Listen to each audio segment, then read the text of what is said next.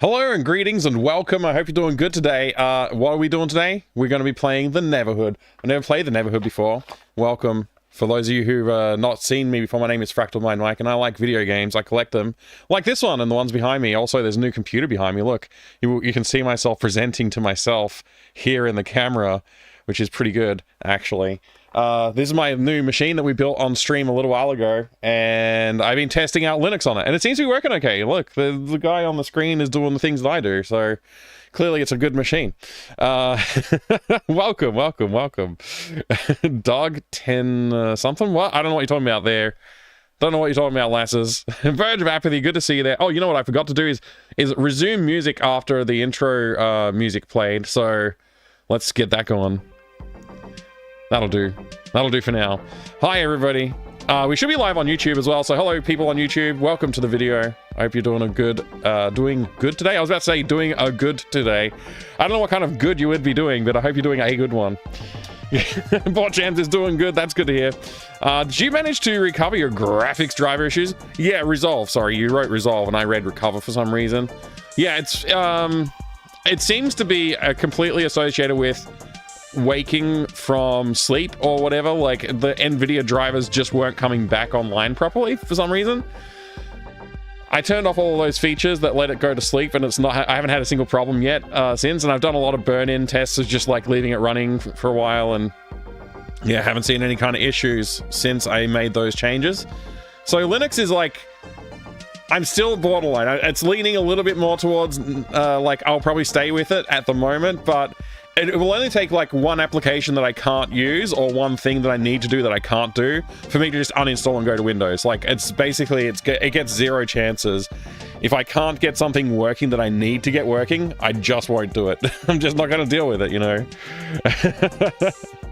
Go to live YouTube page and say you're doing good today in chat. Oh, thanks. Yeah, if you want, you could. That'd be great. Hey there, Mini Roach. Well, thank you for the burp. How are you today, Mini Roach? Distron, it's great to see you. Seen the case on YouTube reviews. Yeah, it's good. It's a good case. It's a Fractal North XL. This is what's on the, what'd you say, docket? This is on the docket today. We're going to be checking out the Neverhood, which I'm excited to do. I've been wanting to play this game for a long time, but I didn't own a physical boxed copy. I had the CD in a couple of, like, I think I might have had one or two copies of it on CD, but not a box. So finally got it in the box recently. And I don't know if it's complete. It might not be, but that's okay. It's mostly complete. It has all the things that I need, that I want in there. So I spent some time on Wednesday and Tuesday preparing to stream this game for Wednesday night's stream. And then it didn't happen because I was at my dad's house for dinner, which is normal. Like every Wednesday we go over there for dinner, and I usually expect to be able to get home by about like 10 past 7, quarter past 7, so I've got time to like quickly set up the stream and then get online. But what happened this week was my dad's like started complaining, well, not complaining, but he mentioned how the TV, the speaker bar that I bought for them for Christmas wasn't really working anymore, and they didn't he didn't understand what to do with it. I still don't know 100% what happened, but I think it was a software update on the TV and it kind of just stopped working properly. So we reset it all and configured it all and finally got it all working.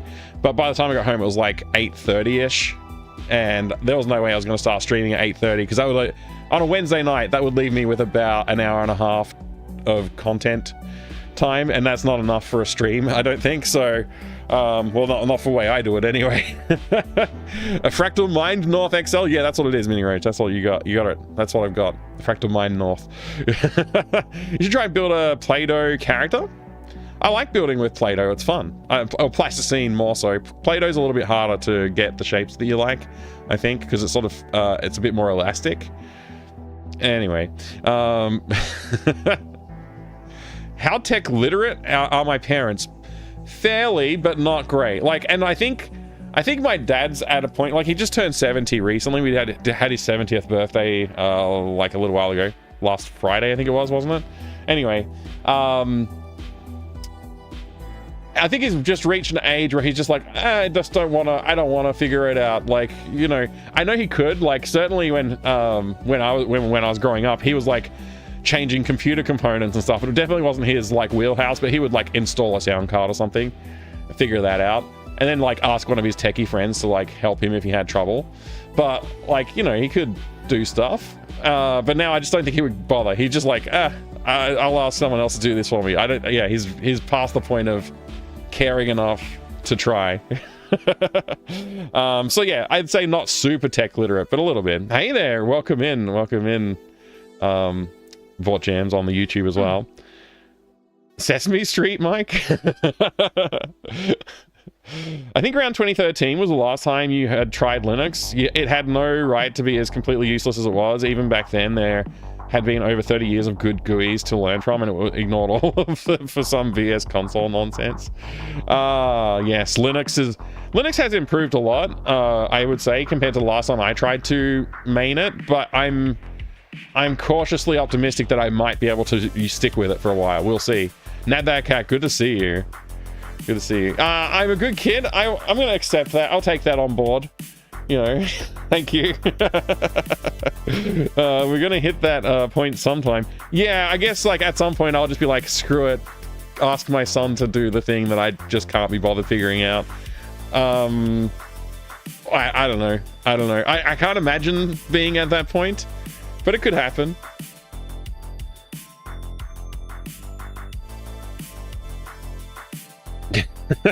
That's funny, Board Jams. You gotta remember to put your glasses on if you're gonna read stuff. Your name, Dithron, suggests you are a fan of Linux distros. It could, but it may not. Also, welcome, Grognax. Great to see you. Good to see you, Gusak. It's good to see you, Refraction. Interesting. I thought the sleep problem happened in slightly older drivers. I thought they fixed it. Yeah, I don't know. Like, look, it's a fresh install. I used Kubuntu. It defaulted to using Wayland. Wayland's newer. Maybe that's something to do with that. I don't know. I genuinely don't know what the problem is. I just was like, I'll stop it from sleeping and it should be fine. And as you can see, the computer's been fine. Like, I only just logged on to Twitch as I was going live. I thought, oh, that'll be funny. But also, it's just like stable. Like, I haven't had any major issues. I haven't tried to do too much with it. Did a little bit of like open source software building and stuff like that to get some stuff working that I wanted working. But other than that, I haven't really used the machine for anything like intensive yet. Other than a little bit of gaming session that we did, whatever night it was when I played like RTX Portal on it, on the stream. I did a little bit of that. That's about the most extensive stuff I've done with it. I just haven't had time to work on it this week. So hopefully this weekend I'll get a little bit of time on it, do a bit more setup, get it to a point where I'm like, okay, I could start transitioning to use that as my main. And then I have to do basically tear down everything on this desk, reorganize it all, build, I've got to build a new desk and replace this desk and bring that machine in, set up all the lighting and stuff again, get the camera in place. And the new desk is like one of the ones that goes up and down. Standing desk, whatever you call it. So I have to figure out, like, microphone stand has to be able to go to standing height, which I think it does. I think it might work, actually. It's probably fine. But it's not mounted to the desk, because I don't, like, if I bump the desk, I didn't want the vibrations going through the microphone. But the camera is on the desk, and it's the way it's currently mounted is not going to be safe for a standing desk situation. So I need to sort that one out. Yeah, there's probably a few other little things to do. So when I'm ready to switch, it's actually going to take me like a solid day. I'm going to have to be like, okay, this Saturday, I'm just going to focus on replacing the desk and clean all this area up, rearrange some of the furniture, get the new desk in here, set everything up. Yeah, it's going to be a big pain. Oh, man. Hey there, Coffeeton. Good to see you. Is my kid more into retro games or the games what his friends play? He likes Minecraft a lot. My son. I think my girls, they're more into like more modern stuff for the most part, but they do enjoy playing like, I don't know, The Sims and things like that. Good question. Good question. Hey, Blood Raw Edge, welcome in. I hope you're doing well today. What else do they? Yeah. So my son, he loves Minecraft. He loves Roblox. He hasn't played any Fortnite, but that's mainly because my wife and I just said like, maybe not the Fortnite, because who knows what kind of characters you're going to run into on there. So, you know, that kind of thing. But like, you know, on the Switch, he loves playing all the modern like Nintendo games that have come out over the years. He got Luigi's Mansion, whatever the number is, the latest number is of Luigi's Mansion, recently. He's loving that. So yeah, he enjoys modern stuff too. Minecraft is retro. It is retro. I would say. I would qualify that. But, you know, I think a lot of kids are into Minecraft. A lot of his friends are, for sure. What if I like Mike? Are your kids Sega or Nintendo kids? I guess Nintendo by default because they've got the Nintendo Switch. But they do like their Sonic. So there's a little bit of Sega DNA, I guess, floating around there somewhere. But for the most part, like, yeah, I don't know. Like, gaming time tends to be a lot on, like, tablets and PCs more than the consoles, even still. Like, I think the Switch gets a good workout. They used to play the Xbox. I had the Xbox 360 set up with a couple of Kinect games. So we had Happy Action Theater, I want to call it, and Once Upon a Monster. Both of those are by the same studio, Double Fine. And they loved them. They absolutely loved them growing up. Like, they played them when they were little, and they continue to ask to get it set up again. So even as recently as, like, this weekend, like last weekend, they were like, can we get that set up again? I was like, oh, really? You want that set up again? I haven't done it, but yeah, I'll try this weekend to get it set up. But yeah, I don't know if that answers the question. They do play modern games, yes, but they also enjoy some retro games. I had the classic consoles, like the Nintendo Classic and stuff like that, set up. Whatever they're called, you know, the minis. I had those set up on the telly, and they would play those with some frequency as well. So I don't think they're against playing retro games. I think we're in a house where that's acceptable. So they know that gameplay is paramount, I think. I think they've learned that.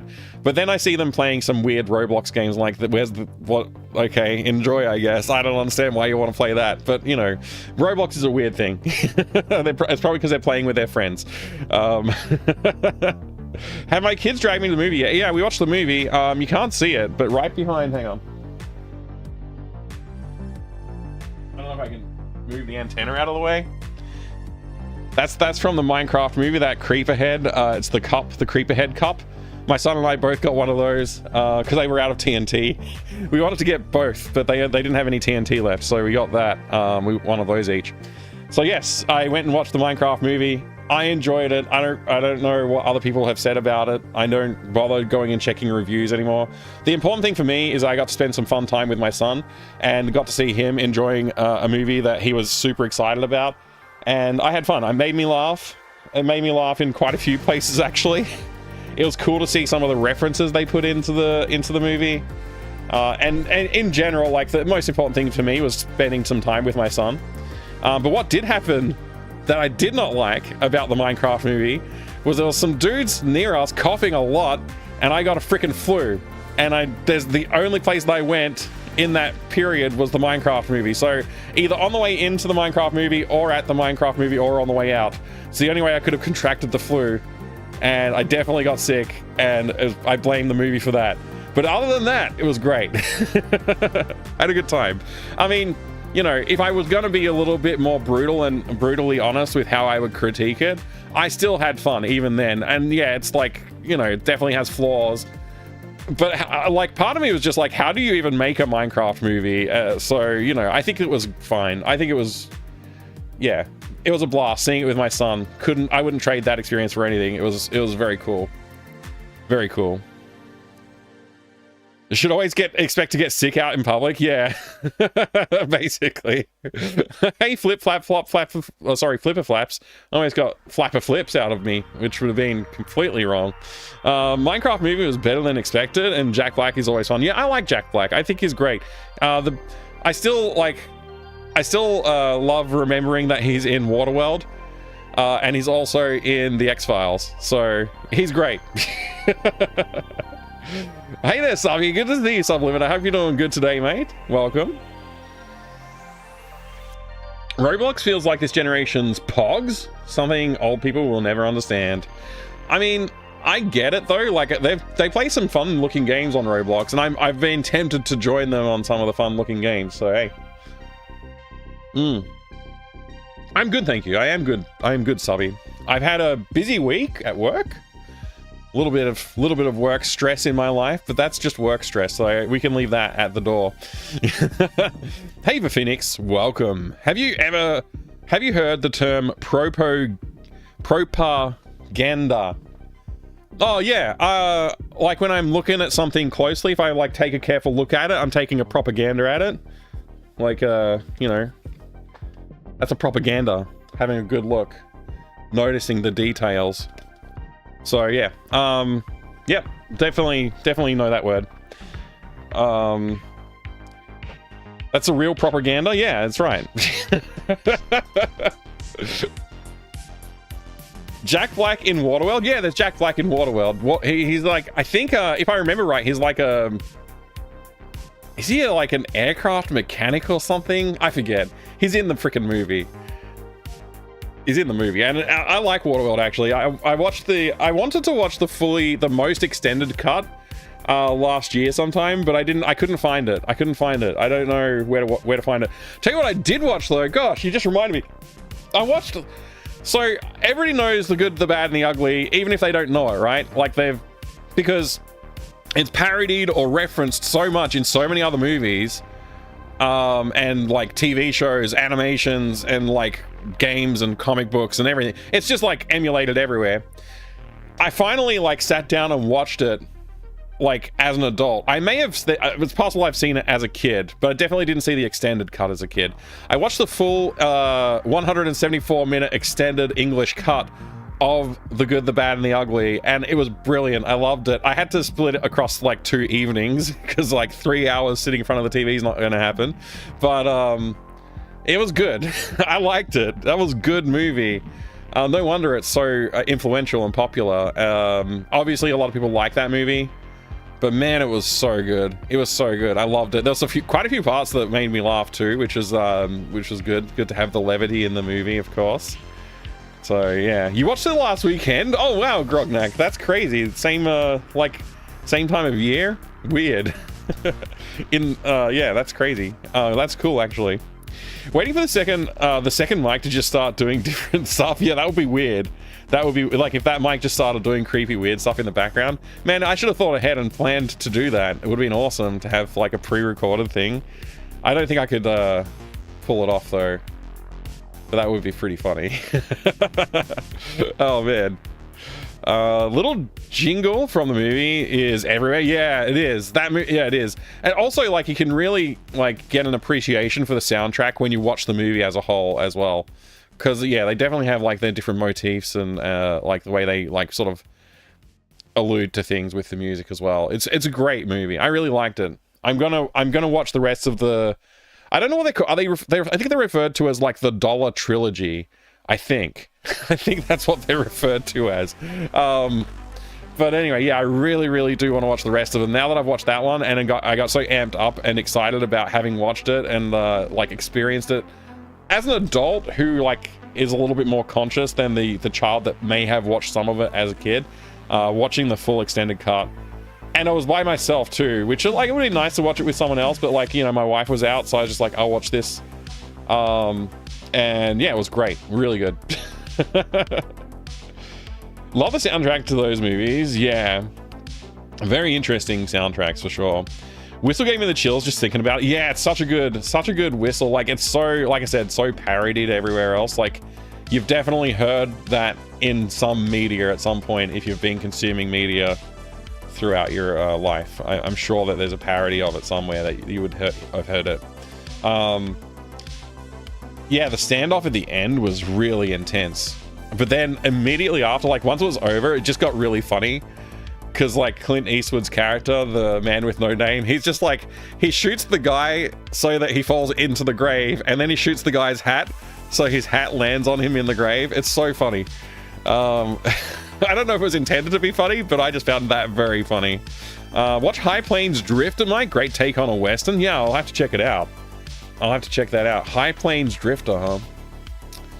Best ending showdown ever as well. Yeah, it's so good. That last piece with the noose and standing on the cross. Oh man, that was so good. And I genuinely didn't know. I still, even though I think we got to a point where we understood the characters and we understood like their tenuous relationship, But even at that point at the end, I still wasn't sure, like, is he going to do what I think he's gonna do, or is it gonna like shock me one last time with their relationship and he's just gonna ride off?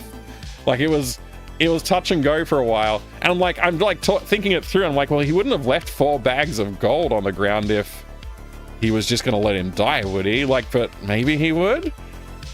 Is that, I don't know. And then yeah, it ended the way it ended, and it's great. Fistful of Dollars, so crazy. It's talking about the Good, the Bad, the Ugly, which I just watched. I just watched for the first time. I watched the extended 174-minute English extended cut. Hey, thank you very much for the follow. I appreciate it. Welcome in. I have anonymous follows on the channel, so feel free to lurk if you'd like, or jump in the chat and say hello. But yeah, it was brilliant. I loved it. It's the first time I've watched it as an adult. It may be the first time I've watched it in its entirety. I don't know. Like, but certainly when I was a kid, if I did watch it, I didn't really like absorb it the way that an adult brain does. It was great. I loved it. I'm very much looking forward to watching the rest of the trilogy now. I mean, there's so many references, like again, Back to the Future with its references to it as well. Like, it's just crazy how much influence that movie had. 1964. I can't believe they shot even more than the 174-minute cut. Apparently, there's still like heaps of footage they could have added. They could have extended it even more if they wanted to. So that's wild. Yeah, brilliant movie. Loved it. Anyway, largely consider it one of the best westerns ever. Yeah, I think it could well be up there. It's making me like think about like all the other western stuff that I consumed over the years, and I hadn't watched that, and it's puts a different lens on everything. I think as I watch more western content over the coming years, I'll probably be reflecting back on how it relates to this 1964 masterpiece, because it is really a good movie. Yeah, I mean, it probably puts a lens on like stuff that's like, it has to, right? Like, other movies were highly influenced by this too. Like even Kill Bill, right? There's a huge influence on Kill Bill in this movie. So yeah, it's 66, not 64. Thank you. I couldn't remember that it was 66, so I thought it was 64. Maybe it was the 174 minutes that was getting me confused. The 1960s. If I just said 1960s, it would have been fine. I wouldn't have been corrected. Hey, Chaos Hawk 92. Fun fact about Waterworld: Jack Black and Dennis Hopper are in the movie. Yes, that's true. As far as I know, Waterworld is the only movie with both cinematic King Koopa Bowsers. Oh my gosh, I didn't even realize that connection. The Mario movies connection is wild. Wow. that's I knew about the Jack Black in there, and I knew about the Dennis Hopper. Obviously, he's a very prominent character, unlike Jack Black, but still, I hadn't made the connection that they're playing aside each other in that way. That's pretty cool, actually. That's an awesome fact. I'm gonna remember. That one's getting locked into the vault. I'm gonna break that one out next time I'm out drinking or whatever we do. No one remembers the live-action Mario movie. I loved that movie. It was so good. I don't know why people didn't like it. It was brilliant. It's a good movie. Unironically, it's a good movie. I like that movie a lot. I watched Kindergarten Cop the other day, and I forgot how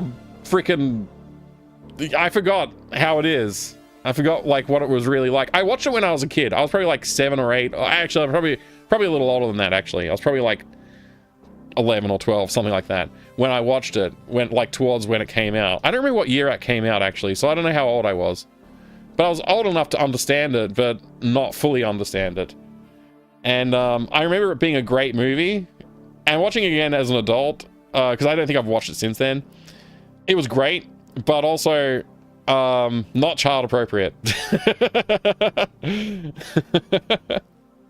Yeah, who is your daddy and what does he do? Exactly. People were like, it's not like the game, and I was like, but it's so fun. Yeah, exactly. It's good fun movie. And honestly, like, what do you want? Like a guy running sideways for like an hour? Jumping things? I think you're gonna get bored. Like, you know, I think they did a great job with it. Obviously the new Mario movie, I loved watching that too. Watched that with my kids as well. So yeah, I like that. Like, hey, I like movies that aren't necessarily the greatest movies that were ever made, or perfect. I'm not going to wait around for a perfect movie. I'm going to enjoy my time and watch stuff with my kids and have fun. But that being said, I'll probably watch The Good, the Bad, the Ugly again sometime in the not too distant future. I think, you know, maybe in like a year or two, I'll probably watch it again. It was that good. Great movie. One that I've been afraid to go back and watch is Robin Hood, Prince of Thieves. Speaking of Waterworld, Robin Hood, Prince of Thieves. That movie was a blockbuster in its day, but I haven't watched it since, I guess... Was that was a 90s film, right? I don't think I've watched it since the 90s.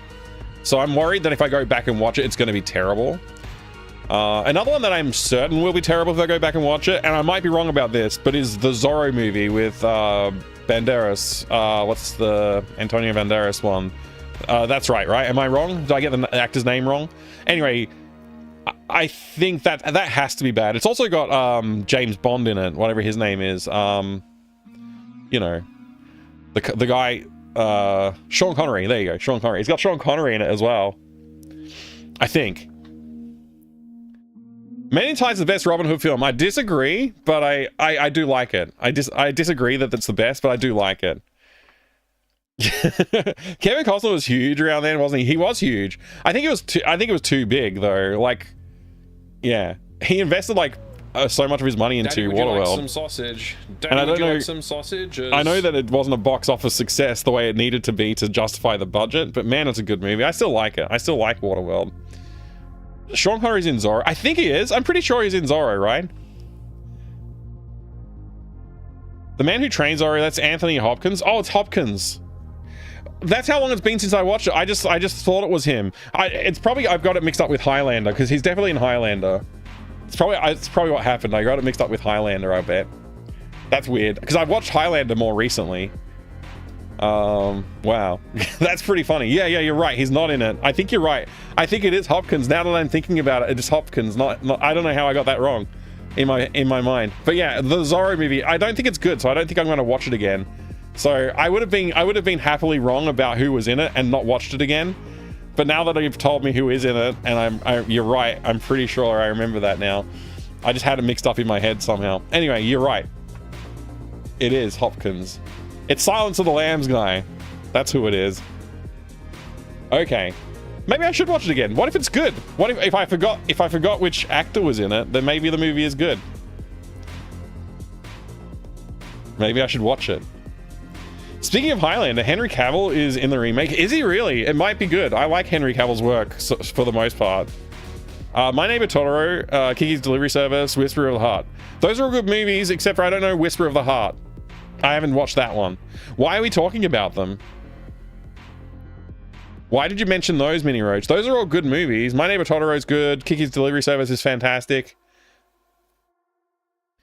Zeta Jones was 100% in Zorro. Yes, she was in there. Definitely. It's watchable. I don't know. I honestly, I thought it would be bad. I thought it would be pretty bad. Like, I can't imagine it being good. Like, Zorro is a fantastic character, but I just don't know, like, if it translates to the big screen very well.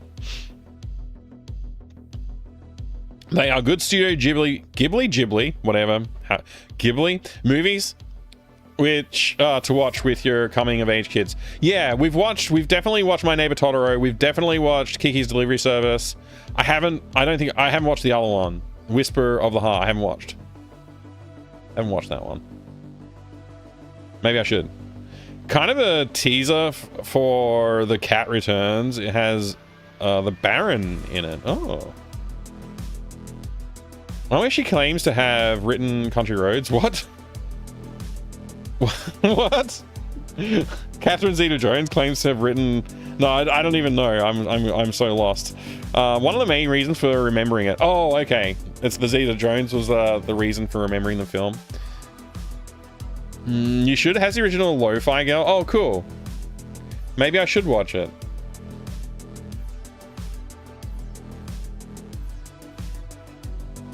Spends half the film writing lyrics for Country Roads. Very cool. Oh, okay. Oh, I got confused about which movie we're talking about. Okay, yeah. All right, good. Fantastic. I still have not cleaned up the boxes for like the junk that came with all of the parts that I ordered for my computer. You get a box like this freaking big for like a tiny little hard drive. It's insane how much space you need to take up for the products. Wrist with a Heart is Country Roads movie. Thank you. Yeah, I appreciate it. Fired the maid. What maid? Watched Nausicaa for the first time recently, and it was so good. So I have to check that out, huh? Nausicaa. There was a movie that I was trying to remember the name of for a really long time, and I saw it. It came up like as I was flicking through movies to watch before I decided to watch The Good, the Bad, and the Ugly. It's an underwater movie, and I've forgotten the name of it now, but I think I added it to my like watch later list. It's a movie that I watched when I was a kid. It's like an underwater horror movie, and for the longest time I thought I had figured out which one it was, but it wasn't that one when I went and watched it, because it didn't have the creature that I remembered. But then I saw the trailer as I was flicking through movies. I saw it part of the trailer, and I was like, that's the movie. And I wish I could remember the name of it right now, because I don't, and I'd love to tell you what it was, so you could tell me if it's bad or not. But yeah, I think I'm gonna have to go back and watch that one and just see, because it stuck with me. I watched it when I was a kid, and it was like kind of terrifying. It had this creature in it that like was gross looking and stuff, and I was like, oh man. But yeah, it's not Sphere or the Abyss. It's not Sphere or the Abyss. Which is why I couldn't find it, because every time I did searches for it, Sphere would come up like, no, it's definitely not Sphere. I remember that movie more clearly. And the Abyss, I thought it could be, but then it wasn't. And I think there was one other movie another underwater movie that it also wasn't. But this one, I forget the damn name of the movie. It's not Deep Rising, no. It's not Leviathan. Hi there, Duke Donuts. Good to see you. And Creef, good to see you. Drafor and hello. Biogamer. I love how many people like Sphere or one of these movies. Yeah, it's none of the above. None of the above. What is the Neverhood? Is anything like Neverwood? I mean, never could understand why they call it Neverhood. This is the Neverhood. We're gonna check it out. I've never played this before. We're gonna play it very soon. I'm just chilling and talking about movies though, because I gotta talk about movies. I've watched a couple of movies since the last time I streamed, I guess. And yeah, we gotta talk about that. Like, it's Deep Star 6 is the movie, I think. It might be. Let me just check. That could be it, Grognak. It could be Deep Star 6. Let me just we'll watch the trailer for Deep Star 6 together. Deep Star 6. I'll go let me pull up my my internet browsing profile that I use for streaming. And we'll go to YouTube and we'll just type in Deep Star 6. 1989 movie. This looks like it could be it. I think this might be it. Does it have a... Well, yeah, I think this is the creature. I think this is the creature I remember. So this is probably it. Can we get a trailer? Let's get a trailer.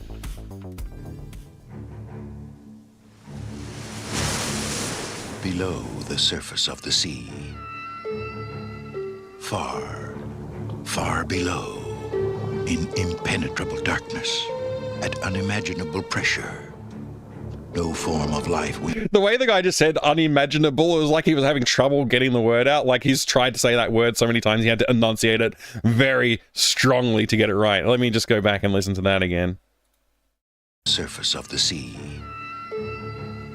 far, far below, in impenetrable darkness, at unimaginable pressure, no form of life we know could possibly exist. Here, yeah, there is only silence. I'm pretty sure this is it. And the crew of Deep Star 6. 6 months at the bottom of the ocean. It's more than I bargained for. They are explorers. Let's bring it aboard and get the hell out of here. That's... What's the matter? You gonna let it... More than I bargained for. They are... This suit, that's what reminded me of it instantly. I was like, I think that's the movie that I've been wondering about for a while. Because, like, I gave up looking because I could never find... Other movies would always come up. I was like, oh, I don't know. And I didn't look that hard. but I was like every so often, like probably every like 4 or 5 years, maybe 3 or 4 years, I'd be like, what's that movie again? And I couldn't find it, and I give up and watch something else. So let's bring it aboard and get the hell out of here. What's the matter? You gonna let a few ugly fish scare you? They are invaders. Okay, boys and girls, don't try this at home. look how young they look too. These actors, I'm just not used to seeing them so young. This at home. Wow. In a world which no human being has ever entered. Thank you, Grognak. Yeah, this is the one. I'd like to go out and take a look. I'd like to go out and take a look. 300 meters. The hell is that? 250. Look at that mother. 200 meters. 150 meters. Oh, it's so terrifying. Boss. 100 meters. Get the hell out of here. Now, they are about to make a startling discovery. The creature. Not all aliens come from space. And if I remember right, those harpoons that they're holding, like, have gas in them or something to explode stuff. I don't know. I don't know why they have gas in them. But I remember that being crazy idea. Things would like they'd stab it and like explode. I think I don't remember, but maybe one of the people gets stabbed by it and they puff up and explode.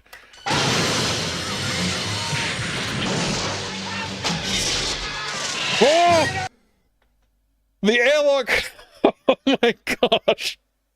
Oh, I think I forgot about that bit. Oh my gosh. Oh man. I must have been like 10, 11 when I watched this. Holy crap. Deep Star 6. You're gonna have to go back down there. How did they kill half our crew? Damn it, there's something in the... I'm gonna watch. I'm just gonna cancel stream and watch this tonight. Save your last breath to scream. Yeah, I'll save this one for without the kids. From Yeah. the creator of Yes, Friday the Grognak. 13th. Deep Star 6. Anybody out there? Can anybody hear us? Mayday, mayday. Deep Star 6. Watch party, let's go. Yeah, I'll just go watch it. We'll just stream it right now. Oh man. That was a good trailer. Oh man, I kind of want to watch another trailer now. Let's like what's the next Good, Bad, the Ugly movie? What's the next dollar trilogy movie after the first one? What's next? Watch the trailer for that. Get me excited for watching that. Hey Life Force, yeah, no, watch video games. We're gonna be playing trailers. It's Fistful of Dollars. I was gonna guess that. Okay, Fistful of Dollars. The Good, Bad, the Ugly is the third movie? Oh, man. Fistful is the first? Oh, man. Okay. All right. Well, you know, Fistful of Dollars is the first. We'll watch that trailer then.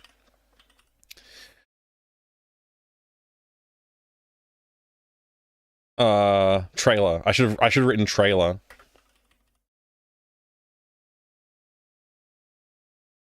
Official trailer MGM. 2 minutes. 2 minutes of trailer. This short cigar belongs to the man with no name. This Wait. long gun. The costume's the same. So they just shoot them. They shoot all the movies at the same time. This is the costume that he finished the last movie in. The one that I just watched. He finished in this costume. This poncho and that sheepskin jacket. That's the vest. That's the same costume as he finished the Good, the Bad, the Ugly in. It's not the one he started the Good, Bad, the Ugly in. It's the one he finished in. Fistful of Hundreds. Eastwood plays the same character in all the movies. Yeah, the man with no name.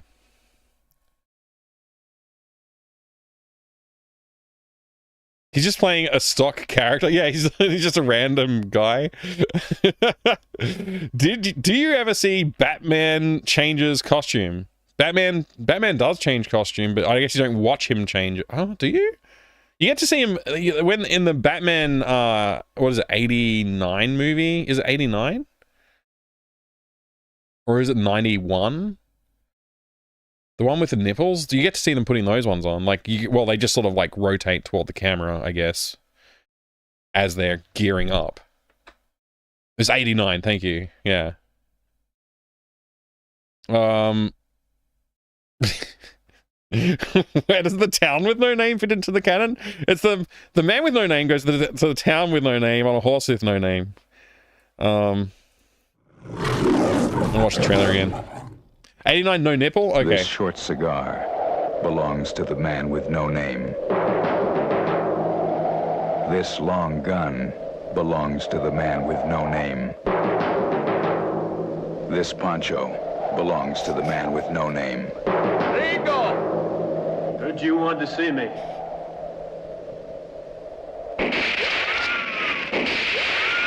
Oh, he got shot. He's dead. What's wrong, Ramon? He's invulnerable. Losing your touch? Shoot to kill, you better hit the heart.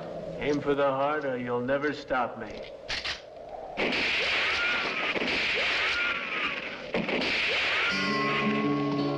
It'd be weird if he was wearing somebody else's clothes. Funny thing is, the poncho, With no name. he takes it from a dead guy at the end of the last movie that I watched, which is apparently not before this movie, He is even though it feels like it perhaps should be. the most dangerous man who ever lived.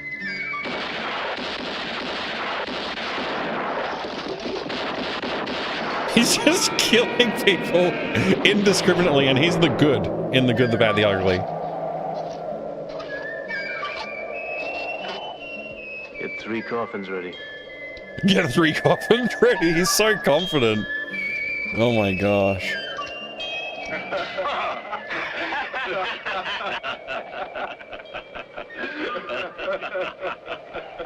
I don't think it's nice, you laughing. You see, my mule don't like people laughing. He gets the crazy idea you're laughing at him. Now, if you apologize like I know you're going to, I might convince him that you really didn't mean it. So intense. Oh my gosh, he just murdered 4 people easily. 4 coffins. This man with no name is played by Clint Eastwood. This man with no He's going to name. trigger a whole new style in adventure. Should watch this with my son, Coffeeton. A Fistful of Dollars A Fistful of is the Dollars. first motion picture of its kind. Wow. It won't be the last. Whoa. They're making a promise right there. I feel like they must have just shot every single movie like at once, because he had the same costume as he does at the it's literally the same costume as at the end of the good, the I can't even type, and the ugly. And the ugly. Look at this costume. It's the same one. Here. Same poncho, right? Yeah. Oh, so we skipped too far ahead. We didn't get to see the good. Oh, wait, no, yeah, okay, alright, fine. I don't think we're going to see him with his sheepskin. You can see the top of it there, though. Same poncho, right? The Good, the Bad, and the Ugly is a prequel. It's a prequel? Wait. It's not the first movie, but it's a prequel? So chronologically, this is the first movie, but release order, it's not the first movie? Or are you just trolling me? A different but identical poncho, right? Because if so, that's like really good foresight from the director to put him, make sure he's in the right costume at the end of the movie. Yeah, there's so many good shots. There's so many good shots in this movie. I really loved watching this movie. It was so well done. So the order is 3, 2, 1. So that's the chronological order, but the release order is 1, 2, 3. Okay, so I watched the third one first. So I've watched it chronologically then. I'll just go watch Fistful and whatever the name of the other movie is. I accidentally did it right, yeah. I think I might have even looked up watch order or something, and that's what they said to watch first, probably. Chronologically, none of the films are actually related. It's kind of like the Cornetto trilogy in a way. Oh, I don't think that's not. They can't be. You can't compare it to Cornetto trilogy because, like, one of the Cornetto movies is a freaking zombie movie, and the other movies are definitely not zombie movies. These are all 3 westerns with like the man with no name is in all of them. So it's more of an anthology. If they're not chronologically related, then you got to call it anthological. I think maybe. A few dollars more, yeah. Okay, right. A few dollars more is the final chronologically ordered one. Even if it's not chronology. Yeah. Man, this movie's so good. It's so good. I couldn't believe how many subplots they just kept throwing in, and it just like it felt right every single time. And it's like 174 minutes long, and it was just a great experience the whole time. Like such a well put together movie. Clint Eastwood is in all of them. He actually plays 3 different characters with 3 different names. He's literally the man with no name in this movie. And he's the man with no name in the movie trailer we just watched.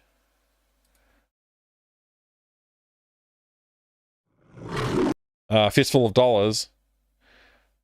I'm not sure if you've got the right intel there, Disron. Just based on the 2 points of fact that I have. 174 minutes with 174 subplots. A plot a minute.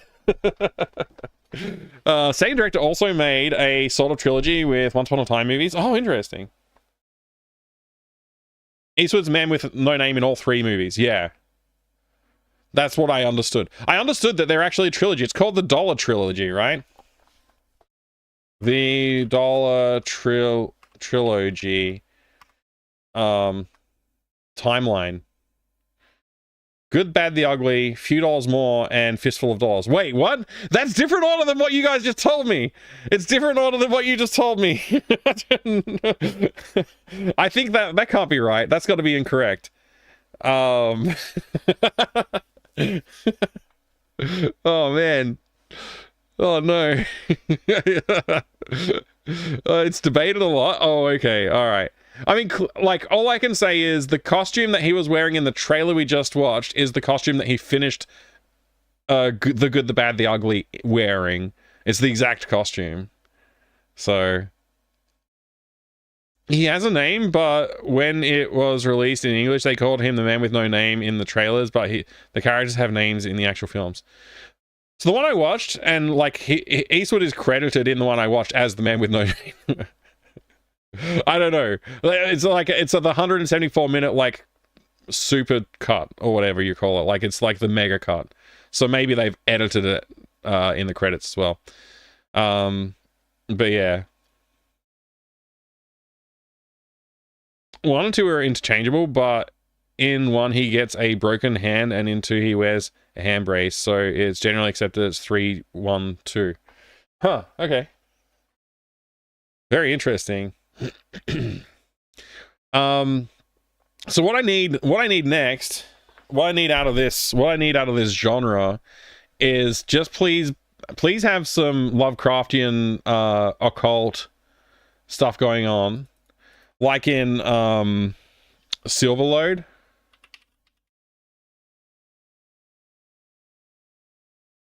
In Silverlode, you get like this Western themed town. I just wanted to look at screenshots. You get this Western themed town, and there's like a plot about lycanthropes and demons and witchcraft and occult, evil town sort of situation. It's epic. It's absolutely amazing. So yeah, this is a good game. I liked this game. I had fun. But it didn't scratch my itch for like what I want. You know, like I really wanted something like this, but just didn't really take it to the right mark for me. Western Cthulhu movie, not sure if I've heard of one. I don't think there is one. I think the stretch is too far, I think. But it's like, it's ripe. It's a ripe field. I'm sure if anybody out there is a filmmaker, I'm happy to be a consultant, but if you want to just take the idea and run with it, I'd love to see what happens with a Western Cthulhu-esque franchise. I think it would be amazing. I think it would be absolutely amazing. I think billions of people would watch it. Literally half of the world's population would pay to watch a movie about this. Not this. This is very flawed. But it's the closest thing to scratching the itch that I've found so far. So you know, didn't quite do it for me, but it's pretty good. So we need a film done in the we need a film done in this style, in this Western style. But it's like, just like, imagine like these guys also have to, there's some like, these guys are like cultists or you know, something like that. You got to have some cultists going around doing culty things, and they're like trying to seek out treasures that are occult themed, and like your guy is like stumbles into it as like he's just sort of like a bounty hunter, like just a renegade kind of guy who just wants to get out there and like get himself rich. But he's seeking out the treasures that they happen to seek out. He's seeking it out for wealth, and they're seeking it out for misplaced devotion and evil, and you know, that kind of thing. That's what you want. Not Aliens versus Cowboys is not great. I like tried to like that, but I couldn't. It was okay. Like, it's a fun plot, don't get me wrong. It's just nowhere near scratching the kind of itch that I'm talking about. Saying 3 billion people would pay to watch you scratching, yeah, like that's, I mean, obviously, Jay, obviously. So Haku, hi, good to see you. Sorry I didn't say hello. They should make a movie filled with no names. Yeah, just a whole no name series. Exactly. Highlander's original script was supernatural western. See, they should have done that. It would have been way better. Like, it's good. Highlander, I've only watched the first Highlander. Apparently it gets bad after that. I've only watched the first one. So maybe I should watch more. Cowboys vs Aliens was good premise, but not that good of a movie. Yeah, it's not that great as a movie. Anyway, Western movie with supernatural vibe. Ghost Town, 1988. Maybe it's good. You never know. It could be good. Riders of the Whistling Skull, 1939. Holy crap, we gotta watch that. We gotta watch Riders of the Whistling Skull. What the heck? Riders of the Whistling Skull looks sick. Hang on a second. This might be... I might need to... yet another thing that I might have to just cancel the stream and go watch. What's this about? Riders of the Whistling Skull? Tell me more. Without spoiling the plot, tell me more. Has anybody watched this, by the way? I like the second Highlander movie. A lot more Sean Connery. Jonah Hex comics had a lot of Lovecraft-inspired stories. Oh, interesting. The Borrowers and maybe Bone Tomahawk. Actually, I heard Bone Tomahawk might scratch the itch. That's been informed. But I have not checked it out. I have not checked out Bone Tomahawk. Maybe I should. Maybe I should. Look at this guy's hat. It's great. Actually, you know what's a funny movie? No, wait. I mean... The Ballad of what's his name? Ballad of Buster Scruggs. That's it. That was a fun anthology. Some of them were really like just depressing to watch, to be honest. But that was pretty good. Buster Scruggs was pretty good. What's a musical, Killick? Which one's a musical? This one? Do not watch Bone Tomahawk with your son. No problem, no problem. He didn't watch The Good, Bad, the Ugly either, but I think he probably could have it. Honestly, it wasn't like, yeah. Have you seen this, Killick? It's freaking amazing. Look at this. He's shooting a guy over his shoulder with a mirror in a shootout. Because he's so cocky. He's so full of himself. He's like the best gunslinger in the world. He's just that good. It's so funny. He goes into I don't want to spoil it because it's a pretty short story and it's really funny. I've been diddled again. Very diddled. Yeah, Buster Scruggs is only the first of many short stories that are throughout. It's really well put together. Like I said, some of them are like literally depressing though. Like there's like a super depressing one in there. I couldn't find the funny part in it. I just was like, what the hell did I just watch? Yeah. If you shot behind yourself like that, wouldn't the recoil break your arm? I don't know. It depends. I guess it depends on the recoil some guy in a hat. I suppose it depends if you're the best gunslinger in the West. James Franco one's good. Yeah, first time. Oh, yeah. First time meme. Buster Scruggs. Yeah. It's funny. It is good. That is a good one. If you shot, yeah, I mean, like, obviously you could break your arm, I guess, if you're shooting the gun wrong. Definitely can happen. You break your wrist or something. I should also check out Magnificent Seven movies as well, Mike, especially the first two. Magnificent Seven. It just sounds like there's too many people in the movie. If it was Magnificent like 4, I'd probably watch it. But 7's a lot of people. Like how much? It's like I can't even remember all of the dwarfs' names from Sleeping Beauty. Or no, wait, it's not. That's not. Is it? Snow White. Snow White. Yeah, Snow White dwarfs. I can't remember all their names. So, or like the reindeer. How many of them are there? Too many. Can't remember them. Give me 4. 4 reindeer will be good. The Prospector. Is that the Prospector one you mean from the Buster Scruggs anthology? Yeah, that's pretty good. Hey, Two Dope, good to see ya.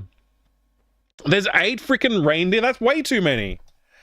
9, including Rudolph, who was made up for a song or advertising. I can't remember why Rudolph existed. Didn't watch 13 Warriors then. No, 13 Warriors is great. 13th Warrior, I think you're talking about, right? The 13th Warrior is freaking amazing. That's a great movie. Loved it. It's got good sword fighting and stuff. Rudolph existed for a song? Yeah. For a store coloring book? Whoa. Ever watched The Goonies back in the day? No, not back in the day. I had to watch that one as an adult for the first time. I was like, damn it, why the hell didn't I watch this when I was a kid? It's amazing. It would have been awesome. Can someone explain to me how 13th Warrior has such a low scores on most platforms? I don't know. What's the score though? What's the ratings? I liked this. I watched this with my friends when I was in high school and it was sick. I think I was in high school. Yeah, I would have. Yeah, that's high school. Yeah, I would have just still been in high school a little bit. The Goonies is good though. I liked watching the Goonies. Any of the Oceans movies, not the original ones, only the modern ones, and I didn't like them very much. What's the one where they have the minis? How do you spell heist? Heist movie with minis, Mini Cooper. Yeah, this one.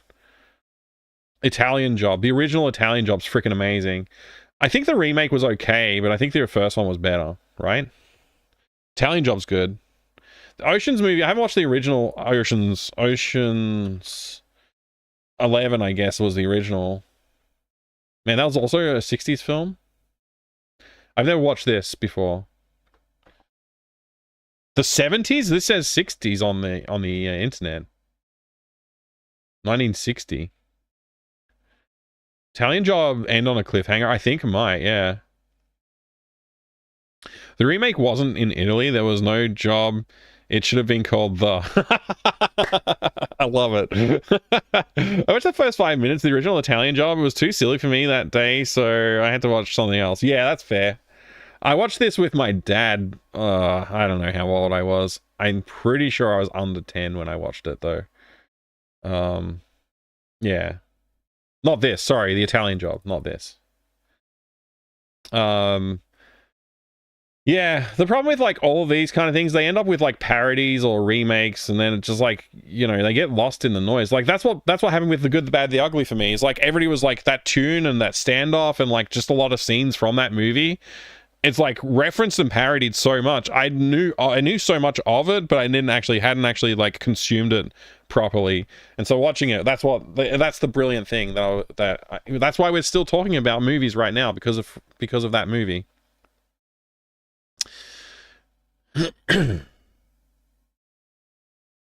You've gone and blown the bloody doors off. That is a pretty classic line. You've only gone and blown the bloody doors off. Nice. Original Ocean's 11 is fun to watch. Maybe I should watch it. It looks like it's got a good vibe, the original one. Original. Yeah, that looks like it's got a pretty good vibe.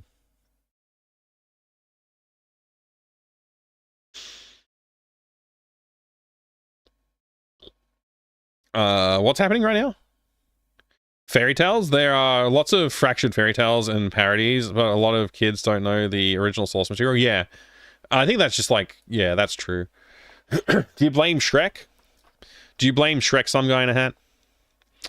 Man, when I was a kid, I saw this time travel movie. It has a group of kids in it, and at one time they go to the future where there was a 100% Perspex car. I can't for the life of me remember it. I don't know. I don't know that movie. Distron, good luck. Good luck. Maybe somebody in the chat can help you out. Oh man. All right, we better stop this. We better stop this because I got to play a video game. I got to play a video game about you know what? I didn't even bring the image up. Let's just not bother with the image. Let's just take a look at the box and the contents in the box. How about that? This video game has been on my to play list for literally a long time, since before I started streaming. Just this image on the cover looks amazing. It's got a very strong character to it. Good vibes. Embark on a clay adventure that breaks the mold. Microsoft DreamWorks SKG joint venture. Software by the Neverhood. So the Neverhood made the Neverhood with help from DreamWorks Interactive and Microsoft. Man, look at that color scheme. It's blue in the background instead of green now. Or is it yellow? Or is it orange? Is this orange? Peach, maybe? Salmon? I don't know. Peachy salmon? Point and click your way through more than 60 hilarious twisted puzzles. Effects created with more than 3 tons of clay and over 50,000 frames of animation. No wonder they needed it to be on CD. Total immersion. You know what? It's coming through a lot redder in the graphics on the screen than it is in real life. I'll just say that. I'm not full of it. The colors do look a little bit red in the camera, so I can. If you're wondering why I said it was like a peachy salmon color, it's because it's not. It's a little redder in the camera for some reason. Total immersion. No need to keep track of maps, scores, or inventory. For ages 17 and up. Luckily, I'm up. Immerse yourself in the strange clay animated world of Neverhood, the Neverhood, a challenging adventure chock full of mind-wrenching mysteries and an onslaught of oddball humor.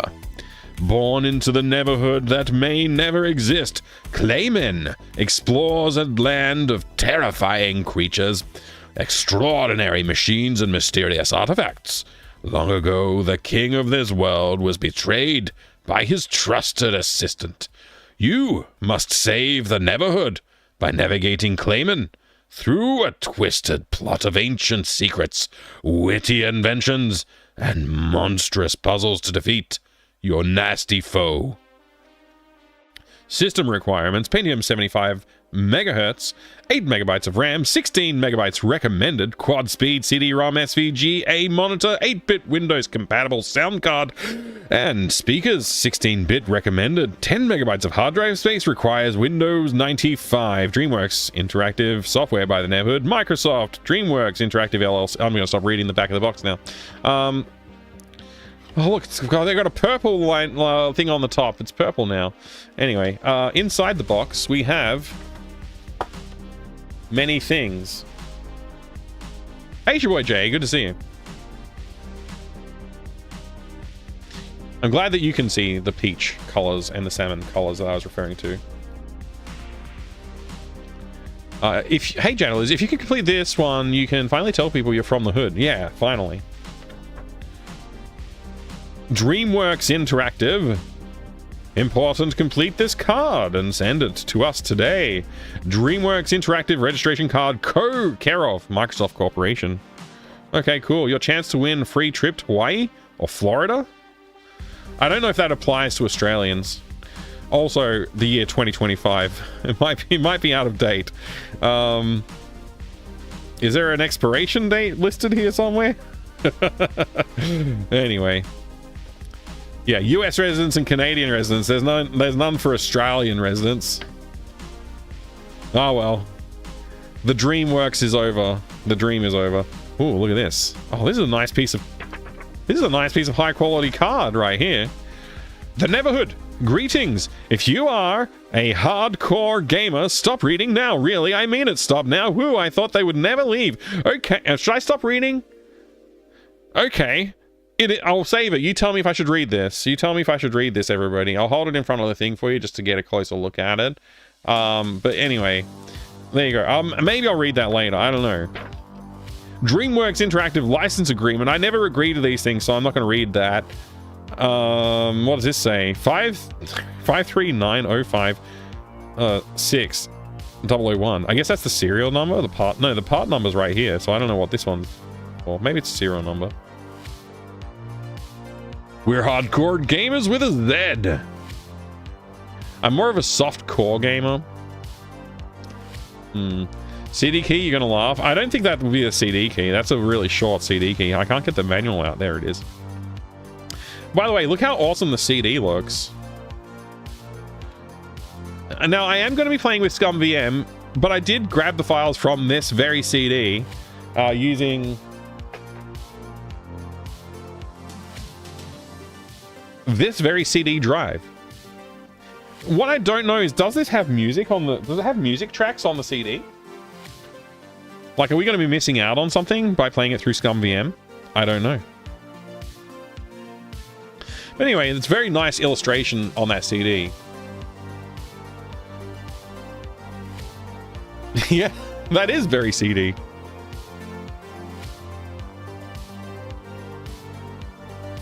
Oh no, the Lego... I can't do the Lego times anymore. Don't redeem that. Let me stop you from redeeming that by changing it. I forgot to disable it.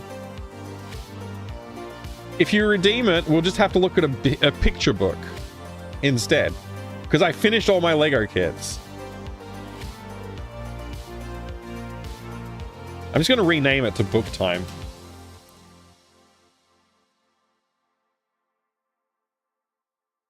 Book Time. I will look at a cool book for a few minutes. I don't know, maybe 10 or maybe 90 minutes. That's pretty good.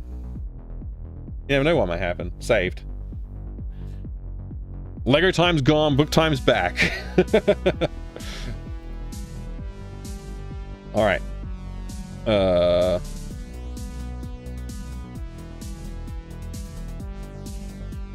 Mike's subtly hinting that we should buy him more Legos.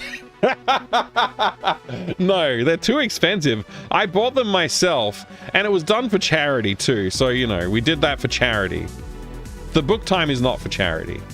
Book time is for me and for you to enjoy together. Anyway, let's look at the manual here. This is a pretty nice looking manual. It's very similar to the cover art. Oh, look at that. Look at those illustrations in the background. They've planned out the animations in 2D. So good. Oh, wait. Automated hints tips line available 24 hours a day, 7 days a week. US 75 cents a minute. 900-288 Clay. K-L-A-Y. Getting started. If this is the first time you've used the Neverhood, you need to install it on your computer. Here's how. Well, I've already done some installation differently than instructed. Your options at this point. When you hit escape, the escape key during gameplay, you will see the options screen. New game, load game, save game, resume game, quit, credits, about, delete game, music on and off. How to play the Neverhood. This is Clayman. Point and click with your mouse to move Clayman. To move Clayman. Your clay arrow pointer tells you where you will walk, or if you click the mouse. Walk or look if you click the mouse. I can't read. If an object is collectible and you click it, Clayman will pick it up and carry it in his chest. If you click a puzzle that requires an object that Clayman has stored in his chest, he'll automatically use it. It's important for you to explore everything, taking notes on... You know what? It's an adventure game. It wasn't the right hole for that cog. What the heck? How do we get... There's just a random letter in the middle of here. Okay, fine. Oh, examine box? What box? We're literally examining a box right now, but sure. Something involving giant robots that isn't Mech Warrior. No problem, we can do that. When I was 23 years old, I remember... Wait, is this like an old man voice? When I was 23 years old, I remember reading about an artifact that recovered from a shipwreck off the Florida Keys. The year was 1972. Coral divers had stumbled upon an immense clay community. Wait, tablet of unknown origin. The scientific community unanimously disputed the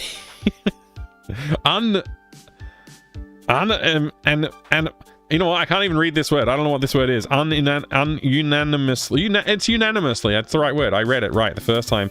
Disputed the authenticity of this discovery. Because although a combination of carbon dating and expert analysis dated the substance at over 2 million years old, it was covered with scrolled modern English vernacular. The discovery was dismissed as a hoax due to the pristine, uneroded state of the engraved lettering, and my colleagues quickly forgot about what I now consider to be the greatest archaeological find since the Rosetta Stone. A former associate of mine had kept the huge monolith in his own backyard, calling it his Monkey Shines Monument. There, it remained in perfect condition until recently, when he invented a test to determine the age of minerals found in hardened sediment. On a whim, he tested his new process on the mystery slab. To his astonishment, he found that the object was not made of clay at all, but of a substance that to this day baffles even the most brilliant chemists. We have assigned scores of scientists, professors, students, and technicians to this task, but to date we have no idea what this object is, or where it came from. The following is the text that we found on the tablet. No doubt a portion of a larger whole. P with about 20 beings in a small neighborhood as a world. With that, he dumped most of his clay over, with just a bit left for his greatly reduced plans. It worked this time since Tickburger stopped completely, and he could not follow them since he was stuffed with so much clay. Bill continued under Hoborg's guidance, holding the little red-roofed house on his shoulder where Willie and Hoborg could ride and room together. After many years' journey, Hoborg returned and was ready to build the Neverhood, a neighborhood that would last forever, so long as nothing went wrong. Dr. Philip Andelman, archaeologist. The making of the Neverhood. I guess we'll skip this just in case there's spoilers, but it does look cool. This also looks cool. That looks pretty interesting. And there's some people involved here, like a team of people, you could say. A group. There's some credits. All right, we looked. Hey, the G-Funk, good to see you. I don't think it's anywhere near Neverland, actually, G-Funk. Oh, but Mech Warrior? So what was the consensus? Was there a consensus in the chat about me reading whatever this says? Because it does start with, if you are a hardcore gamer, stop reading now, really, blah, blah, blah, blah, blah, blah, blah. I mean, stop it, whatever, you know. Should I read this, or should I not read this? I have been good. Thank you, G-Funk. I hope you've been good as well, my friend.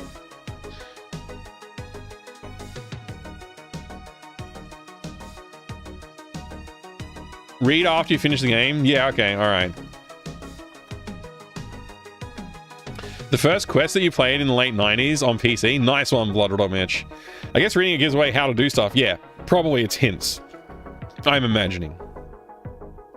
Can't do a hintless playthrough if you get told the hints.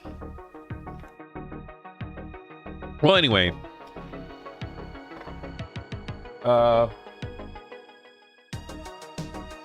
Move, keyboard, you're in my way. There you go, the Neverhood can rest right there. Cool. Another box! A robot, giant robot game box. Game with giant robot.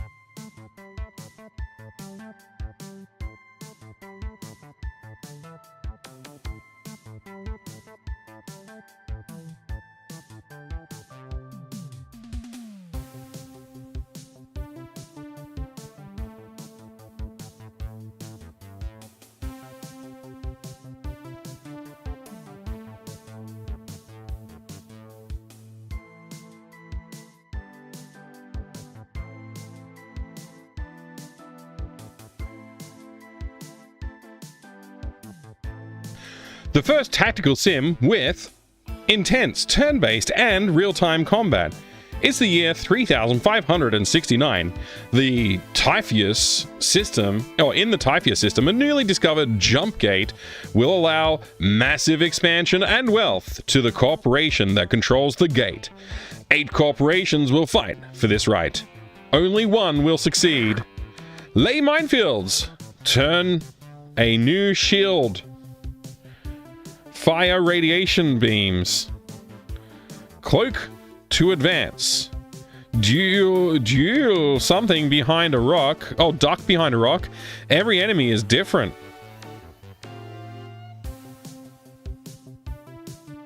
Cyberforce. Corporate Wars. Cyberstorm. Corporate 2 Wars. Something like that. I don't know. It's Cyberstorm 2. Le Minefields. Hey there, Master. Good to see you, dude.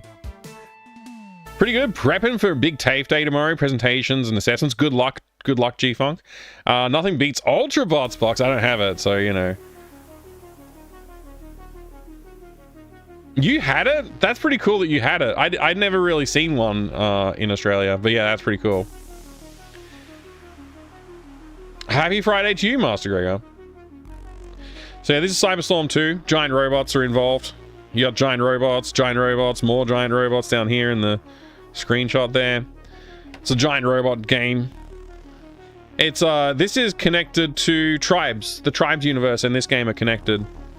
So, you know, if you ever played Star Siege Tribes or Tribes 2 or Tribes 1 or Earth Siege or Battledrome, it's all connected to this universe.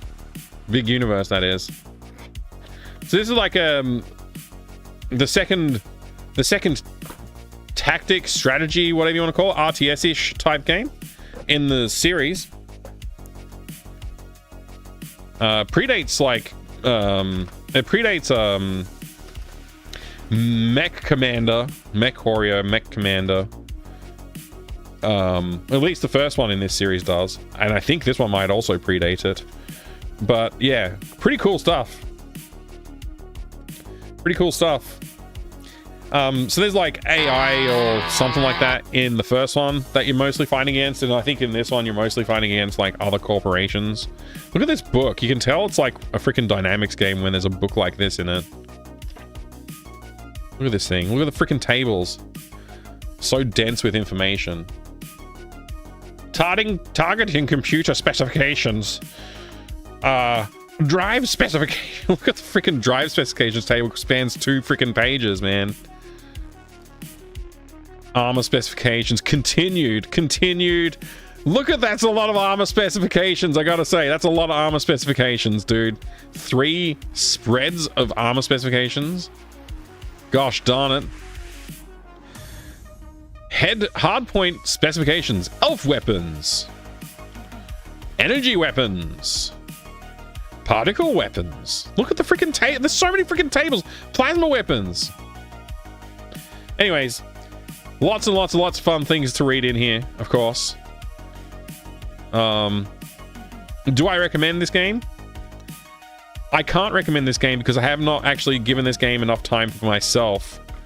The first one obsessed me for a little while when I was a kid, but I never really finished that one, so I didn't really want to get too deep into the second one without finishing the first one. And I never really went back and finished the first one. So I played with this a bit, but I haven't played with enough to give you a judgment.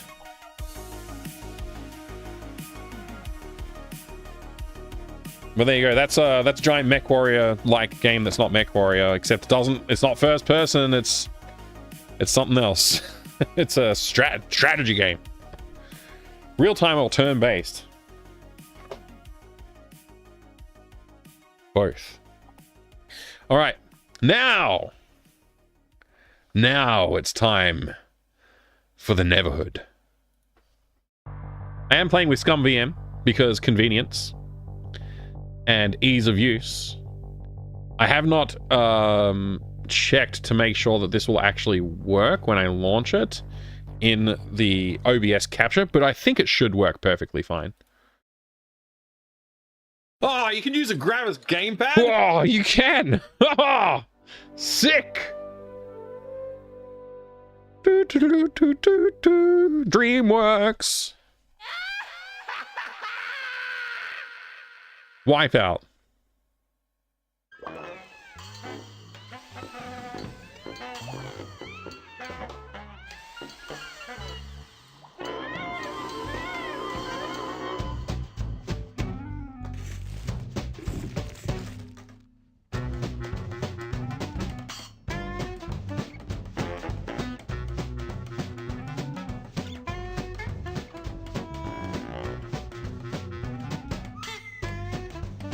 A little light turned on inside the Neverhood Chronicles building thing that happens to be dancing. Whoa, whoa, who's this? This must be Clayman. Are you gonna eat that little man? I think he ate him. A crown? Sick. Skull Monkey!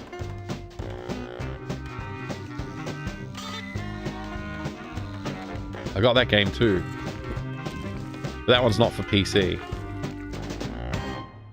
It's for like a PlayStation. What the heck?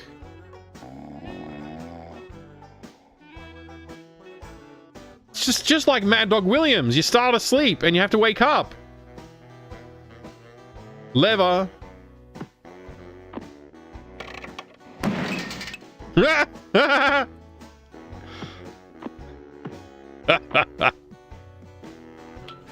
What? That open the window? Can you go out the window? Look at that. Look at all that stuff. Look at this tree going up here. I can't go out there. How do I leave? Do I press escape or... Oh, you click here? Yeah, okay.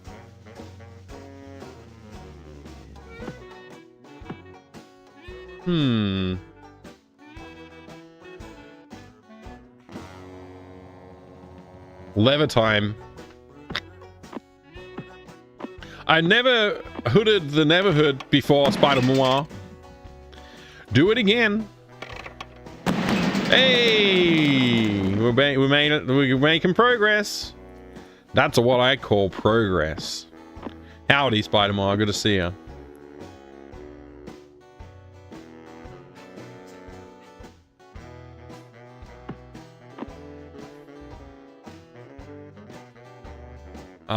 Also, that one guy on the right had the darkest dungeon symbol over his head. What? Weird. Look at this dangerous looking thing down here. What a contraption. Can I go down the ladder? Where are you going, Clayman? No! I didn't ask for you to do that, Clayman. I clicked on the ladder, Clayman. Well, press the button, I guess.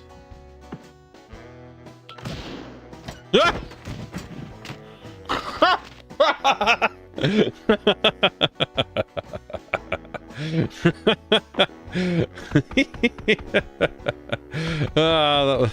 That's great. I love this. This has got so much character in it, man. Just seal ourselves in a room with metal door. Yeah. Wait, what? We're going down the ladder now? I said to go down the ladder before and he wouldn't go down the ladder, and now he's going down the ladder. This little lump looks like it's important. I'm going to click on it. It's not important. Okay, what's this? Toilet? Dear Clayman, please feed my pet flytrap. He eats ring food. I do not. Love, Willie.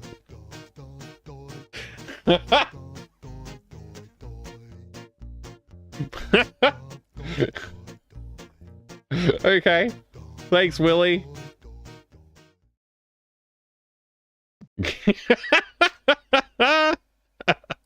Perfect.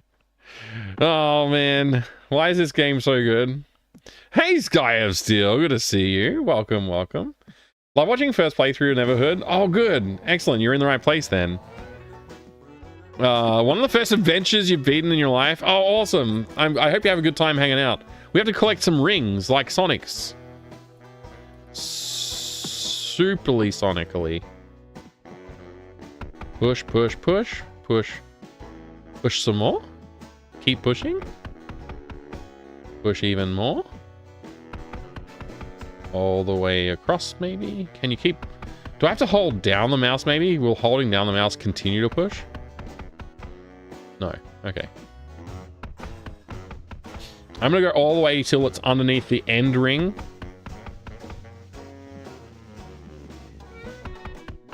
Like so. And then what? I don't...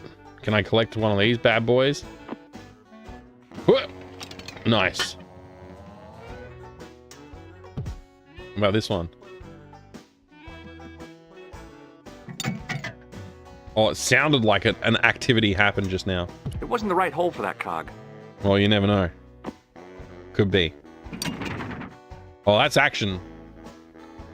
We got 2 actions. Try this one. Hey! Oh.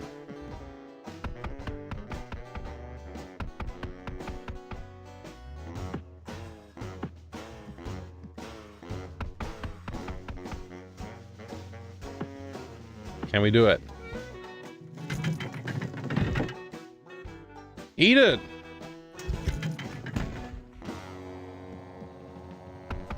Negative. What happens if I push the button now? Same thing? Yeah. No impact on this guy. I like that little emote you've got there. Flip, flap, flop, flipper flaps. Lechonk.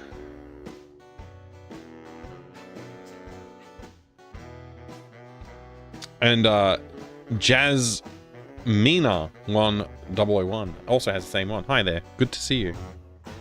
You all have that freaking emote. Do I have that emote? Lechonk? How do you spell it again? Lechonk. Lechonk? I have it too. I didn't even know I had that one. It's a global? Oh, okay. Well, still like it. I still like it. I'm not allowed to like things even if they're global. It's a cool emote. The Ghost Pirate Lechonk. Can I grab this ring?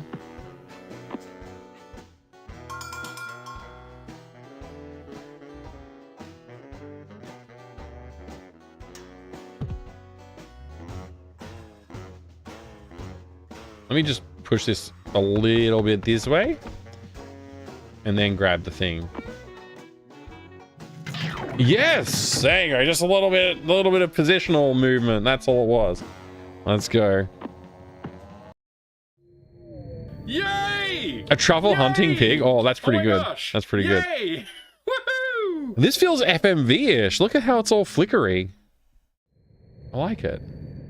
This is like a first-person FMV environment? Oh my gosh, it is too. Don't go in there. I just wanted to look around. This is so good. I love panoramic stuff like this. You don't get this in freaking modern video games like Cyberpunk 2077. Could you imagine this?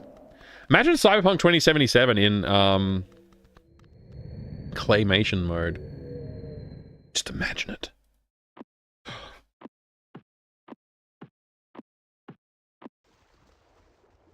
I wonder how many of the 50,000 frame budget we just ate. That was at least like what, 70 frames, 100 frames maybe.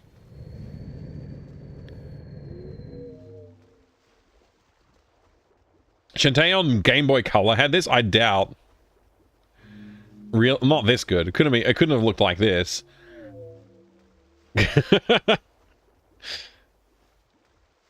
Made during the height of FMB? Yeah, for sure, for sure. I like these like chicken-esque looking creatures. They're kind of cool looking. I don't know what we're looking at here. What's the point of this screen? It's like you can only continue to turn. Ooh, mysterious. It's like a... Are we locked in? What's this thing?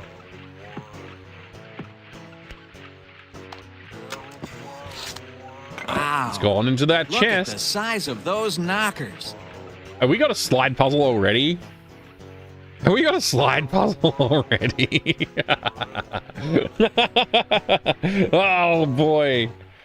I love a good slide puzzle.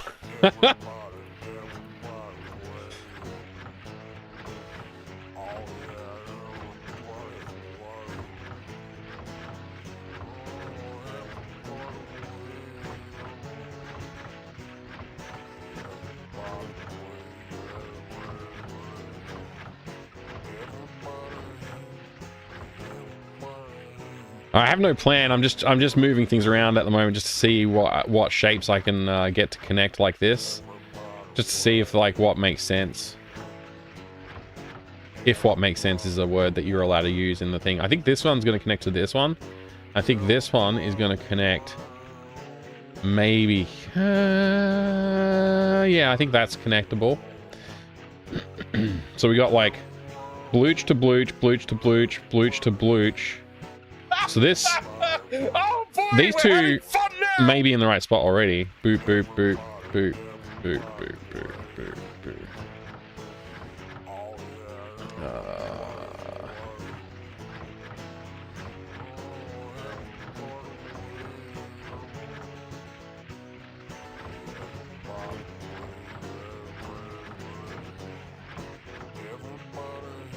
So that feels-ish.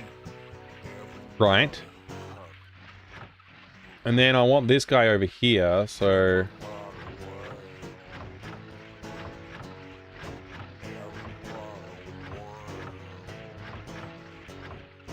That feels ish right. I think this piece wants to go there, and this piece wants to go there.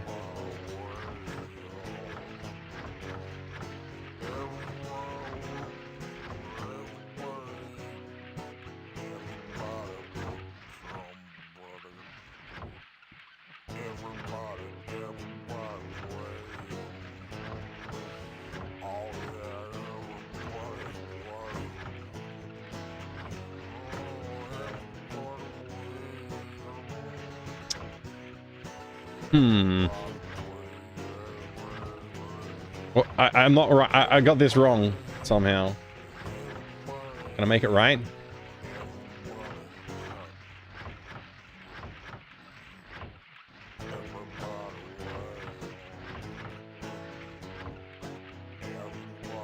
I think I'm wrong. No. I did it. I did it. What's this hole? All the songs with lyrics are amazing. Terravan, I don't even know Like, I can hear some mumbling in the background. Yeah, take that, Andy. Screw you. Note to self, get Mike slide puzzle for Christmas. As long as it's not the one in bloody Ripper. Oh my gosh, Ripper.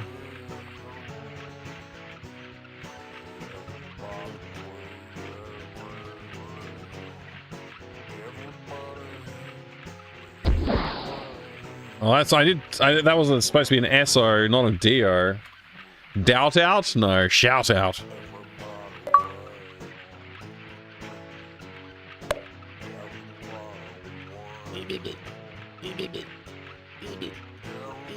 I like this idle animation. It's good. That was a good idle animation. Started that this week, Ripper. Oh, I'm so sorry, G-Funk. Actually, I was really enjoying the game. I was thoroughly enjoying that entire game until I got to the freaking slide puzzle. And I was not going to take any hints. It was 0 hint playthrough of Ripper, so I put it on hold. It's on hold right now.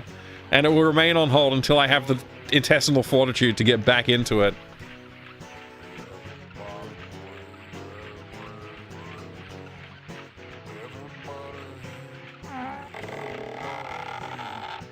That's pretty good idle.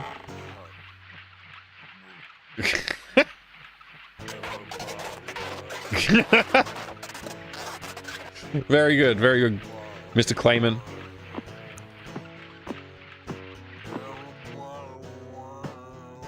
Oh, there's another thing on the ground. It looks like the other thing on the ground that I picked up in the previous room.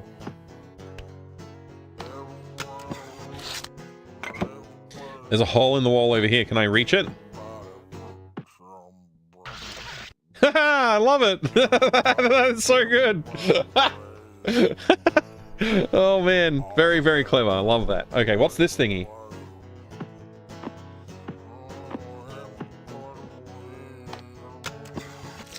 Oh, we put the thingy in the thingy? We put 2 thingies in the thingy. And then we get a video? They're video cassettes? Hello. Hi. Hello. Me Willie. You're Willie. Okay. Me Willie Trombone. You're really trombone? These discs tell a story. Oh. Story about good. Story about bad. Oh. These discs are all that are left of the true story. True story of the closing of the third age. Really know that once you know this truth, then you know what to do. Listen, I tell you. Ah, we need to find the 3rd disc. So that was the Willie of the note. The notes Willie. William. Looking forward to this slide puzzle. You're really not. It's really terrible. What's all these imagery on the wall? Hieroglyphs? Or pictographs? Why, thank you. Willie on stream? Yeah. You got a full Willie.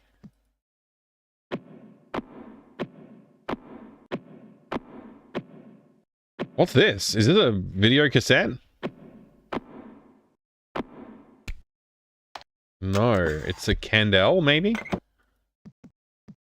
Green dot. Press the green dot. If I walk through that door and get impaled, I won't be surprised. Oh my gosh, thank you very much for the follow. I have anonymous follows on the channel, so... Ooh, it's a lift. I have anonymous follows on the channel, so feel free to lurk or jump in the chat and say hello if you would like to. Either way, I appreciate it. What is this symbology? It looks like this symbol and this symbol are the same symbol, but this symbol is different than those 2 symbols. I wanna press the one that's different. Or interact with it. Oh, it's non-interactable. Okay. This game needs one thing, which is the cursor needs to behave in a way that tells you what's an interactable thing and what's not an interactable thing. Because, like, sometimes you see, like, a glowing green thing on your screen, you're like, yeah, that's going to be interactable. It's not interactable. Okay, fine. If you say so. I can't see anything, so... I'm clicking. Okay, I can basically just move over to here. Maybe if I got like a matches or something, like some kind of way to light the potentially candle that I picked up. Can I go? I can. Maybe that's what I need. I picked it up in this room, so maybe there's like a thing in this room that I haven't seen. I can't see anything, so how would I know? Welcome, Karif. How are you today, Karif? How's the new PC treating you? Running the game fairly well. I'm actually not using the new PC right now to play the game. The new PC is still behind me here, and it's currently it's watching my stream. Hi, hi. Yeah, it's watching the stream right now. So I haven't switched to it yet because I haven't fully set it up with all the software I need to be able to do all the things I need to do on my computer when I'm using my computer during my day-to-day life. So I haven't installed any video editing software. I'm planning to install DaVinci Resolve, but I haven't done that yet. There's also a lot of system configuration stuff that I need to do. I have got a lot of my game dev requirements met already on there, but I haven't quite set up a development environment in the way that I would like to yet. So I need to work on that. But like for the most part, like I could switch to it for doing some of my game dev, which is cool. But the machine's pretty good. I like it. It's working out pretty well. It's working out pretty well so far. I'm running Linux, which is why I'm taking my time setting it up instead of trying to like just... If it was Windows, I just like set it up and put all my software on and move on. But because it's not Windows, I'm moving over to Linux to try it out. Basically, the rule is if I need Windows for anything on this computer, I will just uninstall and just start Windows, and I just won't use Linux. So it's an all or nothing Linux machine. If it works, it works. If it doesn't, I'm going back to Windows. I'm not messing around. I'm not dual booting. The reasoning is I've tried going to Linux before with dual booting, and I end up booting into Windows more and more often until I'm like, well, I might as well just uninstall Linux right now. So if I ever feel the need to install Windows, I'm just going to delete Linux, basically. Hey there, Nukem. Good to see you. I hope you're doing well there over on YouTube. Welcome in. Whoops, is that the right scene? That's the right scene, right? What happened to my scene? Hello? I was on this scene. No wonder it looked weird. I was like, it looks weird. Now I know why. Let me fix this for you all. I apologize. I just realized my game capture wasn't quite right. Hello? 1, 2, where are you? Change that to that. Like that. That's better. That's a better capture. Sorry, everybody. I didn't even realize it until just now. I was on the wrong scene, and that's why it looked weird. That's better. What was wrong with it? It just had like a weird looking thing on the left, and the pixels weren't like quite aspect. They didn't look quite aspect correct to me, but maybe they were fine.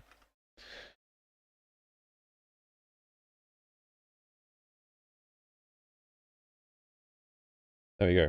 I don't know how to stream J.I. Lost. I mean, I just totally, like, I haven't streamed properly for months, I guess. It's just like or years. Maybe I've never streamed properly, and that's the problem.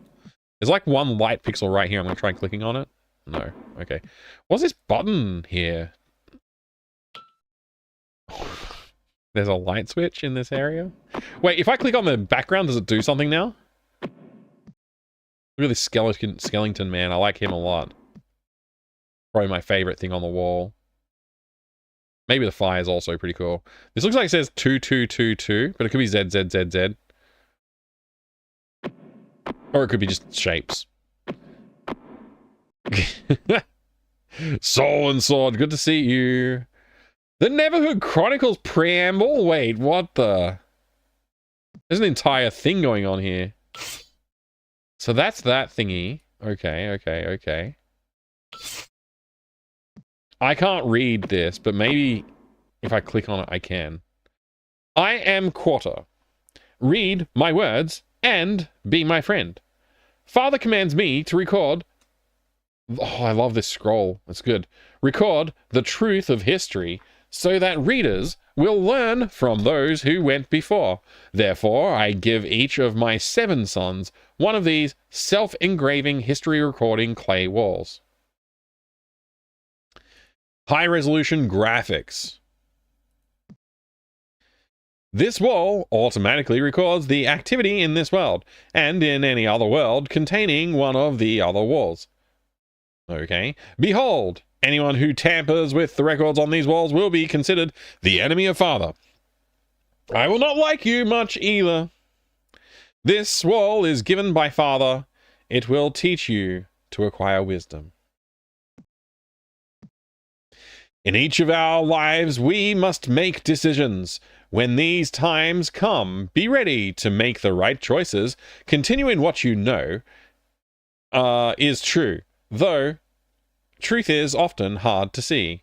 These walls may hold the only truths you will know. Quarter. Or is it quarter? Haha! There's more. There's some kind of grain mill going on. I don't know what this is. What's this? Father and quarter. Hey, Toxie. Good to see you. Father is beyond our comprehension. All folks know is that he was here before there ever was a here.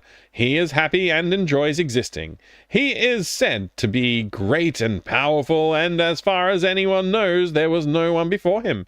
He is from the other side. No one has ever been to the other side, but it is supposed to be a great place where there is peace without death. Quarter. Quarter is the only being Father has ever made. He has been a good friend of Father's for many eons. Quarter is the official go-between for all beings and Father. Since he himself is a being made by Father, not much can be learned about Father by looking at Quarter, but if anything is known to anyone about Father, Quarter revealed it. Quarter forged 7 crowns for 7 beings he created, for Father to pour his approval on. Quarter left the comfort of Father's presence to pioneer a new world where his beings could make their own place in order to empathize with Quarter.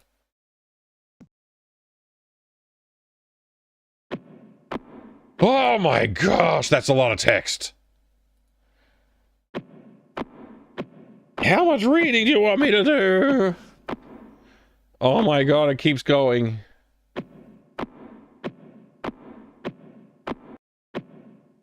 Oh my gosh, they've literally just drawn a freaking novel on the wall.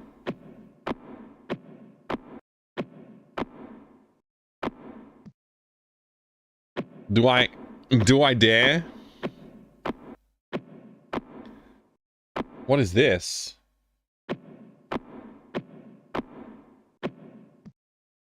Look at this bit, though. Okay, let's just read the last paragraph. Her fair share of marriage days on leap year when an extra day went to the spouse who then renewed the New Year's sequence. You know what? I don't think I need to read the entire wall. I think if that's a sample of, like, the final paragraph here, I think we're good. For now. I think we're good for now. Whoa! Whoa! There's more. It keeps going? No! This is a joke. Do not read whole text. I think I might. This is the greatest wall of text I've ever seen.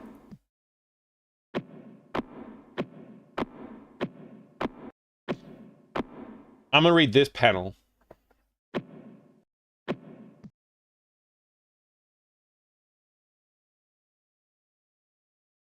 Now, wait, smokes. What? How long is this wall? It to the Emperor's herdsman for a pack of Gaza smokes. Now, an emperor likes a clean herd of foie cattle, so his herdsmen scrubbed the foie cattle daily while they were scrubbing the new foie bull that Clee was sewn to. They noticed him crying out and begging to be released. The herdsman released Clee to the custody of Portenchipa, the emperor's bodyguard. Portenchipa made Clee his butler, and Clee took on the responsibility much as he did with his father's herd of cattle. Portenchipa was not home much, what with all the responsibilities of his own job, but when he was home... This is freaking insane. Like a full religious text just scrolled across the entire wall. Like, obviously we had religious vibes very early entering this zone, but this is insane. This is crazy. How long does it go for? And there's no, like, this is like, actually, this feels kind of dishonest, like, at this point. Like, in a way that, like, in terms of game design and in terms of, like, the contract that the player has with the game designer, it feels a little dishonest, because of, like, I need to get back to where I started from, and it's just going to keep going. Numeron? Oh my gosh. I don't know, like, should I go to the end or not right now? Like, I almost feel like I should just restart the game and do it again. Like, I solved a sliding puzzle and that's about it. But I have to travel back like this? I'm sure it feels to me like this is going to be a donut, a circle, right? This has to be a circle, right? It should lead back on itself, but probably won't. Probably won't. And then, like, yeah, I don't know. I just don't want to really travel all the way, you know what I mean? They breached the social contract. Yeah. This is a lot of content. One thing that stands out to me is that these are fairly high resolution images of the graphics. Damn! So obviously there's a font that's rendered onto the wall and not like actual like repetitious content in a way. Like, yeah, in terms of compression, you're just having text is going to be way cheaper than storing actual images of the entire wall. So that would be a font that they've created to look like it's carved into the wall, of course. Wowee. Some walls in text are intentionally disruptive, such as... Oh, right, I've read that one many times, damn it, Vane. Thank you for that one. Hey, Gonzo Cookie, good to see you. I am doing well, I hope you are too. Mike, donuts better... Get a fresh cup of tea or coffee. My coffee is still going. I still have like a... It's more of a dregs level of coffee, honestly. There's a little bit left in there. But I do have coffee.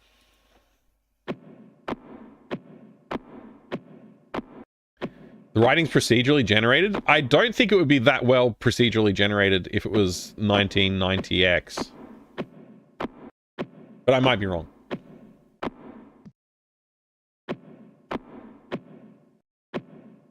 Now that we've turned the lights on, maybe it's light downstairs. Getting ready to make some brekkie? Excellent. Oh, look, we found a video cassette tape. Did we see this baton on the wall before? Morning, sir. Morning, Christopher Jenks. I like a nice harmonious hum. Lever.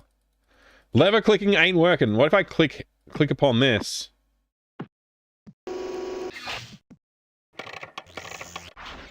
Hey! Don't shoot the robot! Wait, was the bad robot, maybe? Do it again.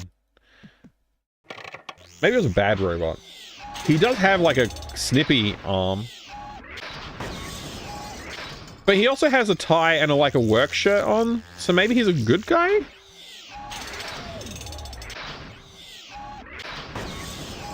Why is it repetitiously playing?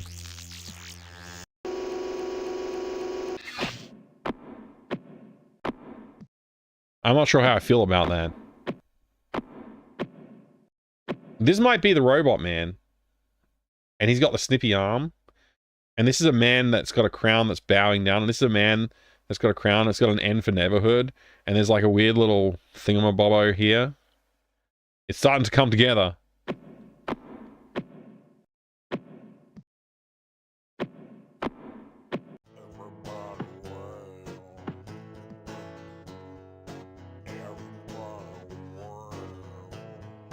Did somebody mention AI, Shaboy J? I don't hear that. I didn't hear that one. Must have missed it.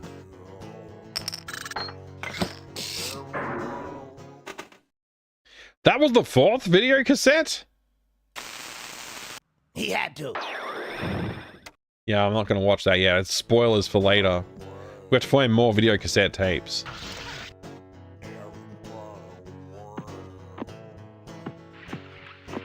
Oh yeah, no problem. I understand. I understand the venting. Huge fan. Go out the doorway, Clayman. Clayman, go out the doorway. Press the button and then go out the doorway?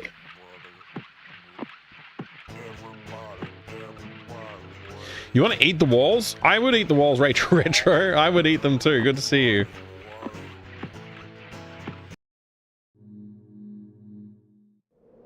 Where are we? Oh, right. That's right. We came out of the door that looked awesome that I had to look at. This awesome looking door right here.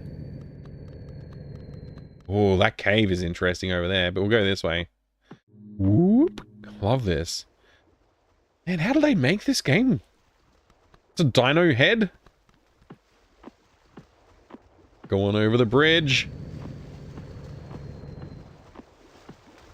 This is so cool. Can we go into the darkness? We can. Dud dud dud dud dud dud dud dud dud dud dud dud TNT. Cassette.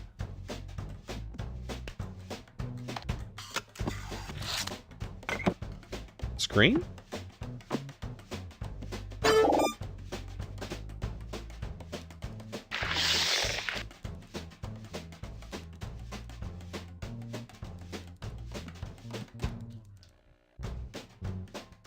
Oh.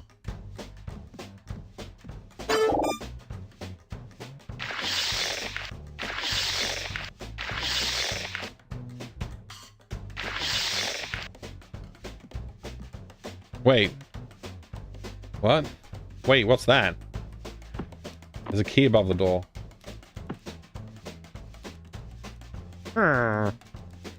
Unsure, huh?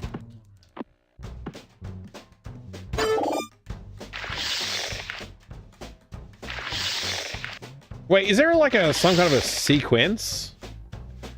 Some kind of a sequence to order of clicking?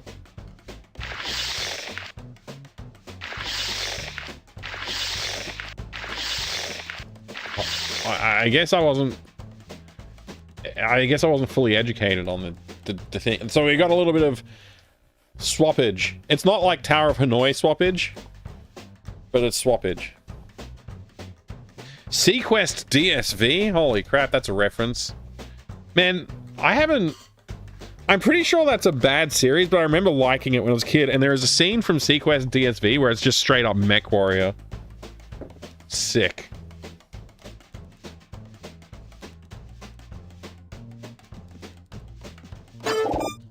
Boop, beep.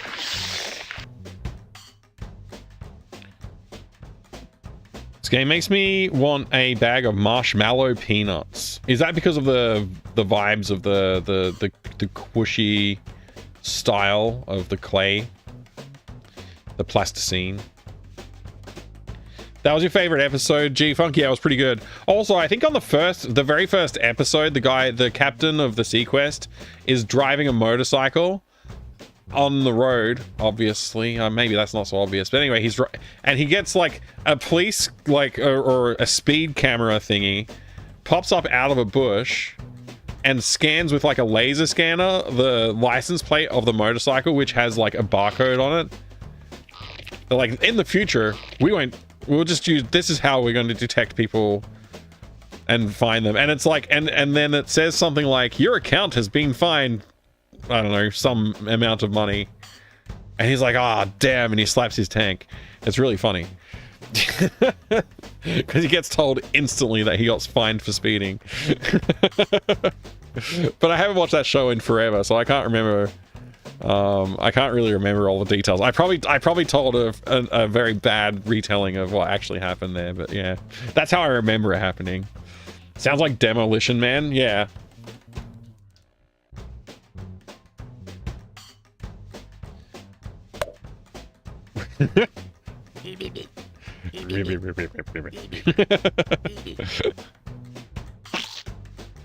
Looks completely different on CRT VGA monitor. Very plasticine. Yeah, I like the way this looks. A lot of 90s cheese. I'm sure it's wonderful. Yeah, I remember Sequest DSV being fun, but I'm sure it's not good. We just have to get these two bad boys on there. Meep, meep. Well, that one was done, and that one was done too. Now we've fully constructed our TNT facsimile man, pseudo man, homunculus.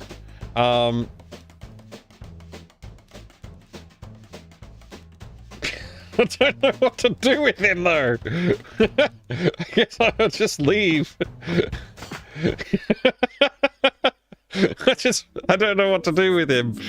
He can wait for me when I figure out what to do. What happens if I turn here? Whoa! We got all the way around. Whee! I love this first person, like, moving through the clay world.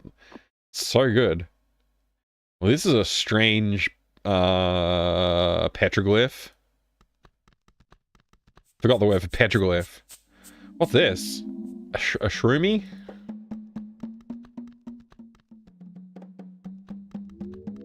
Ooh, a secret door into the canyon wall, maybe? Rip. Oh, it's got a dino. I want a Protoceratops skull.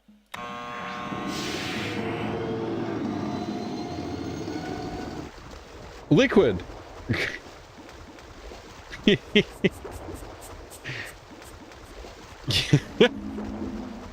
don't know what to... I guess I can disable that? I can enable and disable it, huh? Okay. Alright, we'll leave it off. We'll leave it off until I know a reason.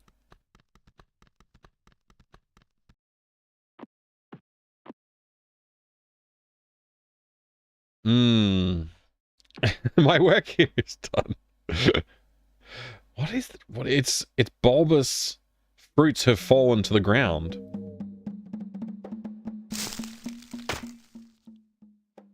Straight up just eating that. Good chewing animation.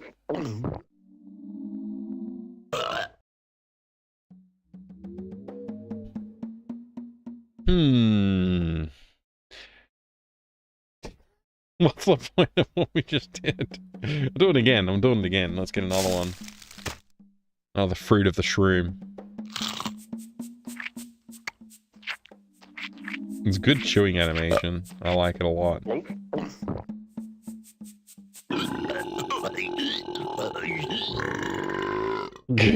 Was that a bigger burp than the last burp? I gotta try again. Does it get bigger?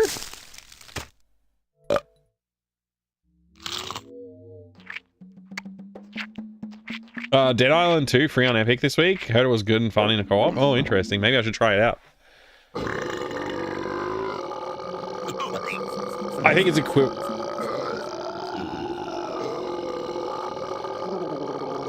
Yeah, it's about the same, right?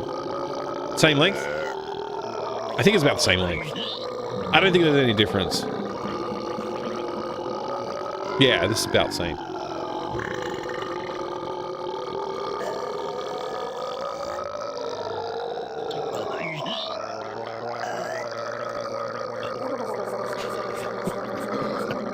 Yeah, it's basically, it's exactly, there's no change. Every time you go back, it does the same thing. Thank you, Leather Soup, for the super sub there. No, wait. I got the wrong way around. I was gonna say thank you for gifting us up to Shaboy J, but it's the other way around. Shaboy J, thank you for gifting us up to Leather Soup. I'm not gonna click the mouse, by the way, so if this doesn't stop, this is what we're doing now. Thank you very much, Shaboy J, for gifting us up to Leather Soup. I appreciate that. Hope you're enjoying the beautiful burpee sound of the game. There you go, we made it.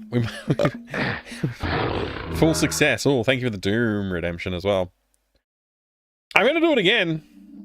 I'm sure it'll be the same length. So far, it hasn't gotten any longer for each of the burps. Basically exactly the same every time, so. Let's go.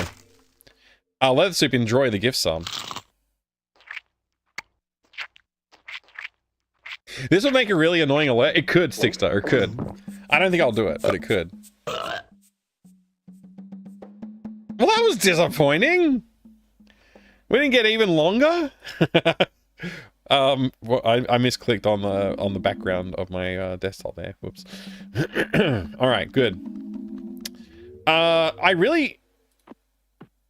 just want to look at the petroglyph now. Can we do that? This game is good, Blood Revenge. I'm enjoying it. Make it go for a length determined by bits. That's actually hilarious. I should do that. What the? Sup you say? FMM Doom Browse. Oh, yeah. Oh, yeah. Thank you very much, Skinny One, your legend with the 40 months of mega support. I do appreciate it. Make it go for a length determined by bits is such a funny idea, Shavoy J. I am tempted. I am tempted to do that. I don't know how I would implement it yet, though. I'll think about that. That's very funny. I don't know how I would do it. But yeah, so thank you for the subscription. Supporting me and supporting the channel helps me to become an even more amazing game developer. And you can play my video games. They're very good. I highly recommend you play them. Skinny One, thank you. It's good to see you. What the heck is this game about? It's about burping and sliding puzzles and reading large walls of text. And also there's some other things like watching video cassettes. Like several things. 80 bits, short burp, 800 bits, longer burp, 8,000 bits, really long burp. That's pretty funny. You can play my games, Jasmina, here. That's where that's where they currently are. The next one I'm currently working on is going to be going on Steam. I'm going to create a Steam page for it sometime in the next month or two.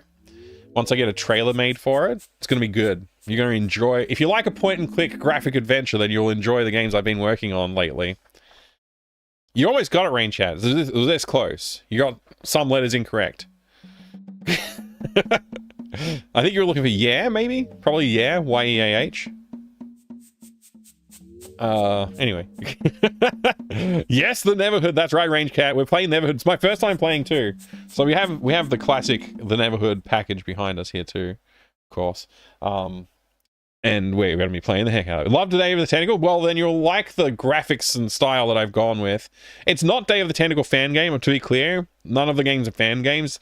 They stand alone. But the first one was also made in like 2 weeks. So it was just like a rushed project just to get the thing out. The second one is like Day of the Hamster. That's the good one so far.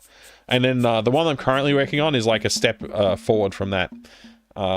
So I'm proud of what I did, actually. I'm proud of the work that I've done on those games. And I'm going to go back and remaster both of the other two games when I release this one on Steam, the one I'm working on, and then that one, like, they'll all be released together in like a bundle on Steam as like one game. And then the next game that I work on is going to be like a full scale, like, you know, 6 to 10 hour game. I don't know how big it's going to be yet because I haven't finished like working on the ideas for it, but it's going to be a bigger game. And it's going to bring all the 3 characters from the first 3 games together into one cohesive unit to work together to solve problems. It's going to be great. Yeah, check it out when you get the time. Will it be my first Steam game? Technically no, but let's not talk about that.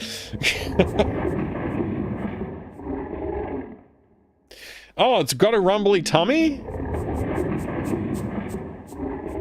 It looks like a weird monster is like hidden behind here, right? Like I can see something that looks kind of like eyes in there. Anyway, I don't know what's going on here, but we're not ready for it yet. Ooh, is this a Jack in the Box? Or a music box? It's a music box, right? I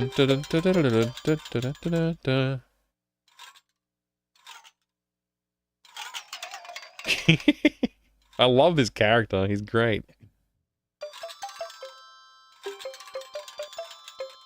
It is exactly that. Pop goes Louiseal, it's supposed to say. Next. What's happening? It's the guy! It's basically the deep 6, what is it called? The deep Star 6 monster.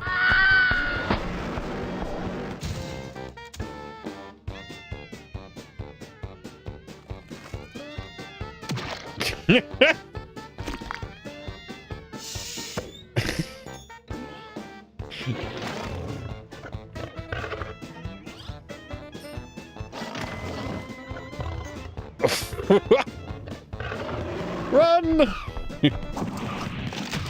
Well, can we feed him 3 pieces of fruit from the shroom?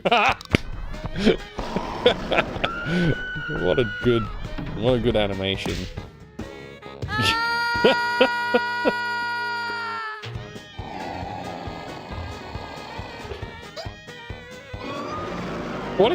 What if it's actually a friendly monster?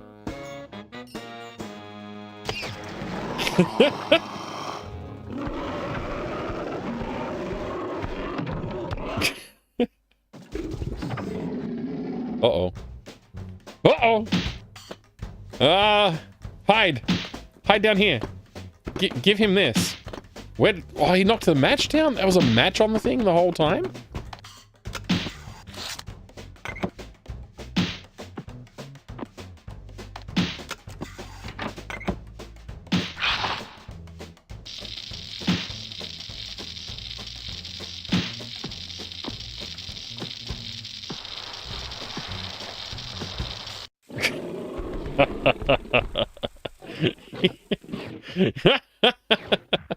Oh no, he's gonna die. I thought the burp was gonna be the way we'd deal with him, but no. Hey, isn't that Willy? Willy's gonna eat good today.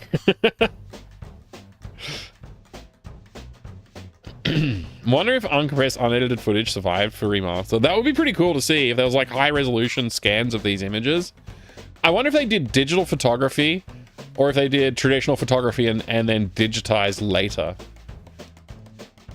Interesting thought. Very interesting thought.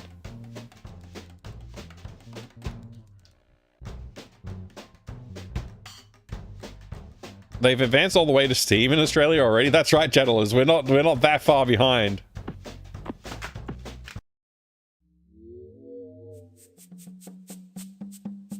So I should be able to like go this way now, I guess. Unless it's just like another monster, but I think that would be weird, right? I really love this FMV, and you got the lens flare and everything going on. It's so cool. So I can't click this time. I can no longer click this. So there's the box. Oops. Misclicked. What's on the other side here?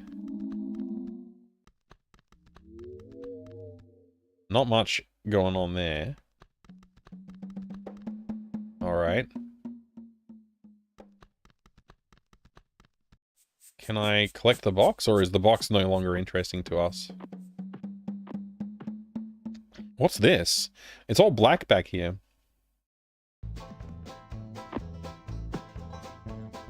Okay.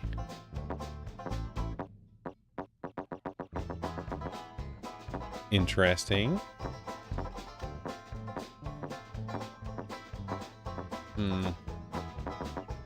What are my options here? Okay. I mean, this doesn't look safe to go off the edge here, does it? Can I go down? I can.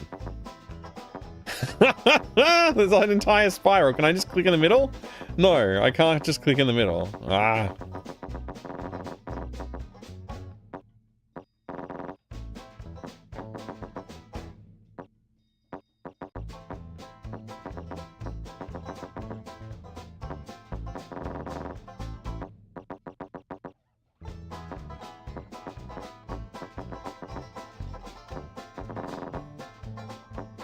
This is fun. Makes a fun sound when it moves. Also, the texturing on the vessel, whatever it is pretty interesting. Bloop. Bloop it. I don't know what that did, but it's probably important. Can I just click here now? Not quite.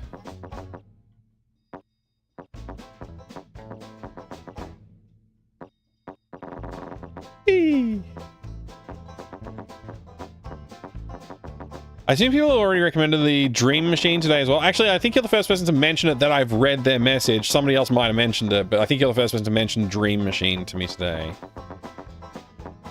If you want to look at the... wait, you want making of Neverhood video on YouTube? There's making of Neverhood video on this thing, I think. Thank you very much for the follow. Welcome in. I have anonymous follows on this channel. That game's amazing, by the way. The one that that was Timegate Knight's Chase. Very good game. If you like the original Alone in the Dark series, it's very good. I have anonymous follows on the channel. Thank you for the follow. If you would like to lurk or jump in the chat and say hi, feel free to do either way. We have a great community here. Very good people. Very good people. So if you want to jump in chat and say hi, you're welcome to. Of course. Definitely seen this game somewhere before in my youth. Yeah, this game is called The Neverhood. Interesting, huh? This game is such a gem. I'm enjoying it. Britain's dying griffin. Oh, I'm sorry to hear about the death of the griffin. Anus? No, I didn't say anus. I mean, I can if you would like me to say anus. It's easy enough. I'm very capable of saying anus. But I don't think I said anus when you asked if I said anus. Somebody's cooking some anus on the cooking channel? That's interesting. You probably shouldn't say anus, just in case. Shavoy J, Eatery Anus, yeah. 1,500-year-old Roman recipe. Oh, it totally could be. You could totally be cooking some anus, I think, in... What would that be? Anno Domini 500 Roman anus cooking. I don't know if it's true. Stop talking over my cooking video. I'm trying to learn how to make toasted rhino anus. Alright, we did this puzzle. We turned on a thing. No idea what it did. Also, there's the dino skull in the wall over here. Maybe I'll turn on the water in the dino skull. We'll just see if that did anything. Where was that again? I think I have to take a step forward and then I can turn toward it. This kind of looks like peanut butter. Like the earthy toned ground. Looks peanut butter-esque.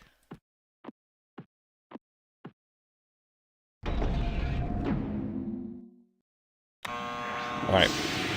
The fluids flow. I really want one of these Protoceratops type creature looking skull. I want a 3D print of that or something, I think. It looks cool.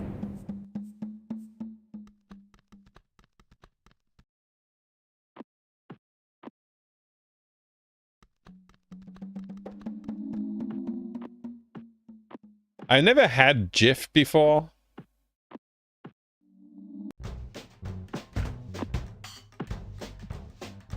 I've had various brands of peanut butter, but I don't think I've ever had Jif. I'm gonna call that area done, like we're crossing that one off the list. We did it. Don't know what we did, but we did it. I mean, blew up a giant monster. That was one thing we did. You know what I didn't do? I didn't experiment with flying off the edge. Also, there's probably a save menu in this game. I just remembered. Save game. I am gonna play it. Hold on, Dave! The making of the Neverhood. The concept genesis. It all started in 1988 with an art show of mine called A Beautiful Day in the Neverhood. It was 17 paintings that depicted a little clay city with little clay people running around in it. Years later, myself and my team found ourselves at Steven I Spielberg's love all house these pitching this animations idea they've for a done. It's PC so game, good. And DreamWorks Interactive loved it. We started brainstorming right there, and we started just drawing like crazy and coming up with monsters and contraptions and puzzles. Oh my gosh. Those were the most creative days of my life. Alright, that's enough of that. Playing a video game here. We're not watching documentaries. Although I do love a good documentary.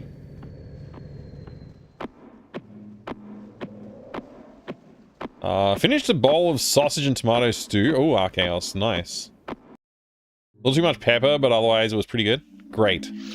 What is this door all about? It looks locky.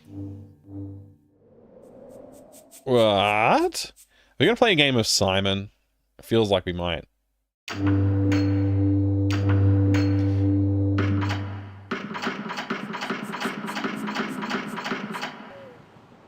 Daddy, would you like some sausage? Daddy, would you like some sausages? I broke it. Oh, it's resetting? Good, good. That one lit up.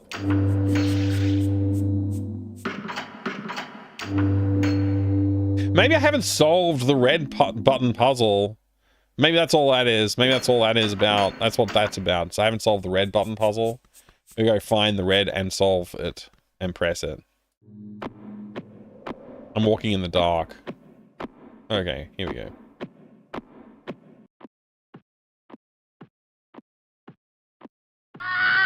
Mike, a question. Isn't kind of fascinating that the technology we saw in games, movies, TV shows, book and comics growing up has in some cases been surpassed, in others in others we're almost there on the in the process of getting there. Wait.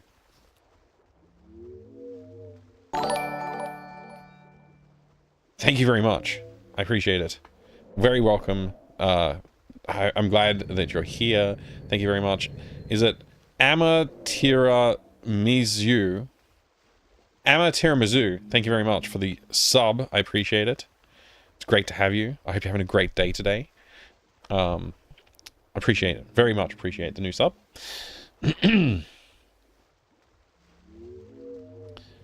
Tongue twister, yeah, a little bit. Hang on, let me... I know that some shows, movies, etc. are over 50 to 60 years old. Okay, wait. So, I'm just trying to understand the question, Baines. Isn't it... or is it kind of fascinating that technology we saw in games... So you mean like the projected technology? Like the fantasy technology that they imagine the future might have? Okay. Games, movies, TV shows, book, comics, growing up, has in some cases been surpassed. In others, we're almost there on, or in the process of getting there. That is fascinating, yeah. Like original Star Trek computers did look like what basically like 60s and 70s computers, like, well, maybe not even 70s, more like 60s and earlier computers looked like, right? That's true. But now, like, we've far surpassed that in the original series, at least. Like for one example. Yeah, that is fascinating. It's an interesting idea. And certainly, like, in the case of, like, some books and things like that, you have these really strange juxtapositions of, like, technology, like, as we understand it today. Like, the positronic brain is, like, quite an advanced thing that we haven't really achieved yet. But there's other stuff that Asimov has alongside that that's just, like, clearly inferior to, like, what we have today. And it's a strange concept, like the idea that Asimov was writing ahead like that. But yeah, if you go back further to like even older sci-fis, like much older sci-fis, you get weird juxtapositions of technology as well, where it's like, here's an idea, but also people are like using steamboats, and it's like, wow, that's weird, weird choice, especially by a modern standard. Yeah, Dune is another weird one. Actually, Dune's an interesting one. Because they have all this advanced technology, but also not at the same time. Yeah.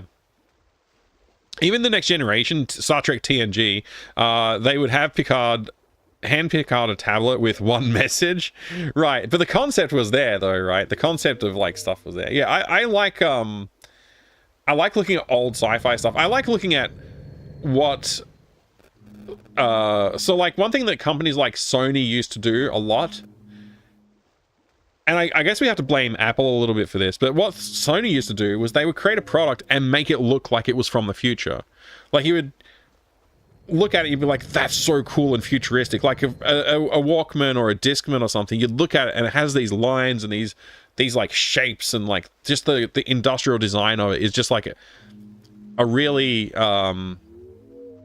interesting, like, futuristic style. But everything's just basically a flat brick now. Like, everything's like, let's make it as small and smooth as possible. We don't want to have any lines on it or bumps, like, you know.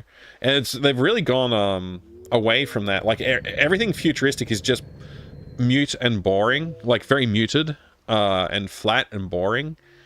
It's like, Yeah, not interesting.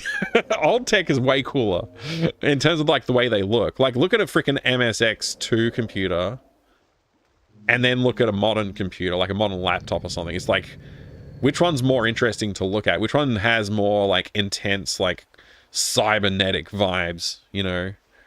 It's just not there in modern laptops and technology.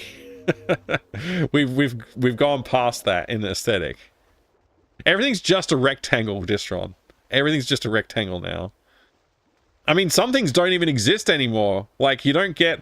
Like, I've got this, which we were looking at last time.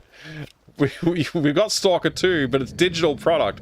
There's no game in here. It's just a CD key. I mean, not even a CD key. It's just a digital download key. It's a weird thing that... It's a weird world we live in. Like, some things just don't exist anymore. They used to. They've gone fully digital. Like, that's something I think a lot of people miss. And I think, like, if you think about music, and I'm not a music person, like, I've never had a collection of CDs or anything like that.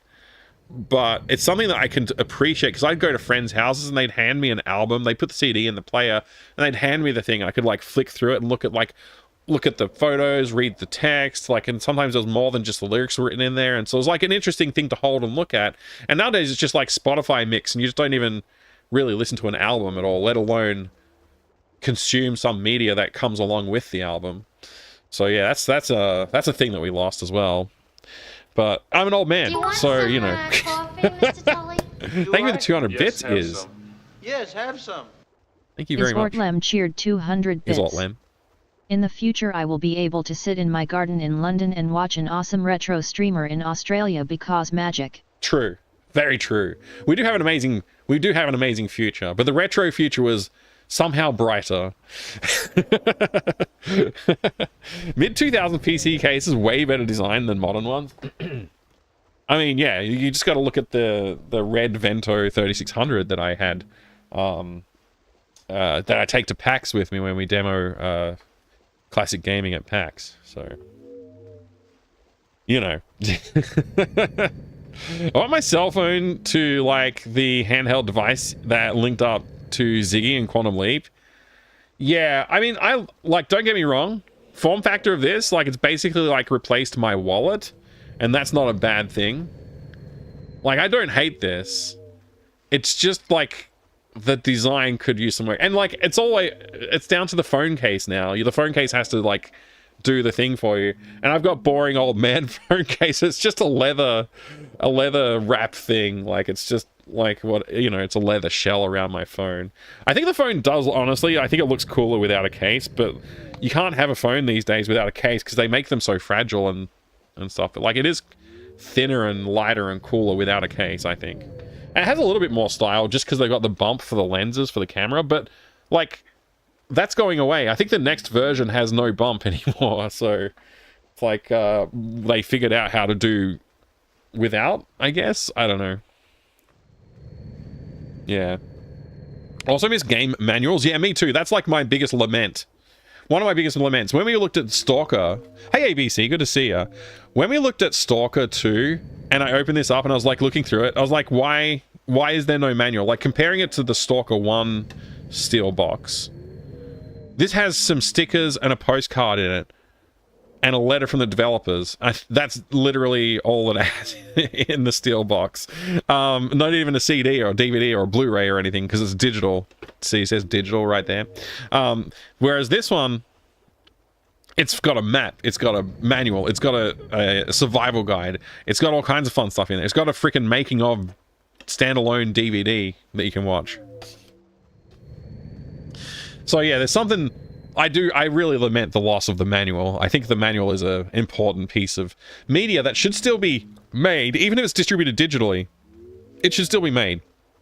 Because not everybody read the manuals back in the day. I certainly skipped some of them, but I did like enjoy reading some of them. Like, I would get into it and like be really involved with it and look at it. Like, how could you go wrong with something like this? You know, like, come on. Like, this is freaking amazing. Look at this thing. It's full of content and multiple languages. I mean, you could save some... These days, you could save on printing because you don't need to print multiple languages necessarily. But still, that's pretty cool. What do I've got other manuals here. Let's see. I've got a police quest manual. There you go. Police quest collection manual. Like, this is cool. Why wouldn't you make something like this with your video games these days? Or like this. Like, why wouldn't you include this with your video game? A nice ancient map of Zelda lands. A map of the Zelda lands. There you go. Oh, this thing's damaged. But that's how this is how I got it. So it is exactly what it's supposed to be. This is how I acquired my copy of Zelda. Yeah, you can't go wrong with something like this. We need more, not less. Still rocking Samsung from 2017. That's sick. That's very good. Bumps are stupid. Make the battery bigger. I agree, ABC. I'm right there with you. I want a phone like the Xperia Play again. I can't remember what the Xperia Play was really like. Next step, as in fiction, is to make gadgets transparent. Yeah. Yeah, I don't understand why people want a transparent screen. That's a thing you can get now. I don't know why anybody would want that. It just seems like a bad idea. Wizardry 6 manual's good. There's so many good, really good video game manuals. We need more of that kind of thing in our lives. What was I doing? I was playing a video game. What's this? Have I been here yet? Wait, isn't this where I came from? This is where I came from, right? Yeah. Where I started from. So I kind of want to go to the right, I think. I want to go in this zone. Okay, there's a baton here and a baton there and some pipes and some more pipes. The same number of pipes up here. What's the skull do? I'm going to interact with the skull. Nothing. Stand on the button. Something funny will happen, I'm sure. Hey, look, more water came out. Okay.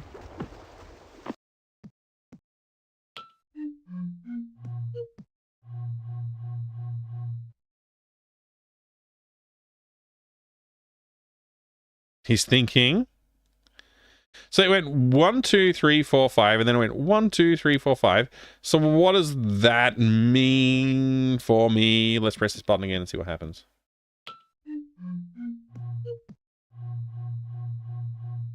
I think it's like supposed to be making tones. Let me turn up the audio for the game and I'll see.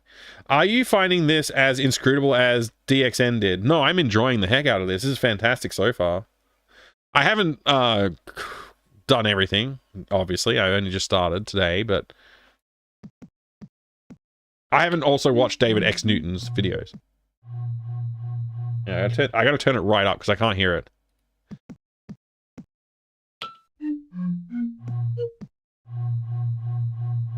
Okay, tonally these are all identical. I think I need to fill them up with a certain amount of water each. But that means I need to get a vessel to contain water in. I don't have a vessel to contain water in, otherwise he would have used it if he stepped on this. Maybe if I step on this and then click on the water, he'll grab some. Ah, that's what we picked up. It was a glass. It was a glass. Okay, he's drinking the water. Okay, we drank some water. Now, if I click on this, will he spit some water in there? Okay, great. And now we press the button.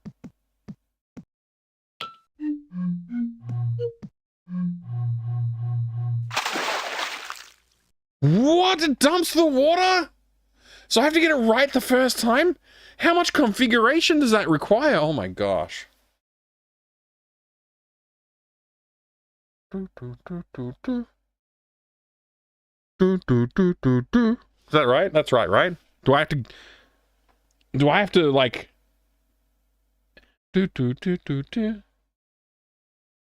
Come on, man, really? Hang on.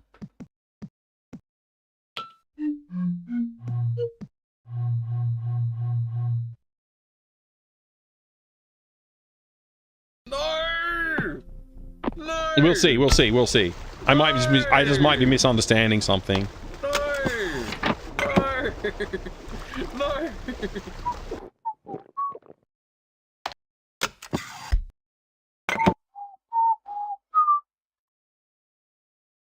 Try putting it on the end one. Now press.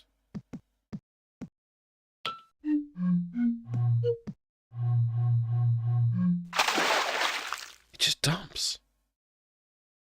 I can't imagine that let me experiment here.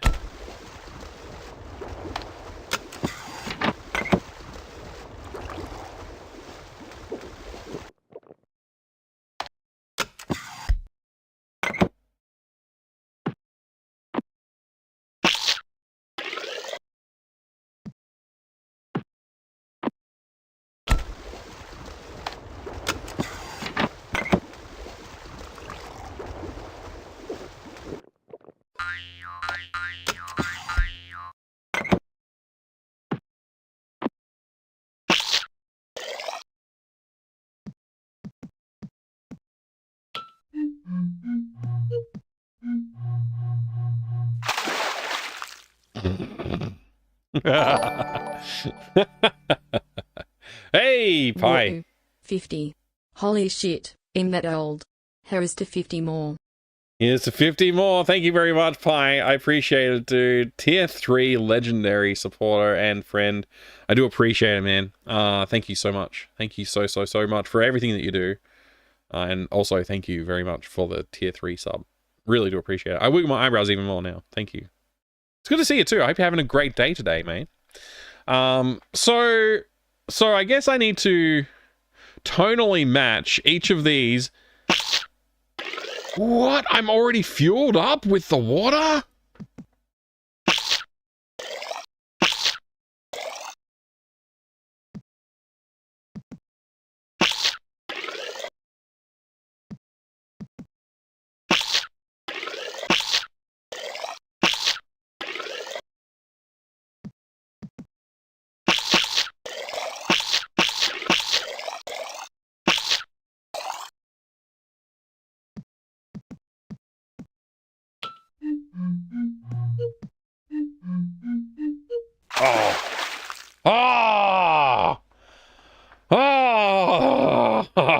Oh, so close. Did you hear that? That was so close. I almost had it. I was off by one, I think. I think only one note was off.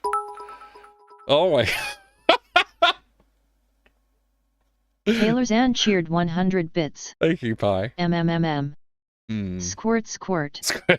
UWU. It didn't say ooh. I load at them. Thank you. Thank you, Pie, for the 100 bits. Oh boy. My entire load at them. Yeah. I didn't even remember the numbers. I just did whatever I felt like was good at the time. You know what I mean? I could have shot my entire load. I got this wrong, man. I got it wrong. I gotta reset. Reset. Wow, this makes my nipples hard.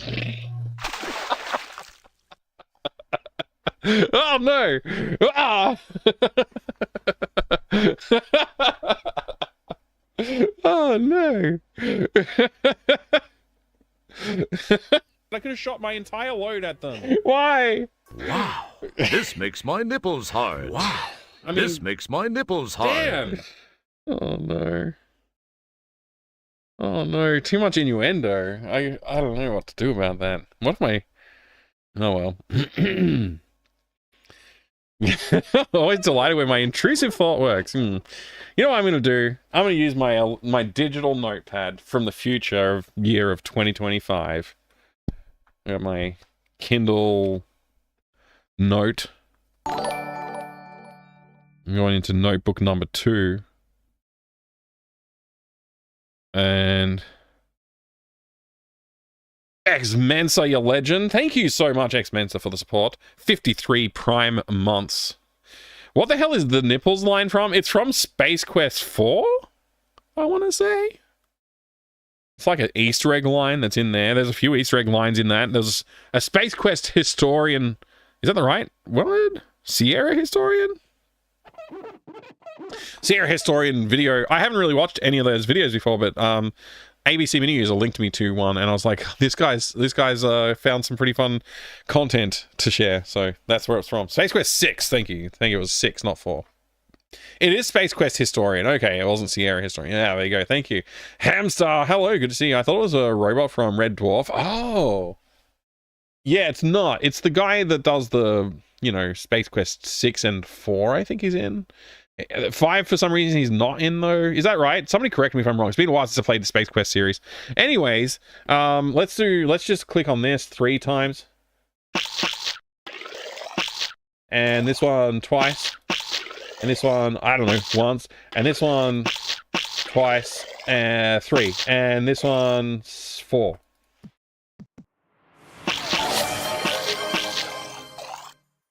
Thank you for the hype train, and thank you, Bo Elving, for the 37 months of epic support. I do appreciate it.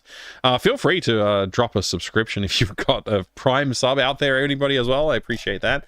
And the hype train is already cruising along in level 2 somehow.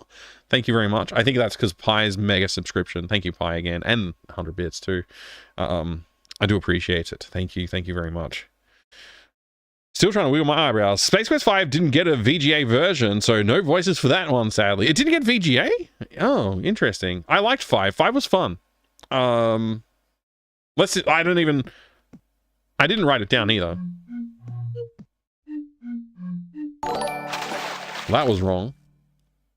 Whoa. You legend. Thank you very much. Jasmina 1001. I appreciate the new sub. I really do. Legend. Enjoy the emotes and the ad-free viewing.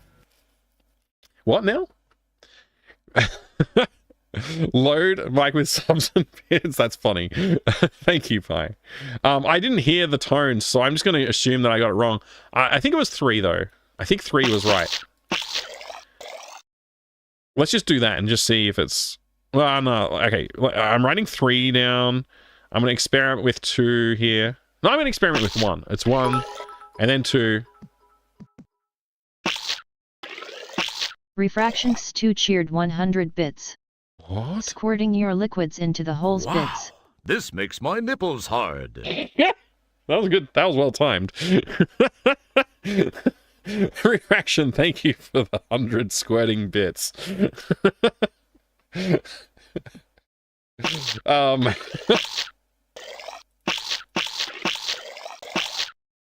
Okay, so I think I did. I've already forgot one. I think I did 3, 2, 3, 3, 4. I think that's what I did. I can't even remember. Let's just see. I gotta pay more attention.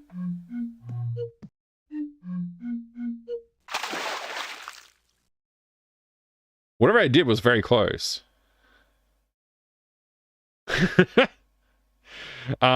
Still Life had a set of interesting point-and-click games. Yeah, Still Life looks really interesting. I haven't tried it yet, but it does look good.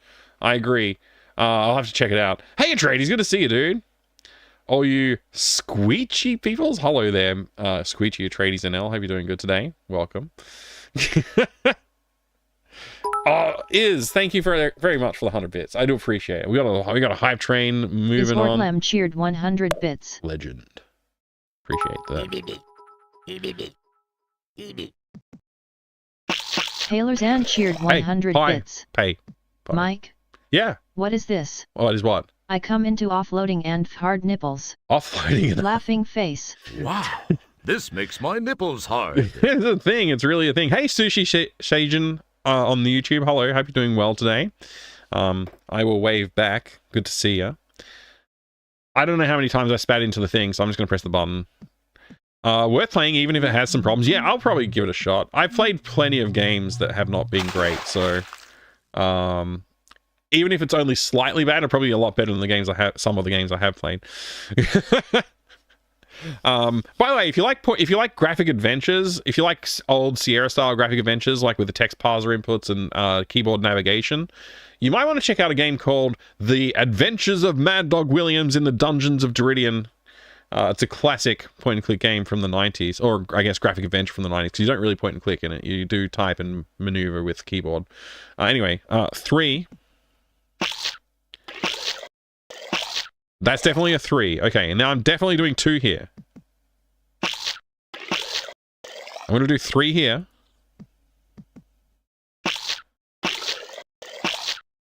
And then I'm doing 2. And then I'm doing 4. Okay, so that is, let me just write it down.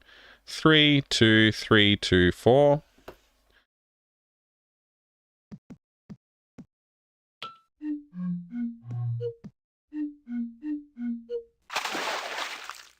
So the 3 is too high? Maybe? High train level 2 achieved. Life Forcer, you legend. Thank you very much. While no one was looking, Lex Luthor took 40 cakes. He took 40 cakes. That's as many as 4 tens. It is as and many that's as 4 terrible. tens. It is terrible, yeah. Lex Luthor! Damn, you were taking our 40 cakes. We needed those 40 cakes, Lex Luthor. Thank you very much, Life Forcer, for the Lex Luthor alliterative 40 cakes thing. It's not that alliterative, though. It's just his name. That's about it. But thank you. I appreciate it. I hope you're doing good today. Wow, that was weird. That was weird what he just did there. This game has claymation type style. Yeah, it does, Sushi. It's pretty cool. I like it. From memory, first game is sound. Second game has some minor performance problems. Oh, playing it on a bad PC at the time. 100 bits. Mike. Yeah. Hi, thank you for 100 bits. Knew. This does sound like an adult movie. I'll do a load of 3 here, 4 in here, and insert 2 here. I don't know what kind of adult movies you're watching, but it's very strange. I'll just say strange. That's a strange fantasy that you have there. Thank you. Thank you for the 100 bits. Wow. Look at the size of those knockers. Why are all the freaking sound commands innuendo? You know what? We have a lot of innuendo around here. I didn't even realize we'd gotten to that point. This makes my nipples hard. Yeah. Yeah, me too, I guess. I guess so. Let's go. 1, 2, 3. 1, 2, 1, 2, 1, 2, 1, 2, 3, 4. Button. Yeah.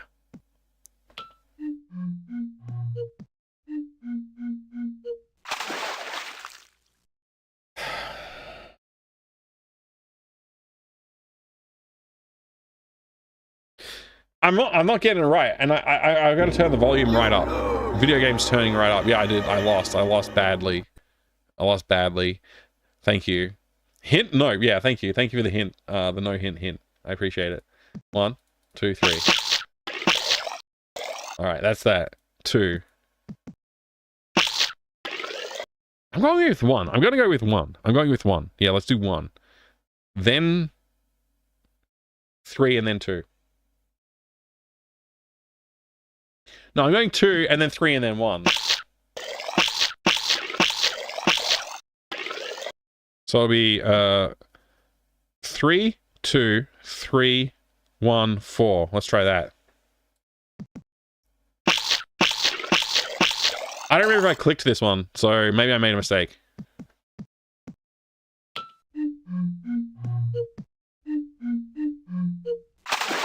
So not right.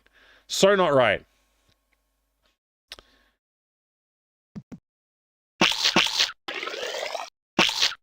Oh, that's too many. Whoops.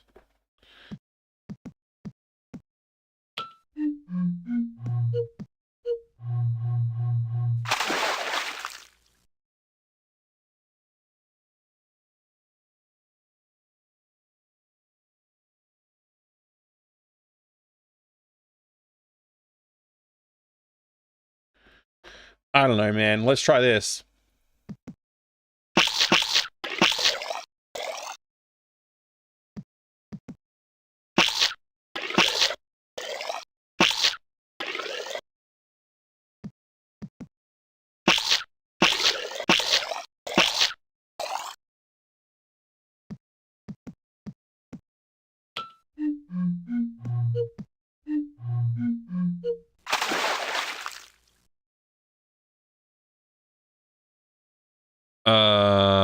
That was wrong, apparently. 6, 7, 11, 108, and 12. Thanks, tradies. That'll work. Yeah. 108. That's definitely one of the numbers.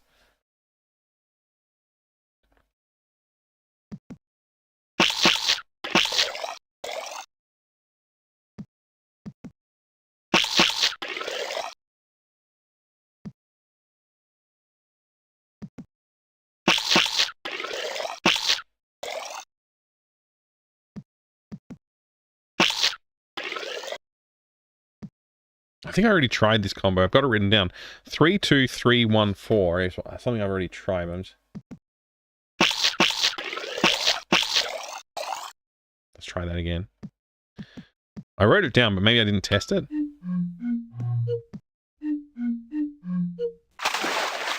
Not quite. This puzzle is challenging. Thank you very much for the hype train, everybody. We had 5 subs, 500 bits.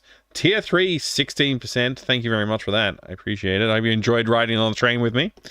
To me, that sounded like it was really close as well, Disron, and I don't know what I did wrong. Mike's not a musician. It's true. I'm not a musician. I wish I was. Hey, enjoy your emotes, everybody. If you got a new unlocked hype train emote, well done. Enjoy it. You earned a hype chest. Oh, I'm gonna click it. I'm clicking that hype chest. Sharing it. I'm sharing it now. That's pretty good. Respectfully, no. That's a good emote. I like that one. Very good.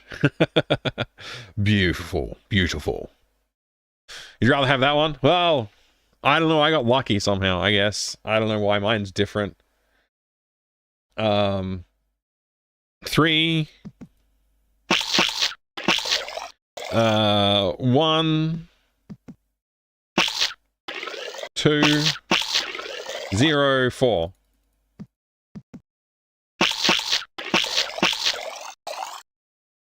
Let me write that down. 3, 1, 2, 0, 4. Let's try that.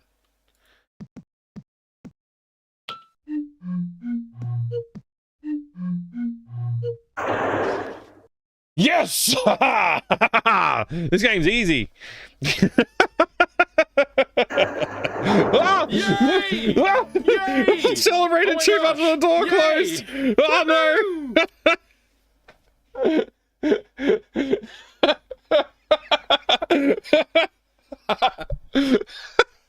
Ooh boy. Oh no. Yes. Oh no. Whale. What have we here? Oh my gosh. What did I do? 31204? 31204. Save. Oh no. At some reason my notes are incorrect because I wrote 32204. How did I do that? Who knows? Oh boy. Alright, can I just go through? Can I just press the button? No! Oh, I remembered! It didn't dump the water. It didn't dump the water. We're okay. Oh. Oh. For a second there. Hey, Clayman! Hi! Say knock knock. Knock knock. How do I do that? How do I say knock knock?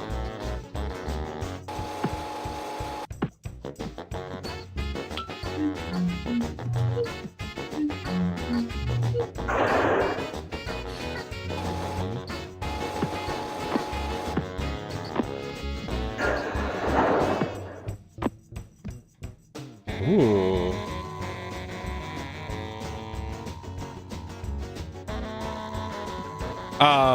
Sorry. Okay, that was your guess, Rachel Retro. Well, you've got a better ear than I do. Hey, VNU, great to see you. I think this is probably Super Mario game because it has red shirt. Yeah, you're right. It's a Super Mario. We're playing a Nintendo. It's a original NES. Actually, it's a Famicom version of Mario. That's why it might look different if you're used to Mario's. It's a little different. Can I walk just past this pillar? I can. Man, those spikes look intimidating, don't they? Oh, look, another cassette. That's the mega cannon that shot the dude in the business shirt with the scissors.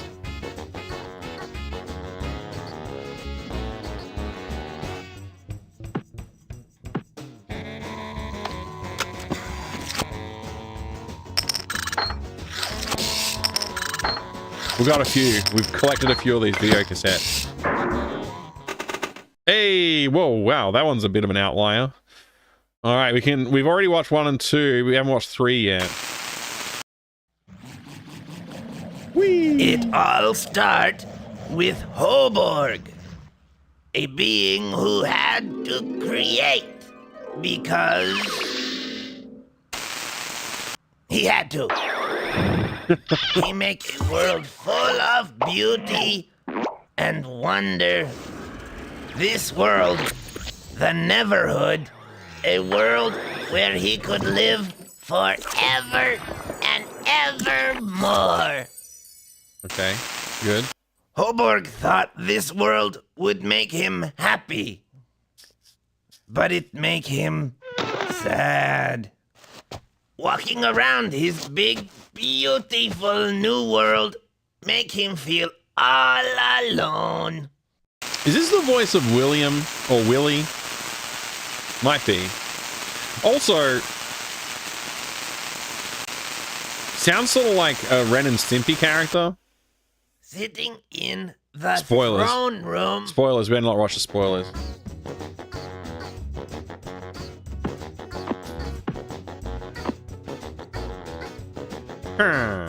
Okay, thinking. We're thinking about the hole. We gotta think about the hole. Maybe I have to say knock knock somehow. Stimpy, you idiot. Yeah, that's what it sounds like, doesn't it? I stuck my finger in the hole. Nothing happened. Hey, Adrian, nothing wrong with thinking about that hole up there. Story time. Mm-hmm. I think I would describe this song as traveling band-esque. It's pretty good. Use the talic button. What's the talic button? I can't click on the face in any way. I can look out here. It said to say knock knock, but I don't have a way to say knock knock.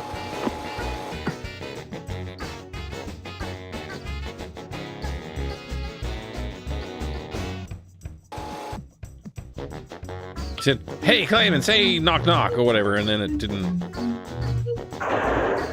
Bye.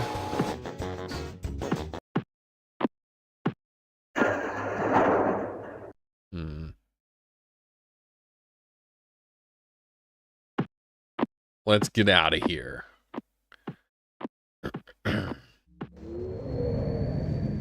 Maybe I need an object.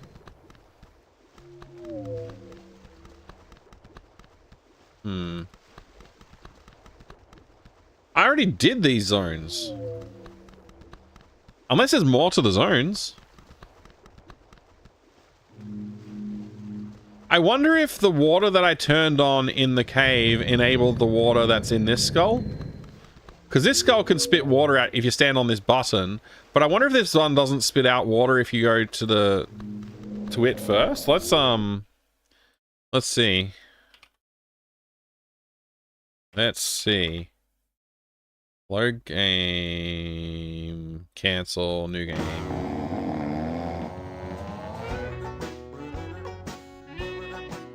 Blah, blah, blah, blah, blah, blah, blah, blah.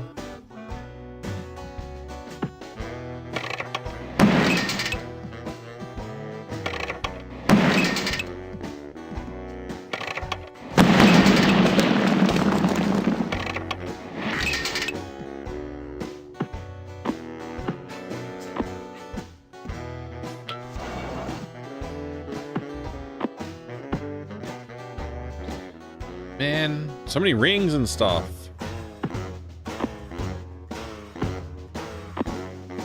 Being eaten alive. He does some mumbling. If I leave the computer alone for a minute, he'll like mumble about his head. He takes his head off and mumbles.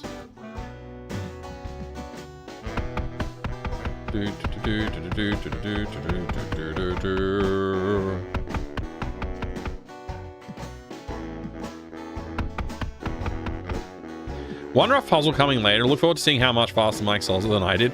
We'll see. We'll see. I might not get it. I might be too dumb. It's happened before. It'll happen again.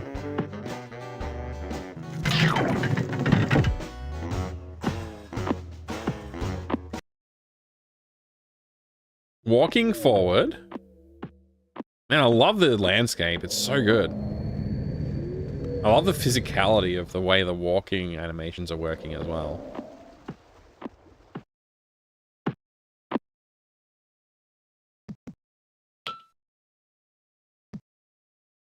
That answers that question. Yeah, no water comes out because you have to turn the water on in the other zone. So that I was wondering if the water was connected to anything else. I didn't really know that I need to get the water out here because I hadn't been here yet. I just didn't go to it. But that's interesting. So, you know what? Before I do this, I'm just going to save. Started, not solved much. Okay, load. I'm going to play it? No, let's see. That's the last. Ooh. Interesting. Yeah. Load, let's see. So anyways, that answers my question. So I gotta say knock knock. Maybe I have to find an object to be able to knock knock. I'm going the wrong way. This is not where I wanted to go. I wanted to go to the hall of text. The word wall.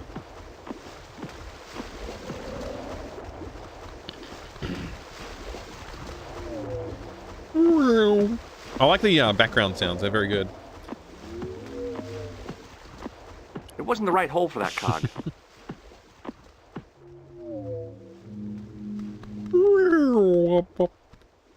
The religious artifacts room. Not that walk for someone born a couple of hours ago, yeah. Sliding puzzle solution solved.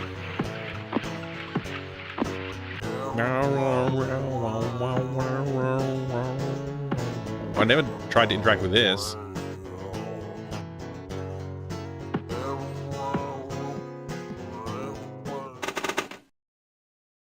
Leave.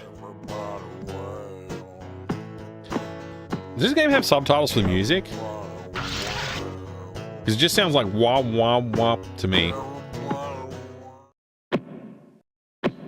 Okay, there's a cannon. I don't know what that is. Some kind of bird? Or granary? A lightning sword? Robot man? Fire pit? Telecommunication device? Nebula or cloud? Giant robo running on marbles? Hair wig? Man bowing? Wheel wheel wheel or gear gear gear? Crowned man with hand reaching down behind with an N. Yeah, nah. This looks like the play interface, the video interface. That's the video playing interface.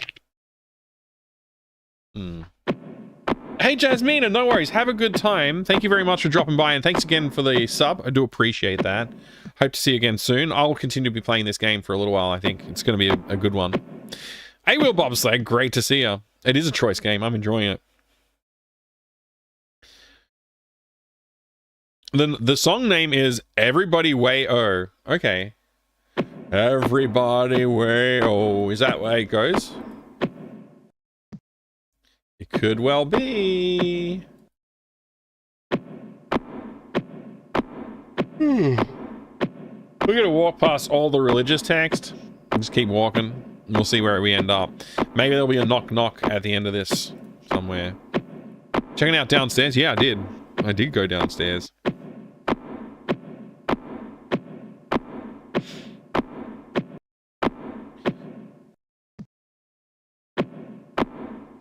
Good walk cycle. Will I be reading the entirety of the Hall of Records? I threatened to.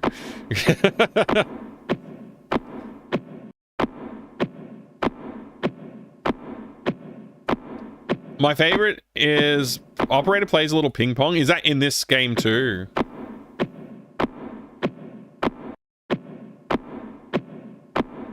Like, it actually goes on to the point where I didn't actually get to the end of it last time, so I'm gonna go look at the end of the wall of text.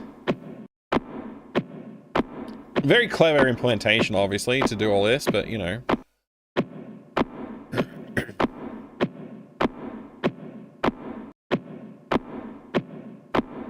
Numeron. It's a cool name for a dude. In a video game. I like cough drops too. Wait, what? What did Range Cat say about cough drops?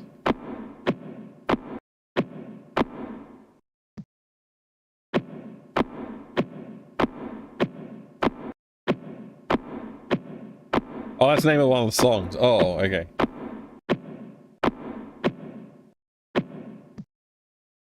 Hello? Oh, my mouse moved a pixel to the right. I wasn't clicking on the screen properly.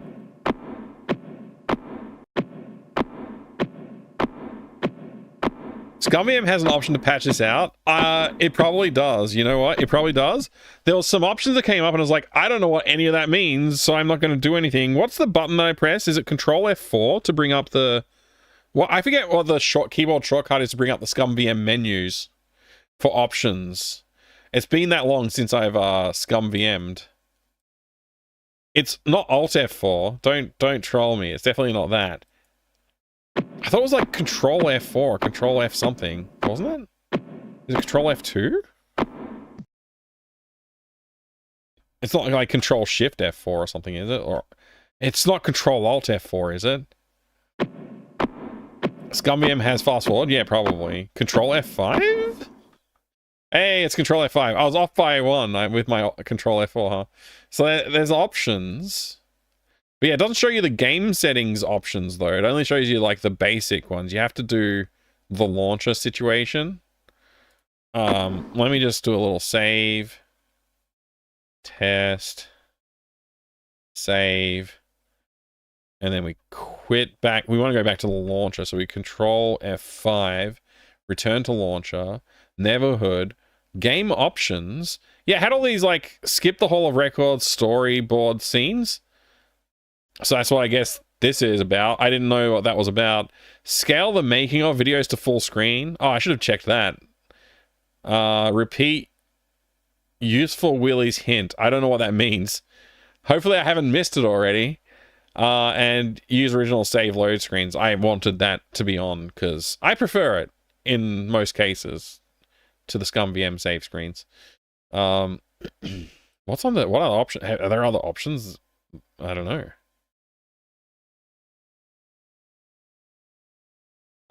There's no subtitles in this game, so you can't turn them on, huh?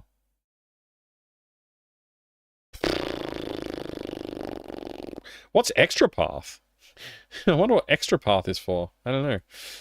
Anyways, okay. Okay. Start.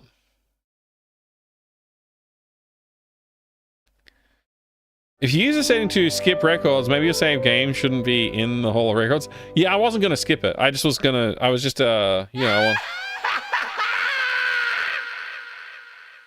I just wanted to enjoy reading the options.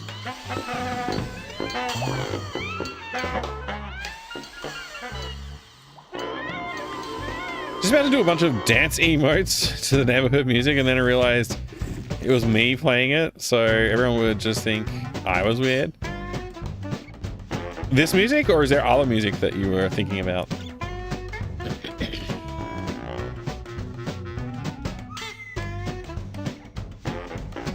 Oh, I won't be Akabidi. I will not be depriving myself of walking through the records halls.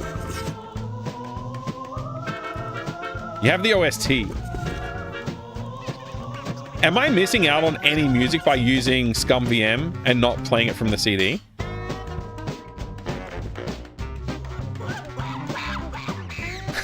I love it, Atreides. I love it. I could.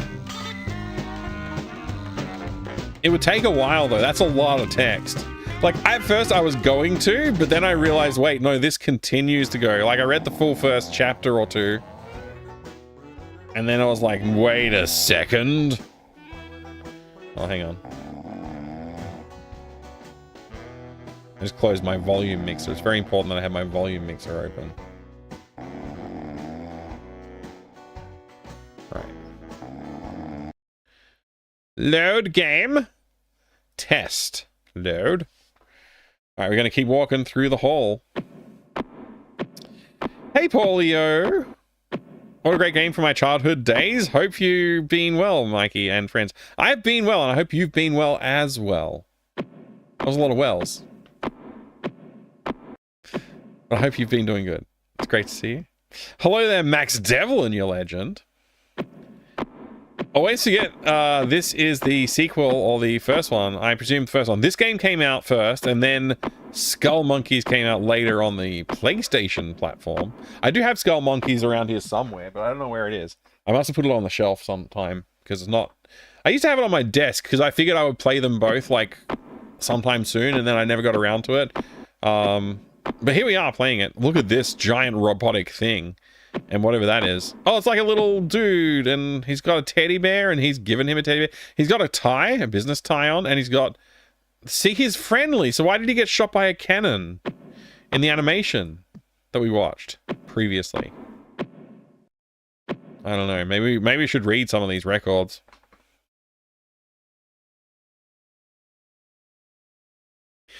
Couple of drinks in there. I think Neverhood is on PS1 as well. It might be, yeah. I've only ever really seen it on the PC though. Arven. Arven is a sleek and fast being who created thousands of beings from the first moment he was given a crown. Besides his crown, there is an aerodynamic fin off the back of his head because he is so fast. His style of creating is fast. Get in, create, get out. He does not keep account of the worlds he creates, nor the beings he creates to inhabit them. Quarter made Arven quiet, serious, lean, and efficient. Arven has spoken only once to some of the beings he has created. Quarter wanted to make a being who would fill up the rest of creation with more worlds and planets and beings. Arven does not something.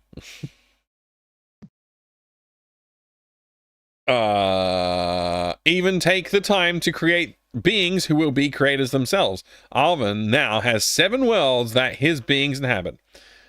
Nordo is a world consisting of a group of 7 planets, blah blah blah blah blah blah blah blah blah blah blah blah blah blah blah blah. Resume game. All right, let's go. Have you thought of blobbling the blah blah blah? Yeah, no, I like the claymation style in these games. Yeah, it's really cool. I agree. I agree. I have the fix. Do you want the fix? What fix do you mean? Nothing's broken. I don't think anything's broken right now, Iggy. Is it something? Did I miss something? Maybe I missed a. Nothing broke. I was just playing. I was just looking at the options. You know. That's all.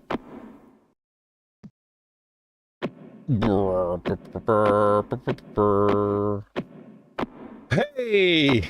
We found a thing!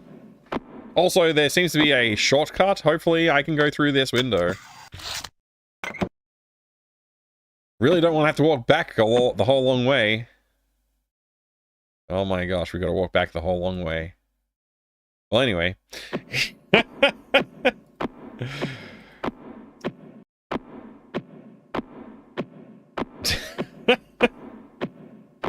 Oh, Space Hovercopter, good to see you too, by the way.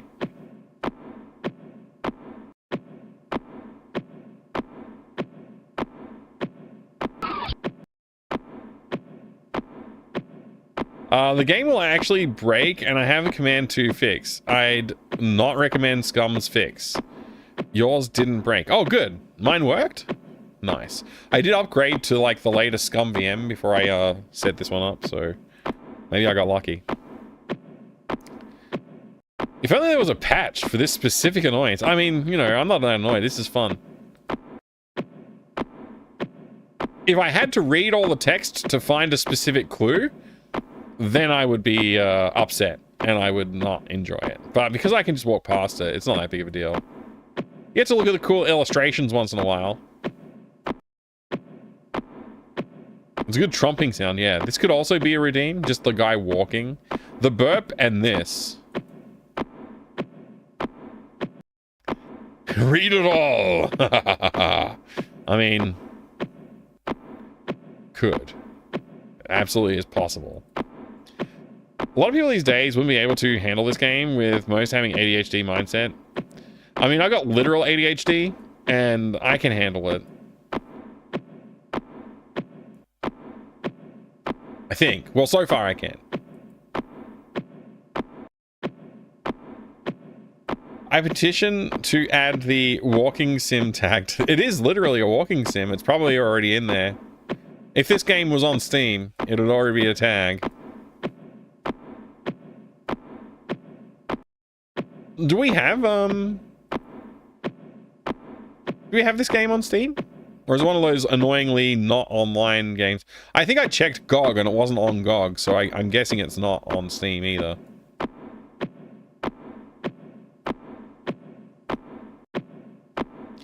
Console will pop up and basically, I have no idea where the next room is. It's possible it's been better fixed in Scum. All it does is move you to the next screen in this room when the game halts. Oh, okay. Thanks, Iggy. I mean, I guess I'm lucky I didn't run into it yet.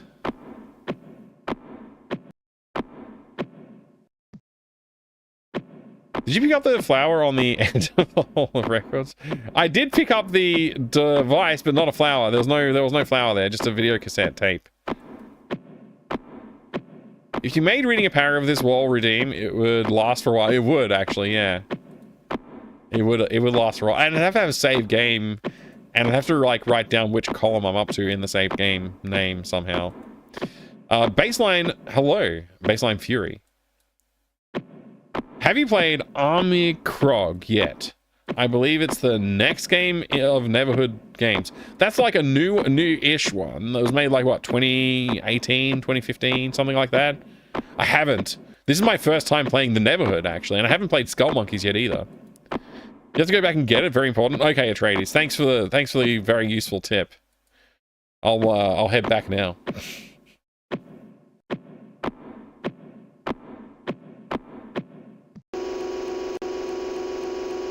Oh, we already pressed this baton. What did this do? That played the animation of the guy getting shot by the cannon. Yeah. He's like, oh, I'm gonna not get shot by a cannon. Oh no, I got shot by a cannon.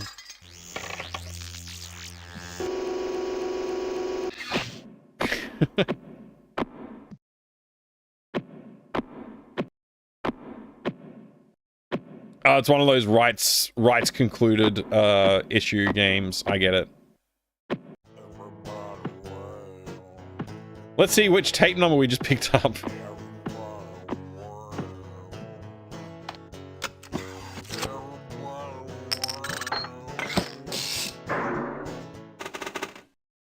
This one, I think. With you by my side. Yeah, I think that was the one. Spoilers! We have to get the other ones first. Can't just watch halfway through. We'll get 2 more videos before I can get that videos.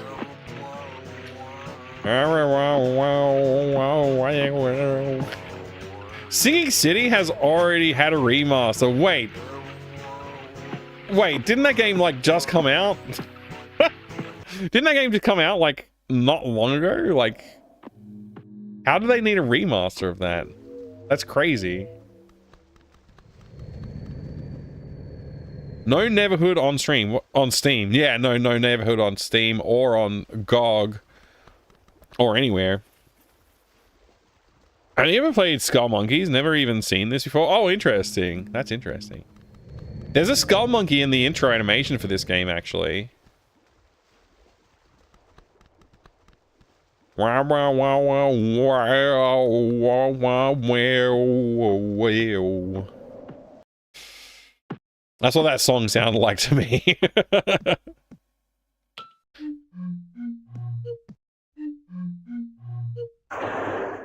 6 years ago? Yeah, that's just. That's just, Serpents.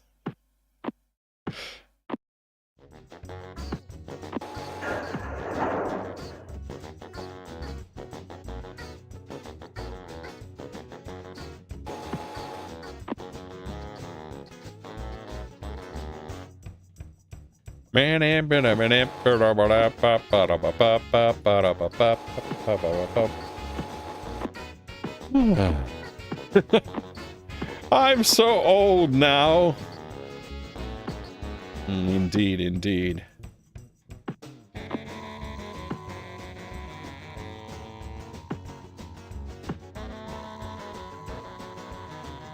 Can on? There is one thing that I didn't try that I think I might be able to try. So you go try that. You go try the thing that I think I could try, maybe.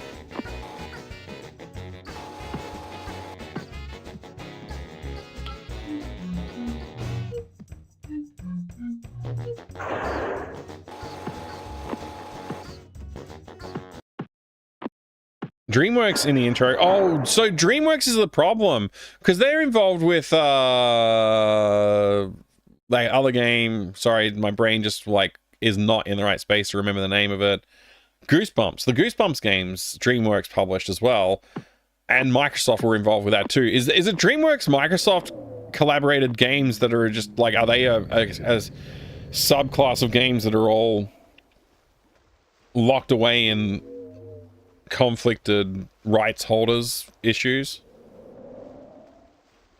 Singing City Remaster is free for owners of the original. Oh, that's pretty good. That's pretty good, Pepsi Max Pain. I at least could try it out.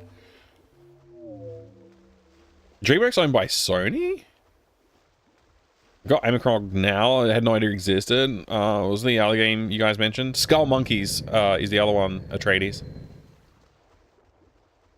Yeah, I heard about Omicron or whatever it's called. I actually couldn't remember the name of it, but I'd heard of it. And I was like, oh, that sounds great. I'd love to play it, but I haven't even played Neverhood yet. Like, I have to play other games before I can get to that one. And just never, you know, I mean, I'm finally playing this. So hopefully Skull Monkeys will come along sometime. I'll play that as well. And then I can play Armacrog, which would be pretty cool to be able to play it. I mean, I know I could just play it anyway, but yeah. So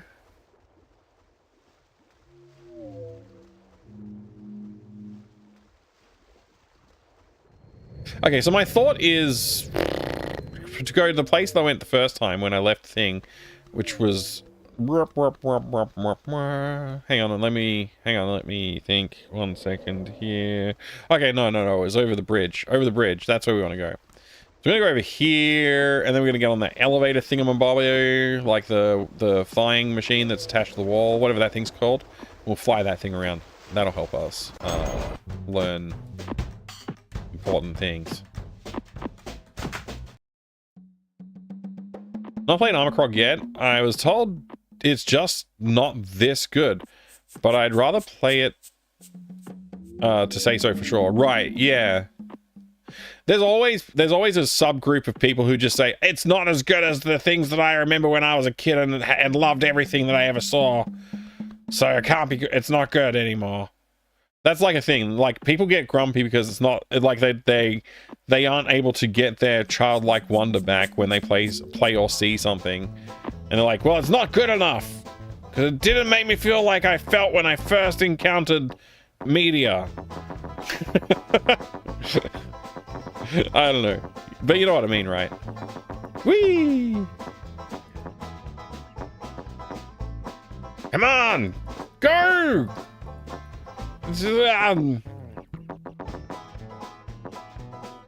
Whoop, whoop, whoop, whoop, whoop.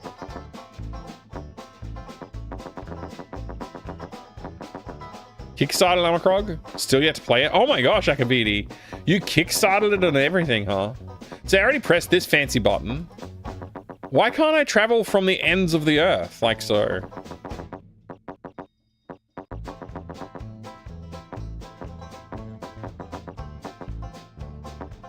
I wanted to go over the edge.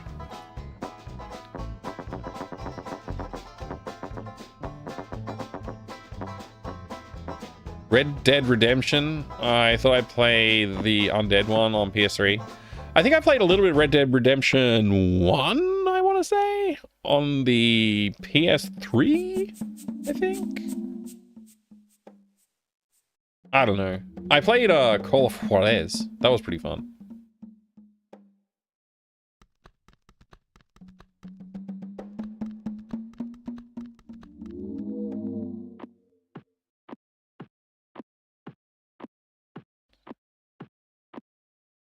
Let me press this, but I can't press it anymore. Why not? It's unknown. Let's go burp. Let's have a burp. Say knock knock.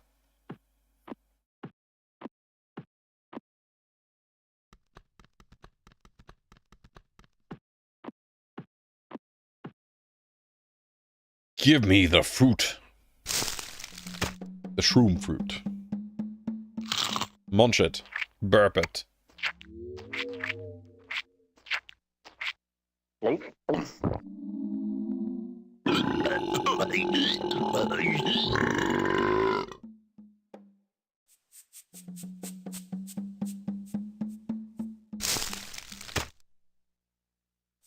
I wish he would take a piece of the fruit with him. That would be fun.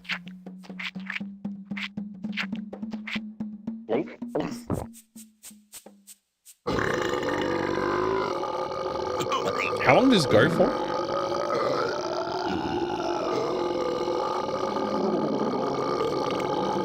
Not sure if good or gross. Well, you get to decide after this one, I guess.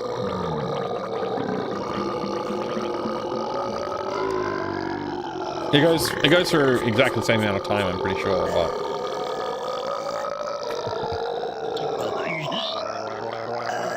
I guess you can't skip this either? Like, I am clicking my mouse. Why have I pressed escape? Does that skip it?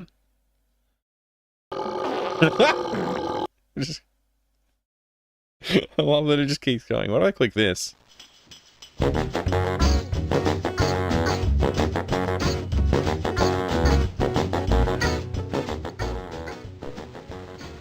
It all started in 1988 with an art show of mine called A Beautiful Day in the Neverhood.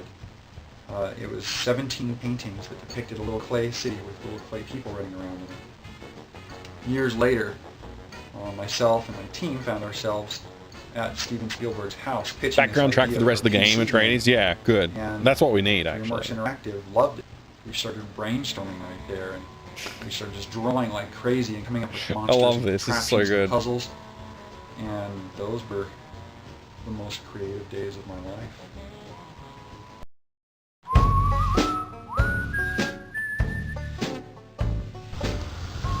The story of the Neverhood is basically taken from the Bible in the account of creation and man's fall from grace. As claimant, it's up to you to use your free will to decide between right and wrong. In addition to that, you have to figure out who you are and what you have to do to reach that decision point. It's spoiling the game. I can't listen to this.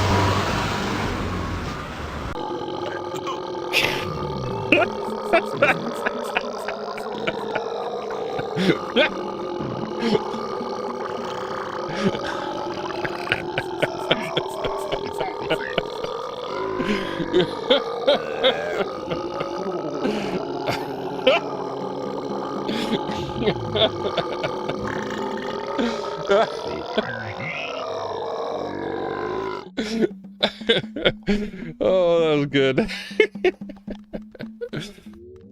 Oh boy.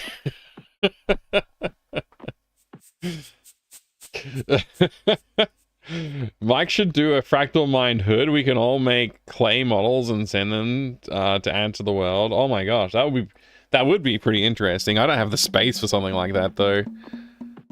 I'll have to get a shipping container or something and set that up.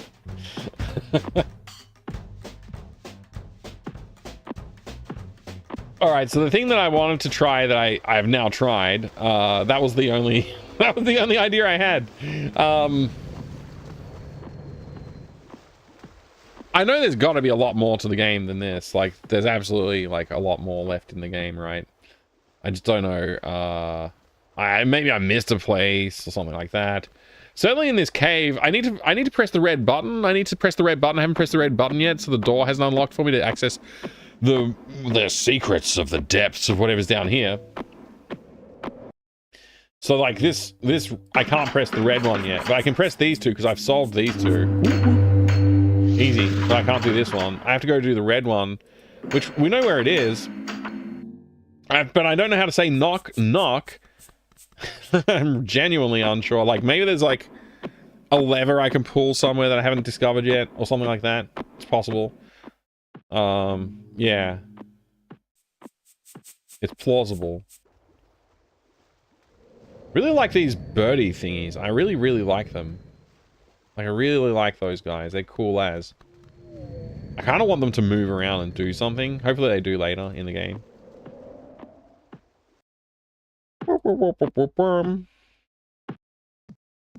Just scratching the surface? Good. I'm glad. Yeah, this feels like I feel like I'm still in tutorial zone. But, like, I've solved, like, a handful of puzzles. So, yeah. How do you say knock knock to this guy, though? This is the question that I have in my mind. Because there's no, like, inventory. Or inventory, even.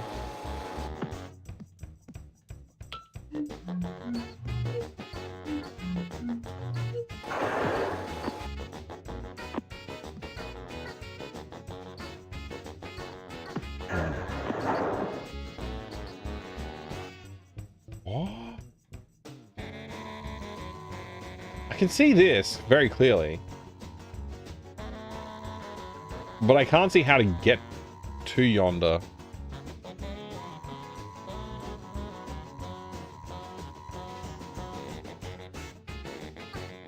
This guy said words to us when we came in. He said like, "Hey, Clayman, say knock knock." Something along those lines. But I don't know how.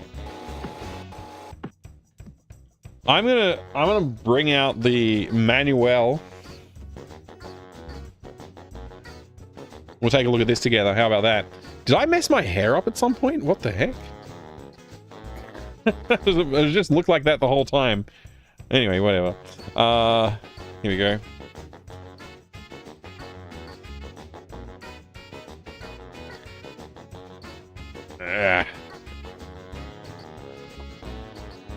There is this hint card, but I don't know if I should read it.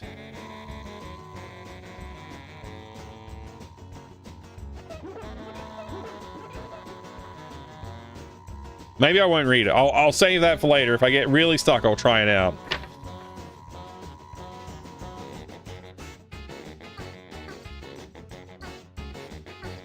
If it's in the box, it's fair game. But it says at the start.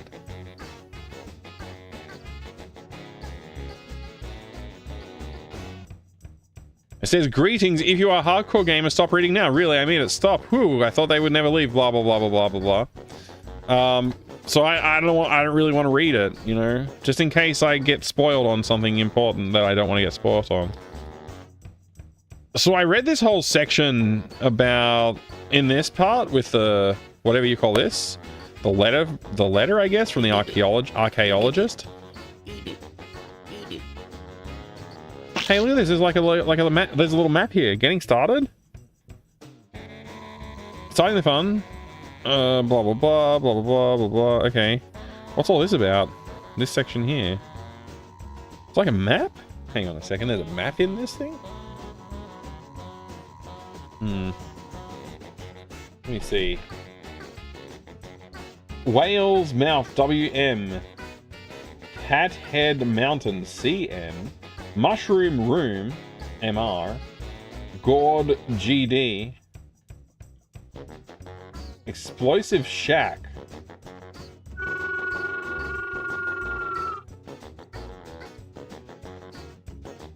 I don't see any solutions there. Okay. You can skip through areas that you have already seen by hitting spacebar on your keyboard. This will help you get around faster. That's interesting.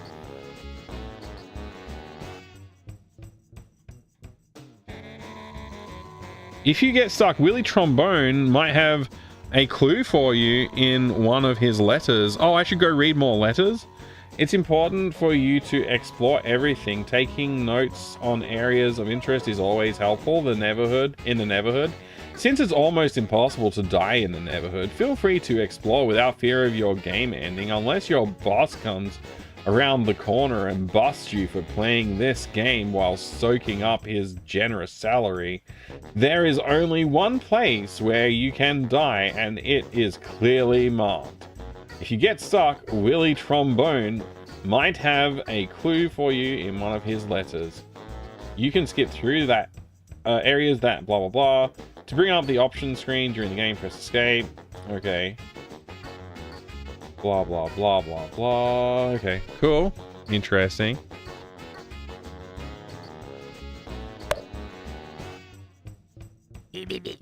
That's the letter thingy that we read from the Andelman guy. It all started in 1988 as a collection of artworks. Blah blah blah. Okay, that's like the making of section of the something something. They designed the entire game in storyboard form. By January of '96, production was well underway. Images were shot and dumped into a test game. Many production problems arose in the first test, but the test clearly stated two things: this game can be done, and what a funky game it will be. Okay. Alright, spacebar. I learned about spacebar at least. I guess we got that going for us.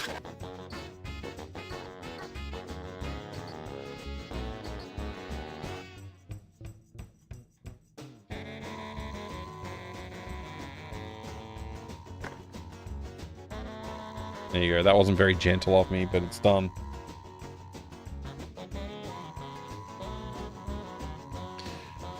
All right. There we go. Back to the video game. So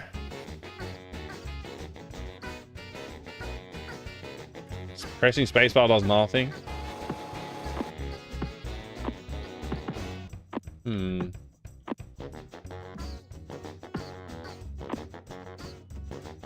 He just looks at it and puts his hand like, what shall I do about this? I don't know. I don't know what he should do.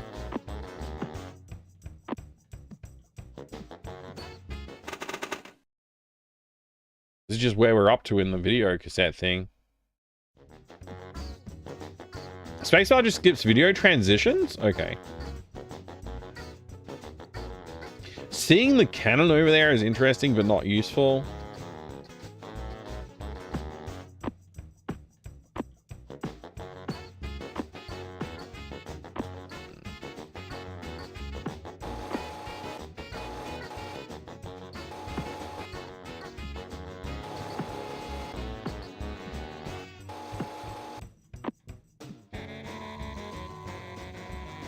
Nothing I can do to interact with this guy.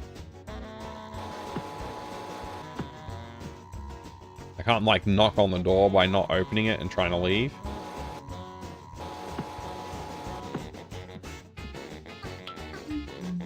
Like that might not have even been a tip. It might have just been like, it might not have been a clue. It might have just been a funny thing they made the guy say. Hey Clayman, say knock knock or whatever he said. I don't even remember what he said, honestly. It's like, whatever, man.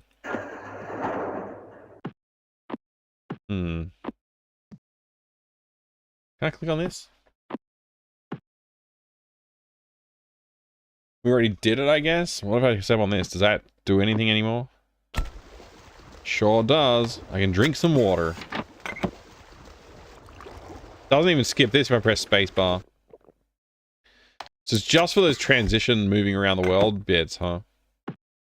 I kind of like those. I don't really want to skip them, but yeah, you can skip them. Okay.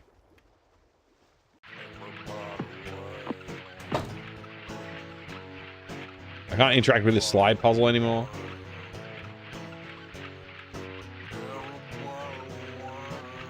Yeah, okay. Feels like they could have given us a skip functionality for this too, but okay. I feel like I'm not going to learn anything from this room again. I don't know why I'm here, to be honest. Let's see. Maybe I need to learn from this somehow? I really see like learnings to be had though. Not sure. Let's leave.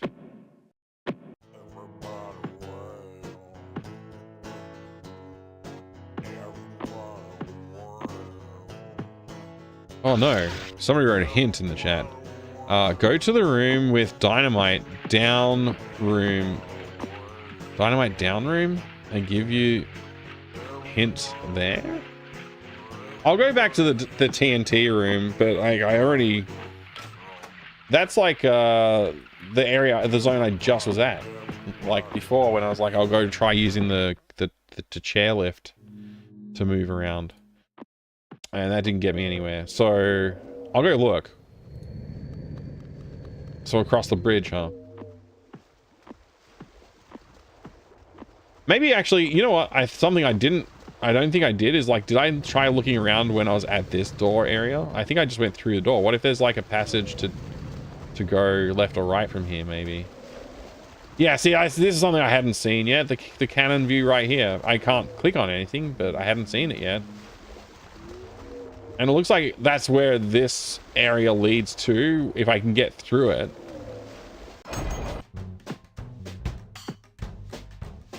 I did try clicking like below the bridge. That didn't give me anything. This is where the TNT guy was hanging from. This is how he solved that. I don't think there's anything else in this room. Then we have this zone, and we can basically just do a 180 here. So there's nothing there. We've got the shroom thing, which is a burpee thing. The burp shroom plant thing.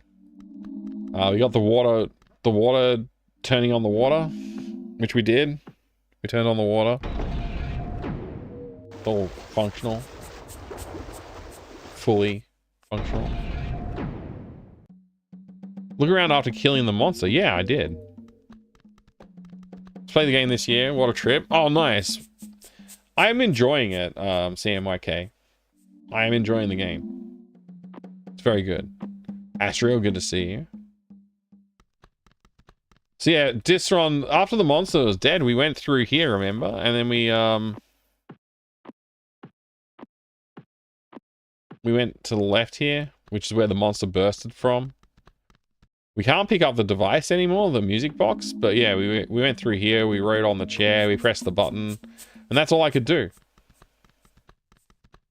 That's all I could do. And I can't interact with the petroglyph thingy on the wall here. It's inactionable now. You can only turn left and right. There's no, like, action available here. Likewise with this screen.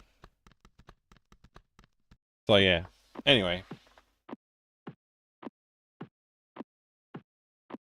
Yo, King of APOC, what's up? Good to see ya. This is awesome. This is the Neverhood. And I am playing as Clayman. And it's fun. I'm this guy. Look at me. Let me just see. Before I leave, can I click on any of this stuff? Like, I'm pretty sure you can't. Like, there's no... Yeah. None of this is interactive. The screen is no longer interactive. It's disabled. You have this on PlayStation 1, but it's in Japanese. Oh, wow, okay, cool. The Japanese translation of this. I mean, the game doesn't really, so far, hasn't used much English except for this giant wall of text, which I don't think is important to read, but maybe it is. There's a giant wall of text. I guess that would be interesting to see that in Japanese. I wonder how they encoded it all.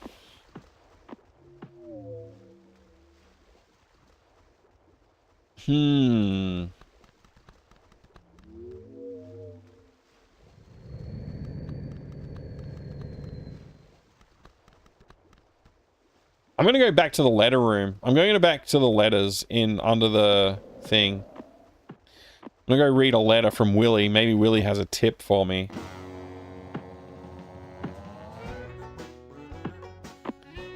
Willie's messages of delightful, insightful knowledge, wisdom.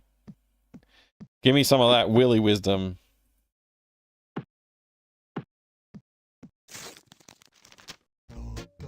Clay Guy, make the foghorn noise next to Frenchie.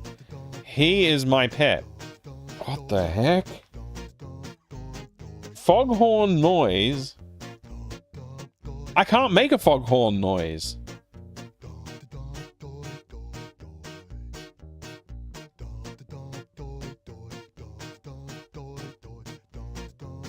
Is Frenchie the giant monster I've already destroyed? Are these like in order of like, like, I don't know if this is important. I'll write it down. I'm gonna write it down because I have no idea what the heck this is about. It could be to do with the music box that I already did the thing with. Give me another page. Here we go. So make the foghorn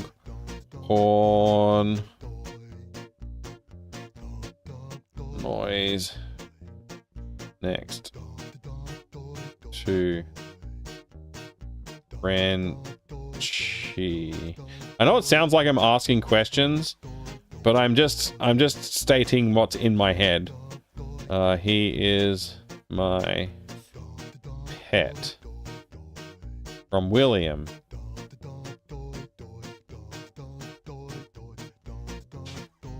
Want to know who Frenchie is? I mean, I guess I just don't know who Frenchie is, so we'll just live without knowing, I guess, for now. Like, it's not in the manual. What's the next letter say? Claymeb. You may have already won 2 bricks of clay. I don't get it, but okay. I'll write it down.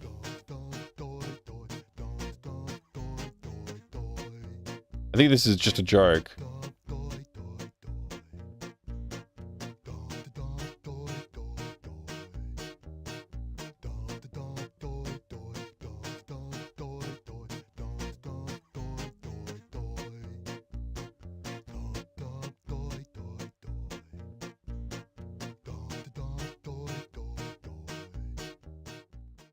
Rhetorical query, yeah. Exactly. Will he be unhinged? He is a bit, yeah. How do you spell Hoborg? It's right there. I'm not even writing this one down.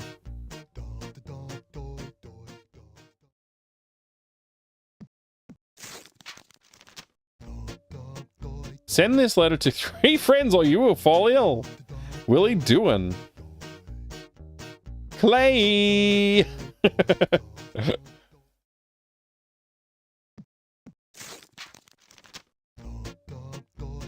You read too much. I'm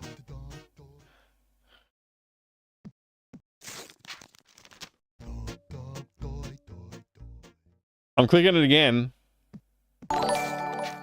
Yo, it's Babylon Zoo. Hello, good to see you. Thank you, Mike, for 47 glorious months of fun. You're very welcome. This subscription is more stable than Windows 95 after a RAM upgrade. You're the VGA to my CRT. Oh. Cheers, mate. You ripper. Thank you very much, Babylon Zoo, for the tier 3 mega sub. 47 entire months of mega support. I do appreciate it. Thank you very much for that, Babylon Zoo. I hope you're doing good today. I was just reading all the things. Whoa, at first this was fun, but now you're being a baby? This is getting interesting. I'm gonna keep reading. Maybe there's more. Babylon Zoo, thank you so much. I do appreciate it. Are you interested in this game? How's it going? It's going great. I'm really enjoying it. Although I appear to be a little stuck at the moment, but it might be because I'm dumb. Sometimes it's because I missed an obvious thing and I just like didn't realize it. Still no mail from Willie. I'm gonna stop reading now. That's enough. There was only one thing that sounded like it might be a hint. Foghorn noise next to Frenchie. But I don't know who Frenchie is, and I haven't been able to make a foghorn noise, so these are 2 things that I don't know what to do about it. Entire load at them. Indeed. No. Hey, it's like vaguely open over here. Yeah. Hey, that was different. We pressed it twice. Very good, very good. Yeah! Take that, Andy! Screw you!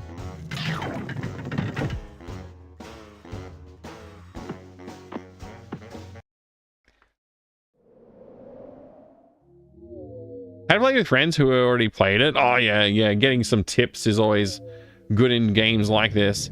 I like how the notes are like a sheet of clay with writing carved out. Yeah, I like that too. The whole thing is like made of clay. Even the interface is all clay. Like even the menu, it's all clay. It's great. Very good. But yeah, I think I can recommend it so far. So far, I would say I can recommend this one, Babylon's Law. It's super charming. Yeah, absolutely. You played it as a preteen. Why is this a direction that you can face? It seems so arbitrary.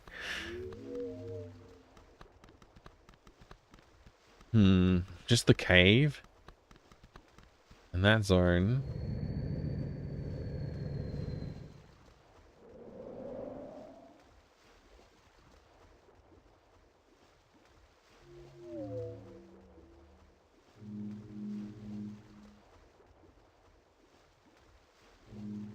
Trying to think if there's like some other techniques that I haven't tried or like zones I haven't really fully explored, and I can't think of anything that I missed or left uninteracted or anything like that. Frenchie, I think, might be the dino, and the foghorn might be the music box, but I'm really not sure about that.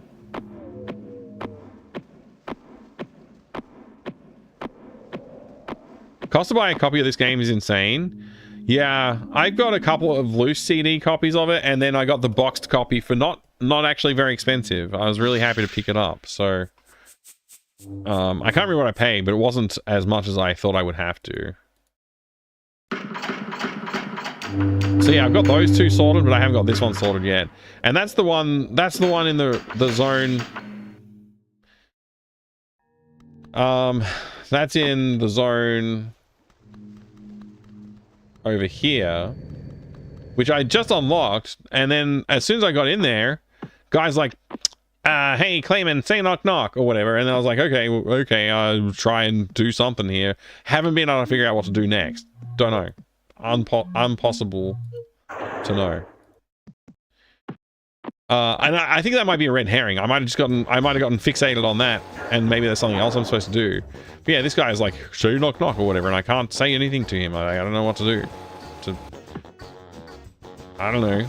Like, I want to just knock knock something, but I can't knock knock anything. Is he Frenchie? Maybe he's Frenchie. Where's the foghorn sound then? I can't make a foghorn sound. Hey Jack, good to see you. This is a funky looking game. Definitely agree. Hard agree on that. It's very good. Love the way this looks. Love the animation. How much knock could a knock knock knock if a knock knock could knock knock? A knock knock would knock all the knock it could knock, and if a knock could knock could knock. Wait. Could knock knock. There you go. I failed the last bit of the tongue twister that we just made up on the spot, but it was pretty good. I did a good attempt, I think.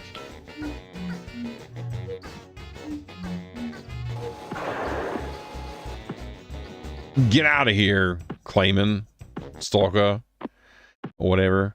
I mean, they can still work in digital, but it's not the same. Yeah, I agree. Yeah. We need more of whatever this is.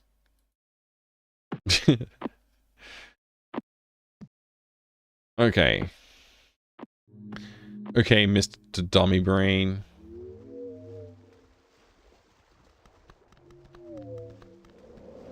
I read all the letters. Who's Frenchie? Where's Frenchie? There's nobody else to interact with, and I can't make a foghorn sound. So many problems.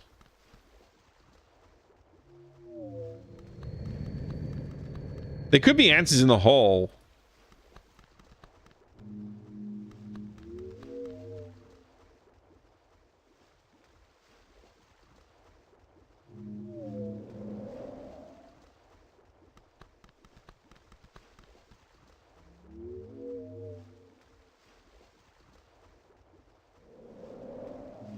What is Frenchie? It's just a letter that I got from Willie. I went to the letterbox and I read it, and it said, "Make the foghorn noise next to Frenchie. He is my pet, William." All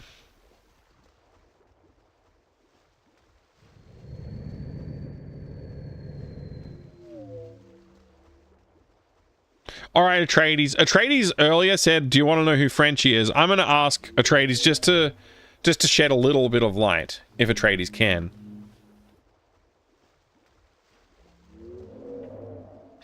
Maybe they should buy the factory they were sourcing it from. Wait, what?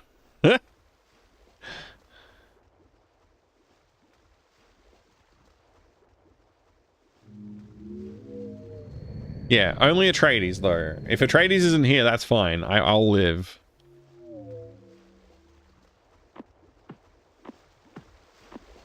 I'm going back in this zone again, just in case I did miss something in here. Explosives room. The whole bridge here. Haven't found him yet. Okay, all right. That's not a waste of a hint. It's not even a hint. Only counts as a hint if it's like actually leading me to a solution, and that's clearly not, so I'm not even gonna write it down. Playing on the new or old machine? I'm currently playing on the old machine. The new machine's sitting back here watching me stream. Which button do I press for this view again? That's the one. Yeah, so that's me on the stream there pointing at me, getting confused about which button to press. There I am. But yeah, that's the new machine. I haven't started using it yet. I'll start using it once I got to do a whole bunch of software installation and configuration before I get ready. But this is running Linux and it's been fine. So yeah, it's been fine. It's working great.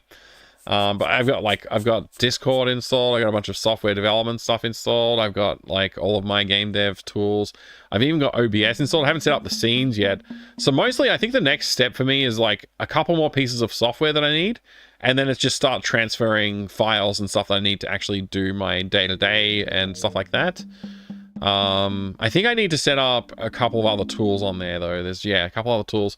And then I'm going to probably set up a NAS and just take all the files off of this computer, put them on the NAS, and then transfer stuff over to that computer as I need it. Other than the ones that I'm definitely going to transfer over. There's a few things I will be. But yeah, driver issues sorted by... I sorted the driver issue out by disabling it from going into sleep mode. Because it was basically when it woke up from sleep mode or whatever, that's when it was having driver issues. So yeah, everything's been fine since I did that. There's some other technical stuff that I'm like, maybe I'll change configuration to this, to that, whatever, but for the most part, it's pretty good. Like, yeah, I have complaints about Linux, but nothing that's like making me go, I have to go back to Windows to solve my problems, which is good. Maybe we'll be able to stick with it. But yeah. It leads you away from some non-solutions. Oh, no wonder I've seen it. I disable sleep. I've never seen it. I disable sleep on my computer. Oh, right. There you go. Sleep mode sucks in Windows too. It can.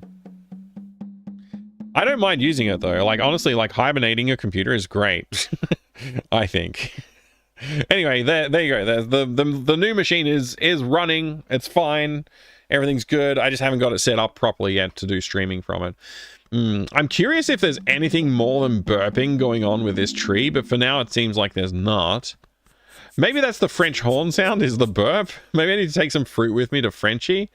There's this doorway, or it's not even a doorway. It's like it's almost like an art of the monster that bursts through here,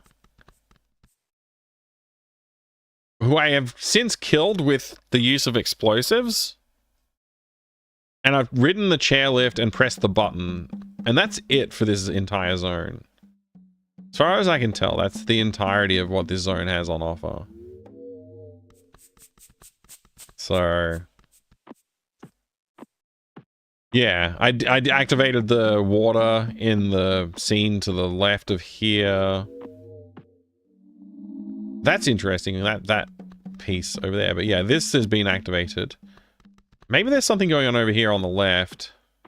does look like it could be a doorway there. Let me just try turning left from here. I think it'll do a full 180 though. I think it doesn't sort of stop to look at that doorway. This is probably not a thing.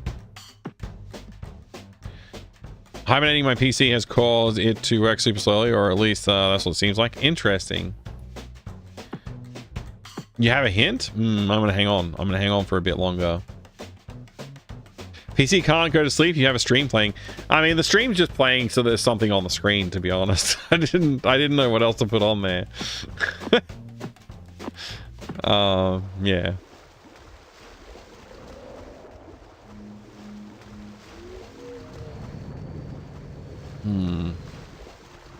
It's weird that I can see this entire scene but not click with anything on it.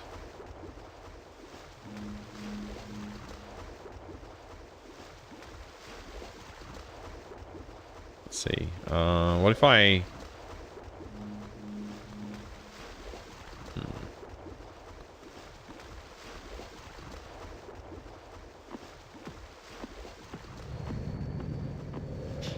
I wonder if there's enough information on screen that you could like recreate this in 3D with like modern 3D scanning, photogrammetry.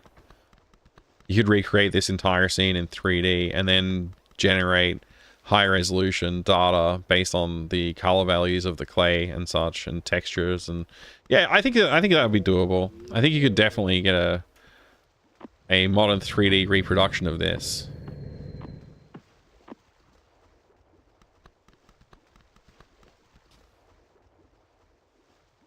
Not that that would help me at all with solving the current situation I'm in. I don't feel like I should go back in here.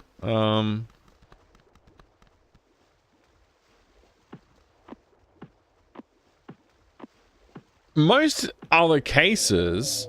So there is a bit of disconnected puzzle solving with turning on the water to get this door open. Whoops, not that door. I didn't mean to. Let me just... turn around again. So, to get this door open, we needed to turn on water in another zone so that the water would come out of this skull. Now that we've got that on, we were able to solve this puzzle by putting the water in the pipes, and then we can press the button and it does the thing and opens the door. So we could get in there.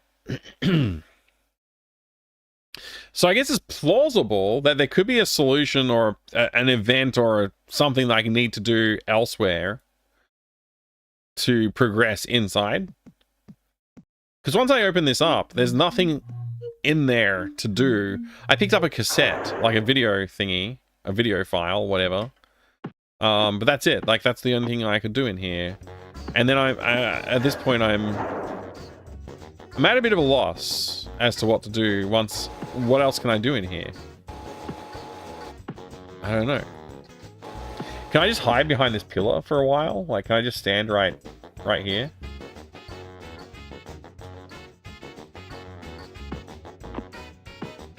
No, it doesn't really let me stand behind the pillar.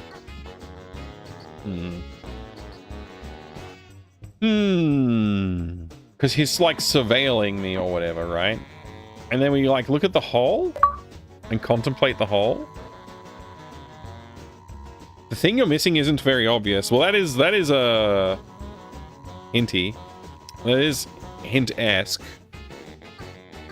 Steve Milowski, thank you for redeeming this game as bad. It's good to see you.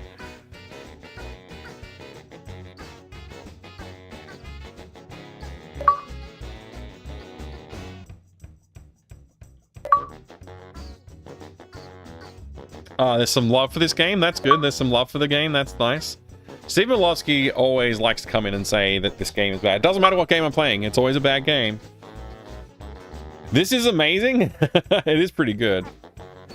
It is pretty good, Babylon's Law.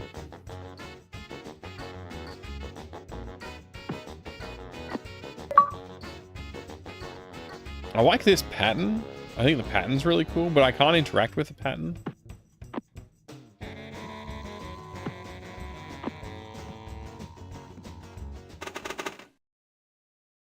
Maybe I need to watch like one of these videos that I skipped before. By my side, I'll make more. Corral! No!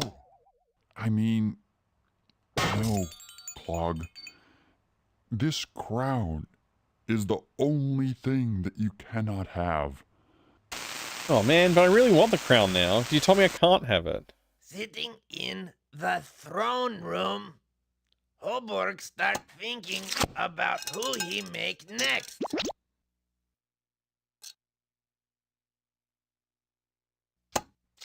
Huh? Somebody nicked his crown. What? My crown. Oh.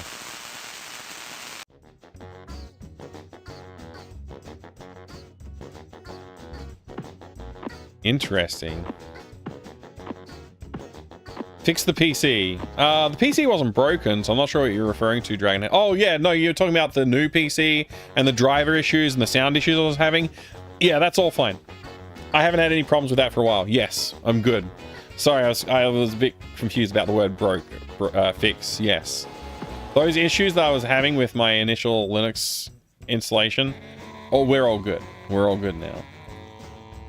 It's now just a matter of me configuring software and making sure I can do what I need to do with the PC before I commit to using Linux for any period of time. I'm missing something that's non-obvious, apparently.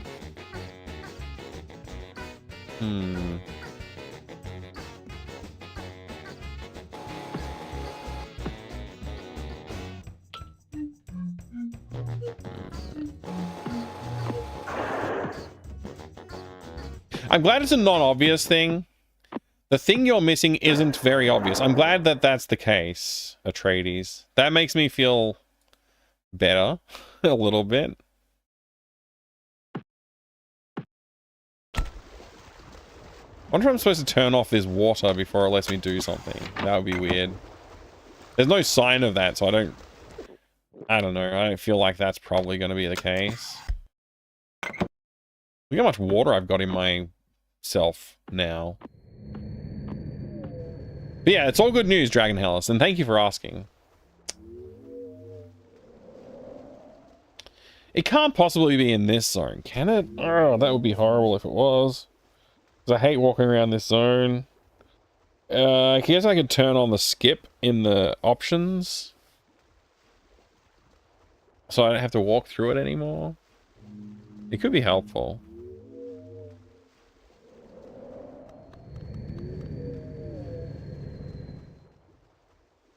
I find it frustrating that this is a view that it's given me, but there's nothing here of interest.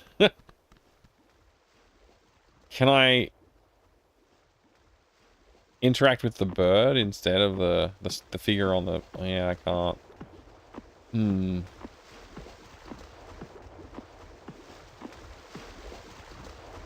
this view, again, non-interactive at all.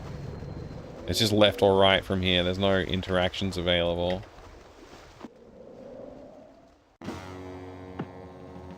I can't go back in this area, can I? That's it. Like, once I'm down, I'm down. What happens if I grab one of the rings while he's attached to another ring? Nothing. Let's do all of the rings just in case something else happens. Mike interacting with the birds and the bees? That's me, yeah. It's got to be done. If I don't do it, who will?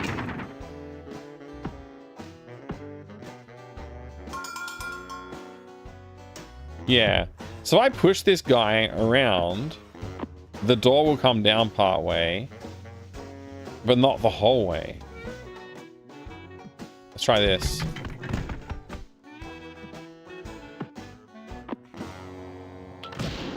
Why did it make me press the punchy button? I was trying to click under the door.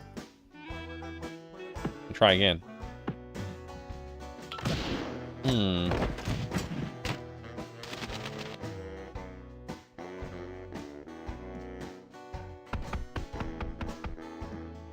Let me try again now. I got a weird, like, not that punch animation one time, and I don't know how come.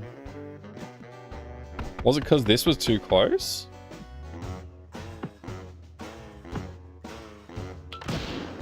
Yeah, look at that.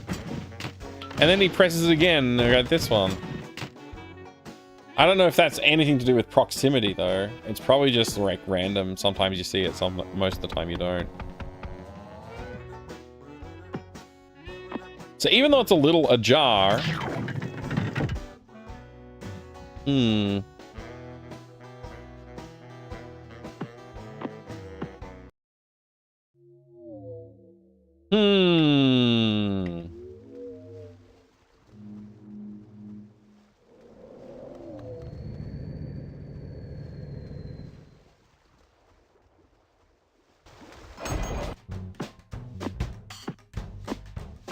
I'm once again at a loss as to what the game really wants from me.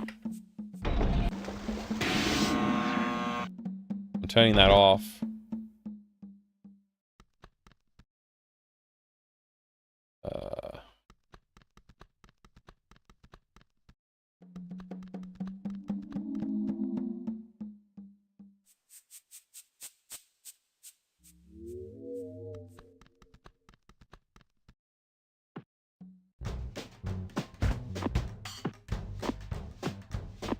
See if that changed something.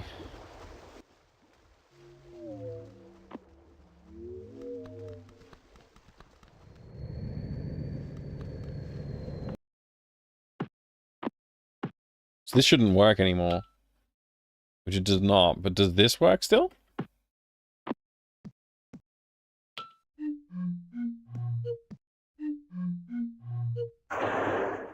It does.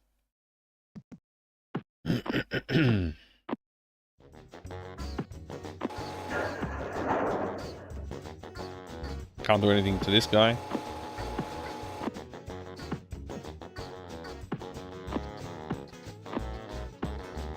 Nothing in here's changed.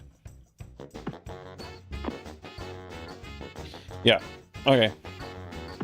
It's got nothing to do with that. Oh, what if it's like I didn't go past the, like, maybe I need to just walk further to the right here. Maybe that's all it is. No? That's not it? Okay. It's that a lot of the time in some games. Like, I just didn't walk to the right far enough.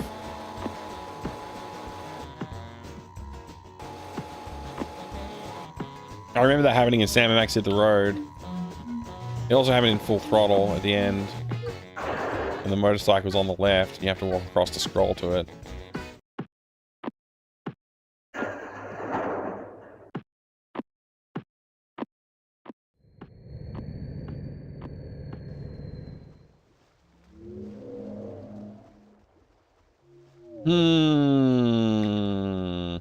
Just spin around.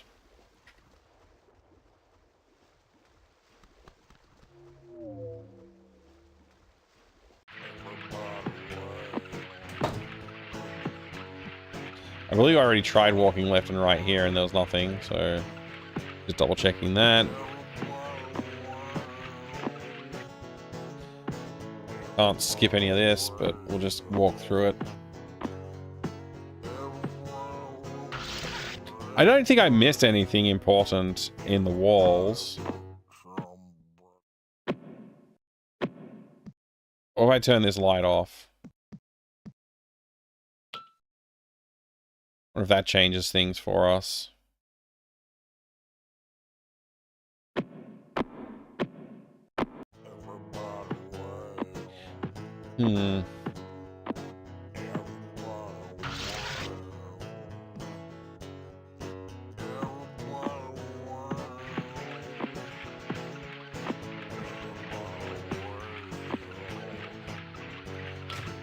Can't believe it's almost midnight.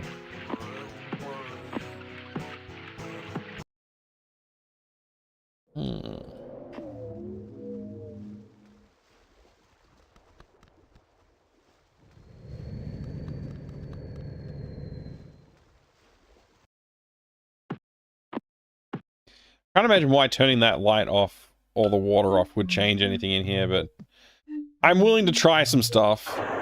Time to quit, speedrun Super Mario Brothers instead? Super Mario Brothers? I don't think I can speedrun that. That's a complex game of skill and memorization.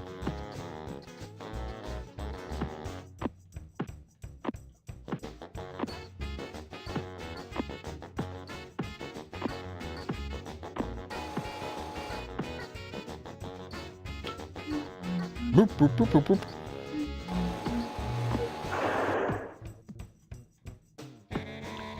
Can't believe it's almost midnight either, but that's why I have to head off to bed. You got an early morning tomorrow, Disron. Good luck with the early morning. Great to see you, dude. Hope you have a good rest. One of these days, I'm gonna figure out this game. I really don't want to ask for a hint. I think I should be able to get through the first, like, the tutorial zone of the game without one. But maybe I'll check what that card says, that I didn't read. Let me check. Where are you? Here you are. Okay, I'm gonna read it. It says, greetings, blah, blah, blah. Okay. It's the end of the Third Age. Something horrible has befallen the Neverhood. It's up to you, the newborn hero Clayman. Oh, I'm a newborn. I didn't even realize I was newborn. To discover what happened and make it right. So far, there's not really spoilers in here. Push every button, pick up every object. Yeah, okay, I've done that as far as I know, unless I missed one. Every object. Walk to every place you can. I think I have done that. Clayman will store items you find and bring them out when you need them. So don't worry. They are in a safe, warm, dry place. Good. Missed opportunity to call it new formed instead of newborn. Yeah, I suppose you're right. There, every gosh darn name. Actually, in context of Clayman, kind of makes sense, actually. Dry place. As you play through the world, you will slowly start to learn who you are and what needs to happen. To help, we have placed video discs throughout the world. Collect them, and eventually you will find a disc player. These discs tell a story. Your story. To get you started, we have a few hints below to solve some of the early puzzles. Try not to peek. Hey, I said try not to peek. Okay, here they are. If I am stuck in a room or puzzle, what do I do? A visit to the mailbox located below... Okay, yeah, I figured that out. Below the Venus flytrap room will yield new clues from Willie to help you solve the next puzzle. So that's the Frenchie. Frenchie is supposed to help me solve the next puzzle? Okay. I started reading the Hall of Records. It's funny. Yes, it is, damn it. But are there clues in the text I need to solve the puzzles? Well, well, no. Okay, good. I'm glad there's not. Because I don't want to read that entire freaking wall of text. I am standing in the farthest room to the right in the little house, and I see a hole in the ceiling. How do I get up there? That's the one! That's what I'm stuck on. There's only one button that extends all the spikes to in the Neverhood. God damn it! This thought did cross my mind, and I didn't do it. It's in here. Oh, man. The thought crossed my mind, and I dismissed it because I thought, no, that's way too disconnected. And I'm going to remember that it said all the spikes in the Neverhood, because I thought, mate, yeah, anyway, look. Let's go press the button. Like the good Clayman we are. I was so close to walking into this room before, and I turned around and didn't go. I was like, nah, this is a waste of time. It's in here, I'm pretty sure. If I remember right. I have to turn this light on. And then it's just in the next room. And I gave up when I turned this light off. I was like, nah, I'm not going to bother going all the way over there. That is really funny. It's just this button right here. These spikes will extend. Oh, man. I think if I'd persisted for another, like, 5 to 10 minutes, I would have probably pressed that button. That is so funny. It's in the box, so it doesn't count as a hint. I'm going to not count that one as a hint. I'm a cheater? Every gosh darn name? I'm just a cheater now? It's inside the packaging that came with the game, so technically... totally counts as a hint? I don't want to increment the hint counter, though. The hint counter's for when I ask people in the chat for a hint that gives me a solution. Action replay. Yeah, I use the Game Shark.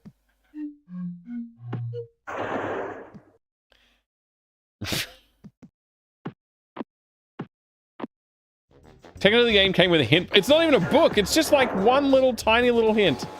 It's not even a hint. It's more of a guide, a suggestion.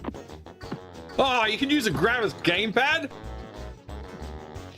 Intentional box to give you an idea of how to think, solve the rest of the game. Yeah, let's just go with that.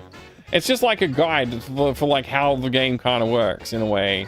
Thinking outside of that weird little box. There's the red button that I need. Bloop. I don't know what this is, but I want to grab it.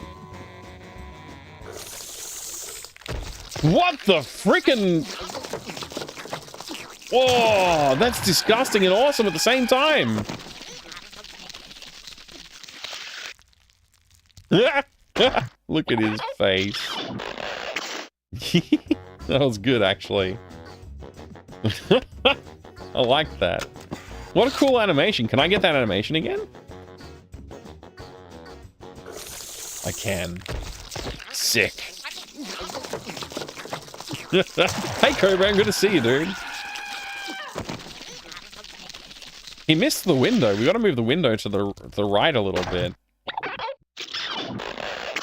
Going to some lengths to find synonyms for hint. Look, fine. For you, or you, I'm gonna press this button. But that's only for you. Every gosh darn name. It's not official, but I've pressed it.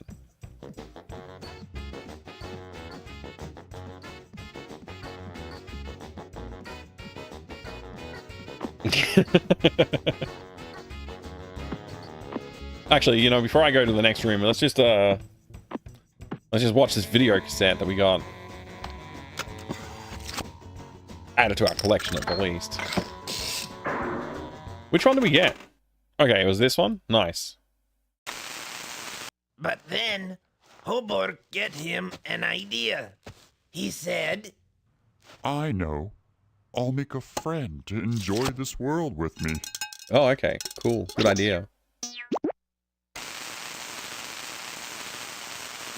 And we don't know what happens next, but it's probably a bad thing. Maybe I'm the friend that he made. And maybe I'm the person who stole his crown.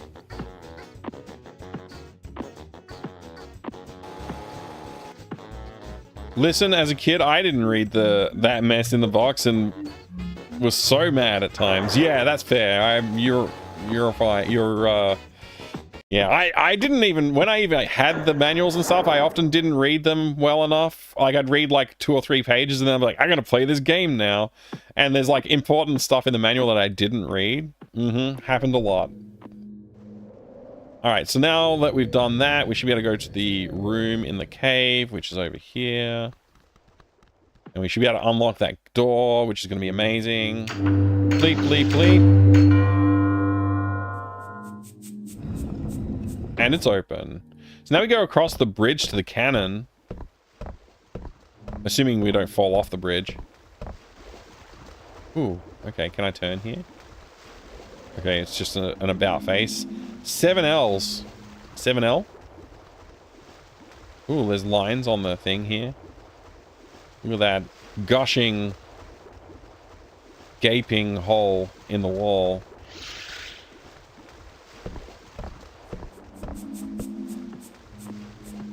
Seven Luigis. 7 L's. Oh, there's a button to press? I mean...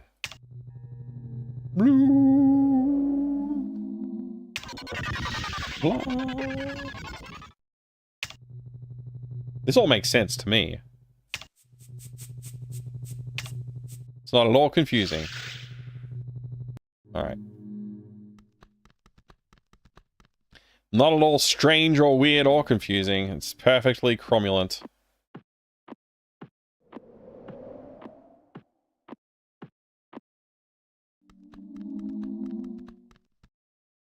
Can I fire the cannon?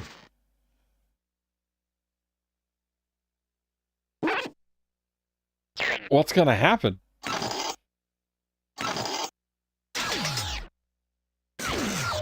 What? Oh, some binocs. Some targeting computer.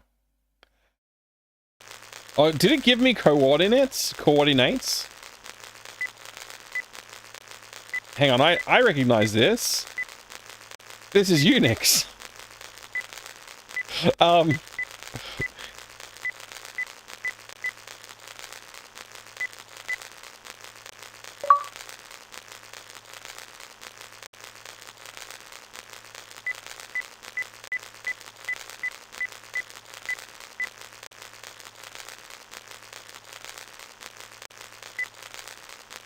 Huh.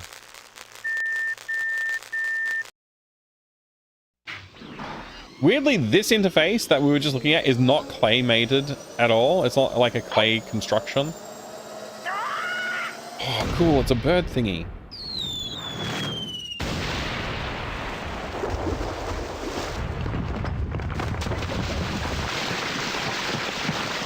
Did I do the right thing?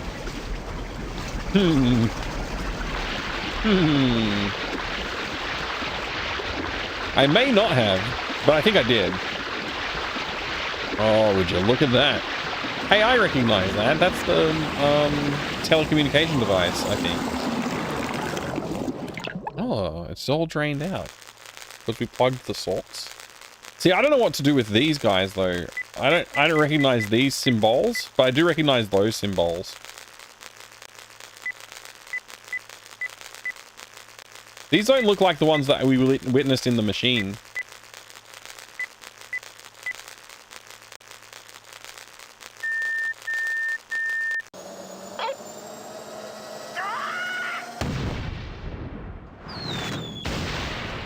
Do you think this will like unplug the hole? No, okay.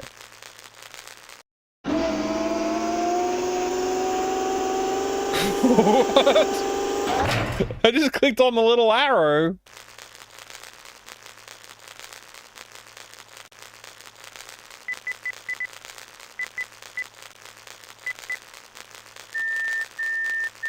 I can't imagine what this will do.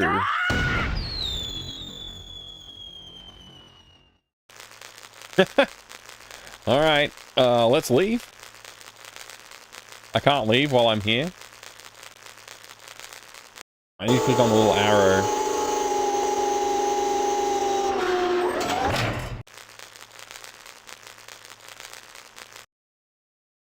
So I gotta learn the other symbols. I haven't learnt those other symbols yet. Look at this area. I love the way this looks. This looks so cool with like the tentacular sort of vibes going in and out of the ground. Pretty cool. The tendrils of something. What is this thingy? Beep, boop, beep.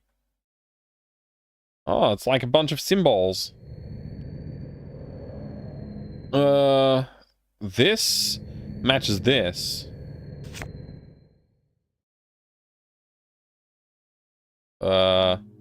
This matches that. This matches that. No, it did not. Oh, it broke me thingy me bob. And it's put them in different order? Crazy. I mean, it could be this, but it's not apparently. So it could be this. Could be this. Oh, it's oriented. Oh, okay. So the top has to be this. Okay. I didn't catch the orientation, I'll be honest. That looks right. No. Yes, I think yes. Boop, boop, boop, boop.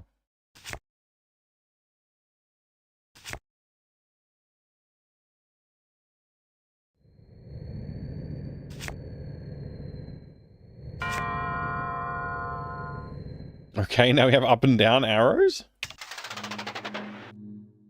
Okay, well, I've made a staircase.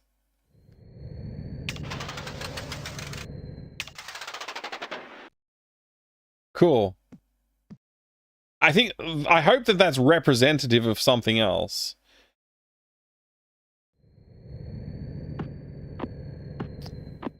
Imagine trying to unlock this after a night out, yeah. I want to look at this plant. Actually, I want to look at the symbols in the display. I don't even know what to call this thing. Okay. Wiggly, squiggly crook. Squiggly chair. Hamburger face. Cotton. Man throwing disc. Targeting computer. Resistor in a closed circuit. Triangle square, man. Elephant. Man in hat, sitting. Back to the start. No, wait, this is not the start. UFO. Now we're back at the start. Is this random?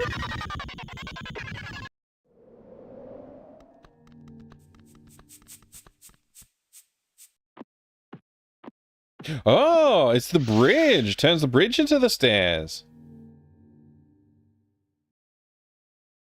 Perfect.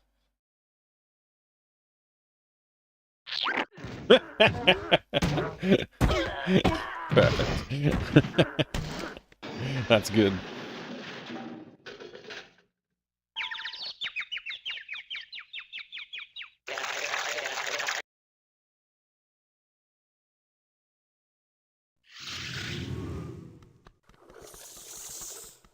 Ooh.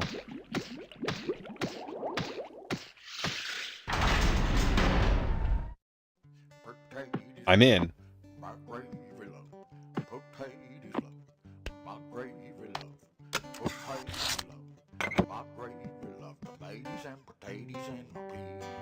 What's this? I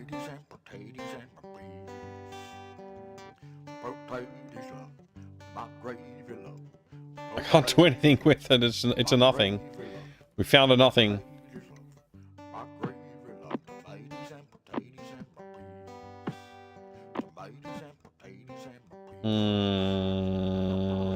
Okay.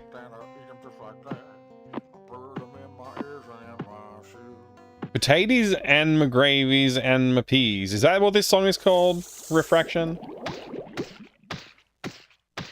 Is this a big hole in the ground over here?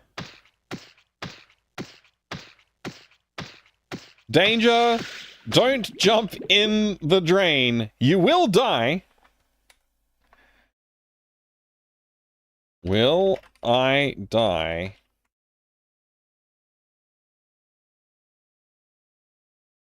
Obviously, I gotta try this. Whee!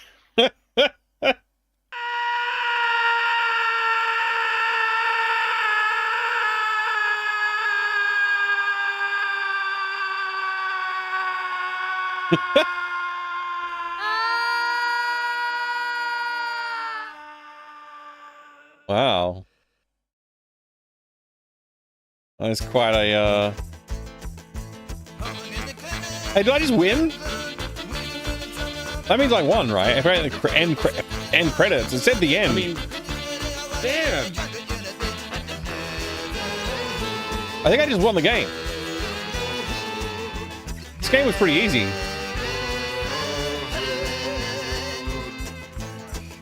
Cool. Thanks, everybody. It was a short game, but good one.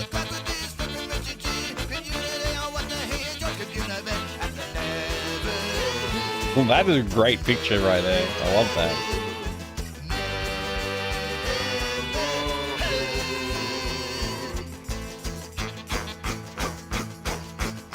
That's a very Skeksis looking guy.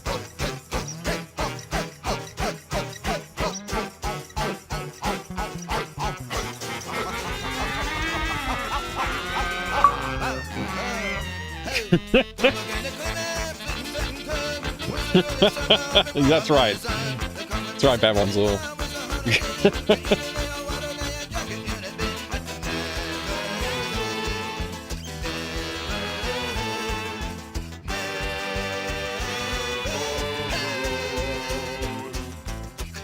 look, it's a skull monkey.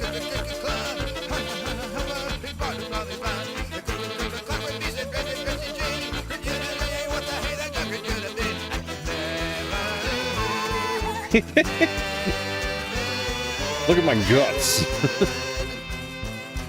I like this little creature. I really like this little creature. Please go to our website, neverhood.com.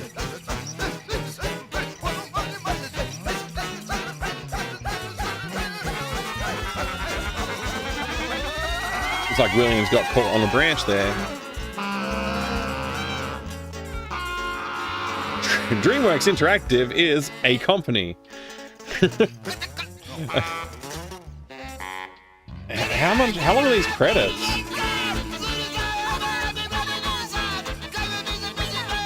This is fun.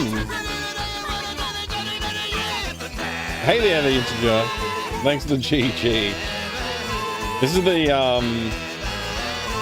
I won the game by losing the game credits.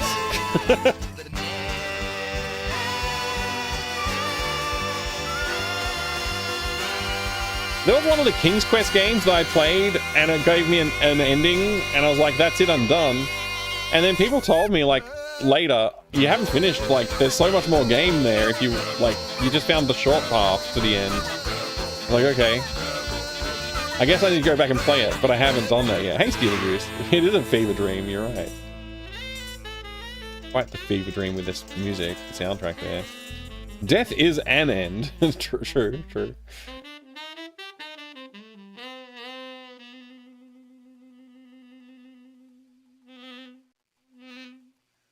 There is no game, caught me like that. Yeah, there is no game is pretty fun, actually. It was a clever execution. I liked it. Need to run some errands. Hey, no worries. I'm probably going to finish up now, Refraction, get myself some sleep for tomorrow. I will be continuing to play from where I saved, which was Will I Die? I'll be continuing from here next time I play. And looking around to see what else we can discover in the strange zone under the bridge. Oh, there's more over there. I didn't see that last time. Oh, there's also something right here. But yeah, I'll see you soon. Hey, this is one of those doohickeys that you can ride on. Oh, here we go. There's far more to discover in this game.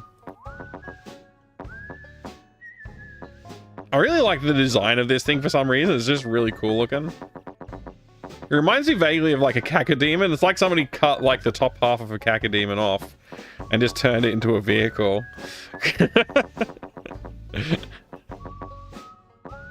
Yeah, you take care, Refraction. I'll see you soon, man.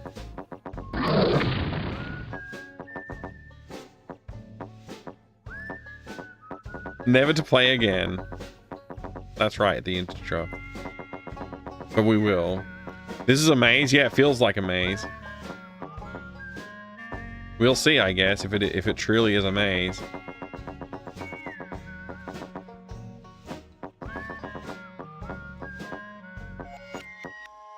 Hey, this looks like that interface I was looking at, and there's like a thing here. There's also what appears to be something there, but I can't click on any of this stuff. Okay. Well, anyway, that's pretty interesting, huh? That is pretty interesting. Thanks again, everybody, for joining me today. I appreciate it. I had a good time hanging out, and we talked about movies a fair bit at the start of the stream, and then we got to like play some cool video game. We talked about my computer over here and myself on my computer over here, so that was good. Yeah, I look forward to seeing some of you again soon. Thank you for the new subscriptions as well. I appreciate it. New subscribers, thank you. New followers, thank you. And for the resubscribers, thank you so much as well. Thank you for all the continued and amazing support. I do appreciate it. It does mean a lot to me. If you want to check out some of the games I've been working on, please do. I'd like to see some more comments and stuff like that over there on the itch page. Also, if you want to check out my YouTube channels, Fractal Mind Dev and Fractal Mind Mike on YouTube.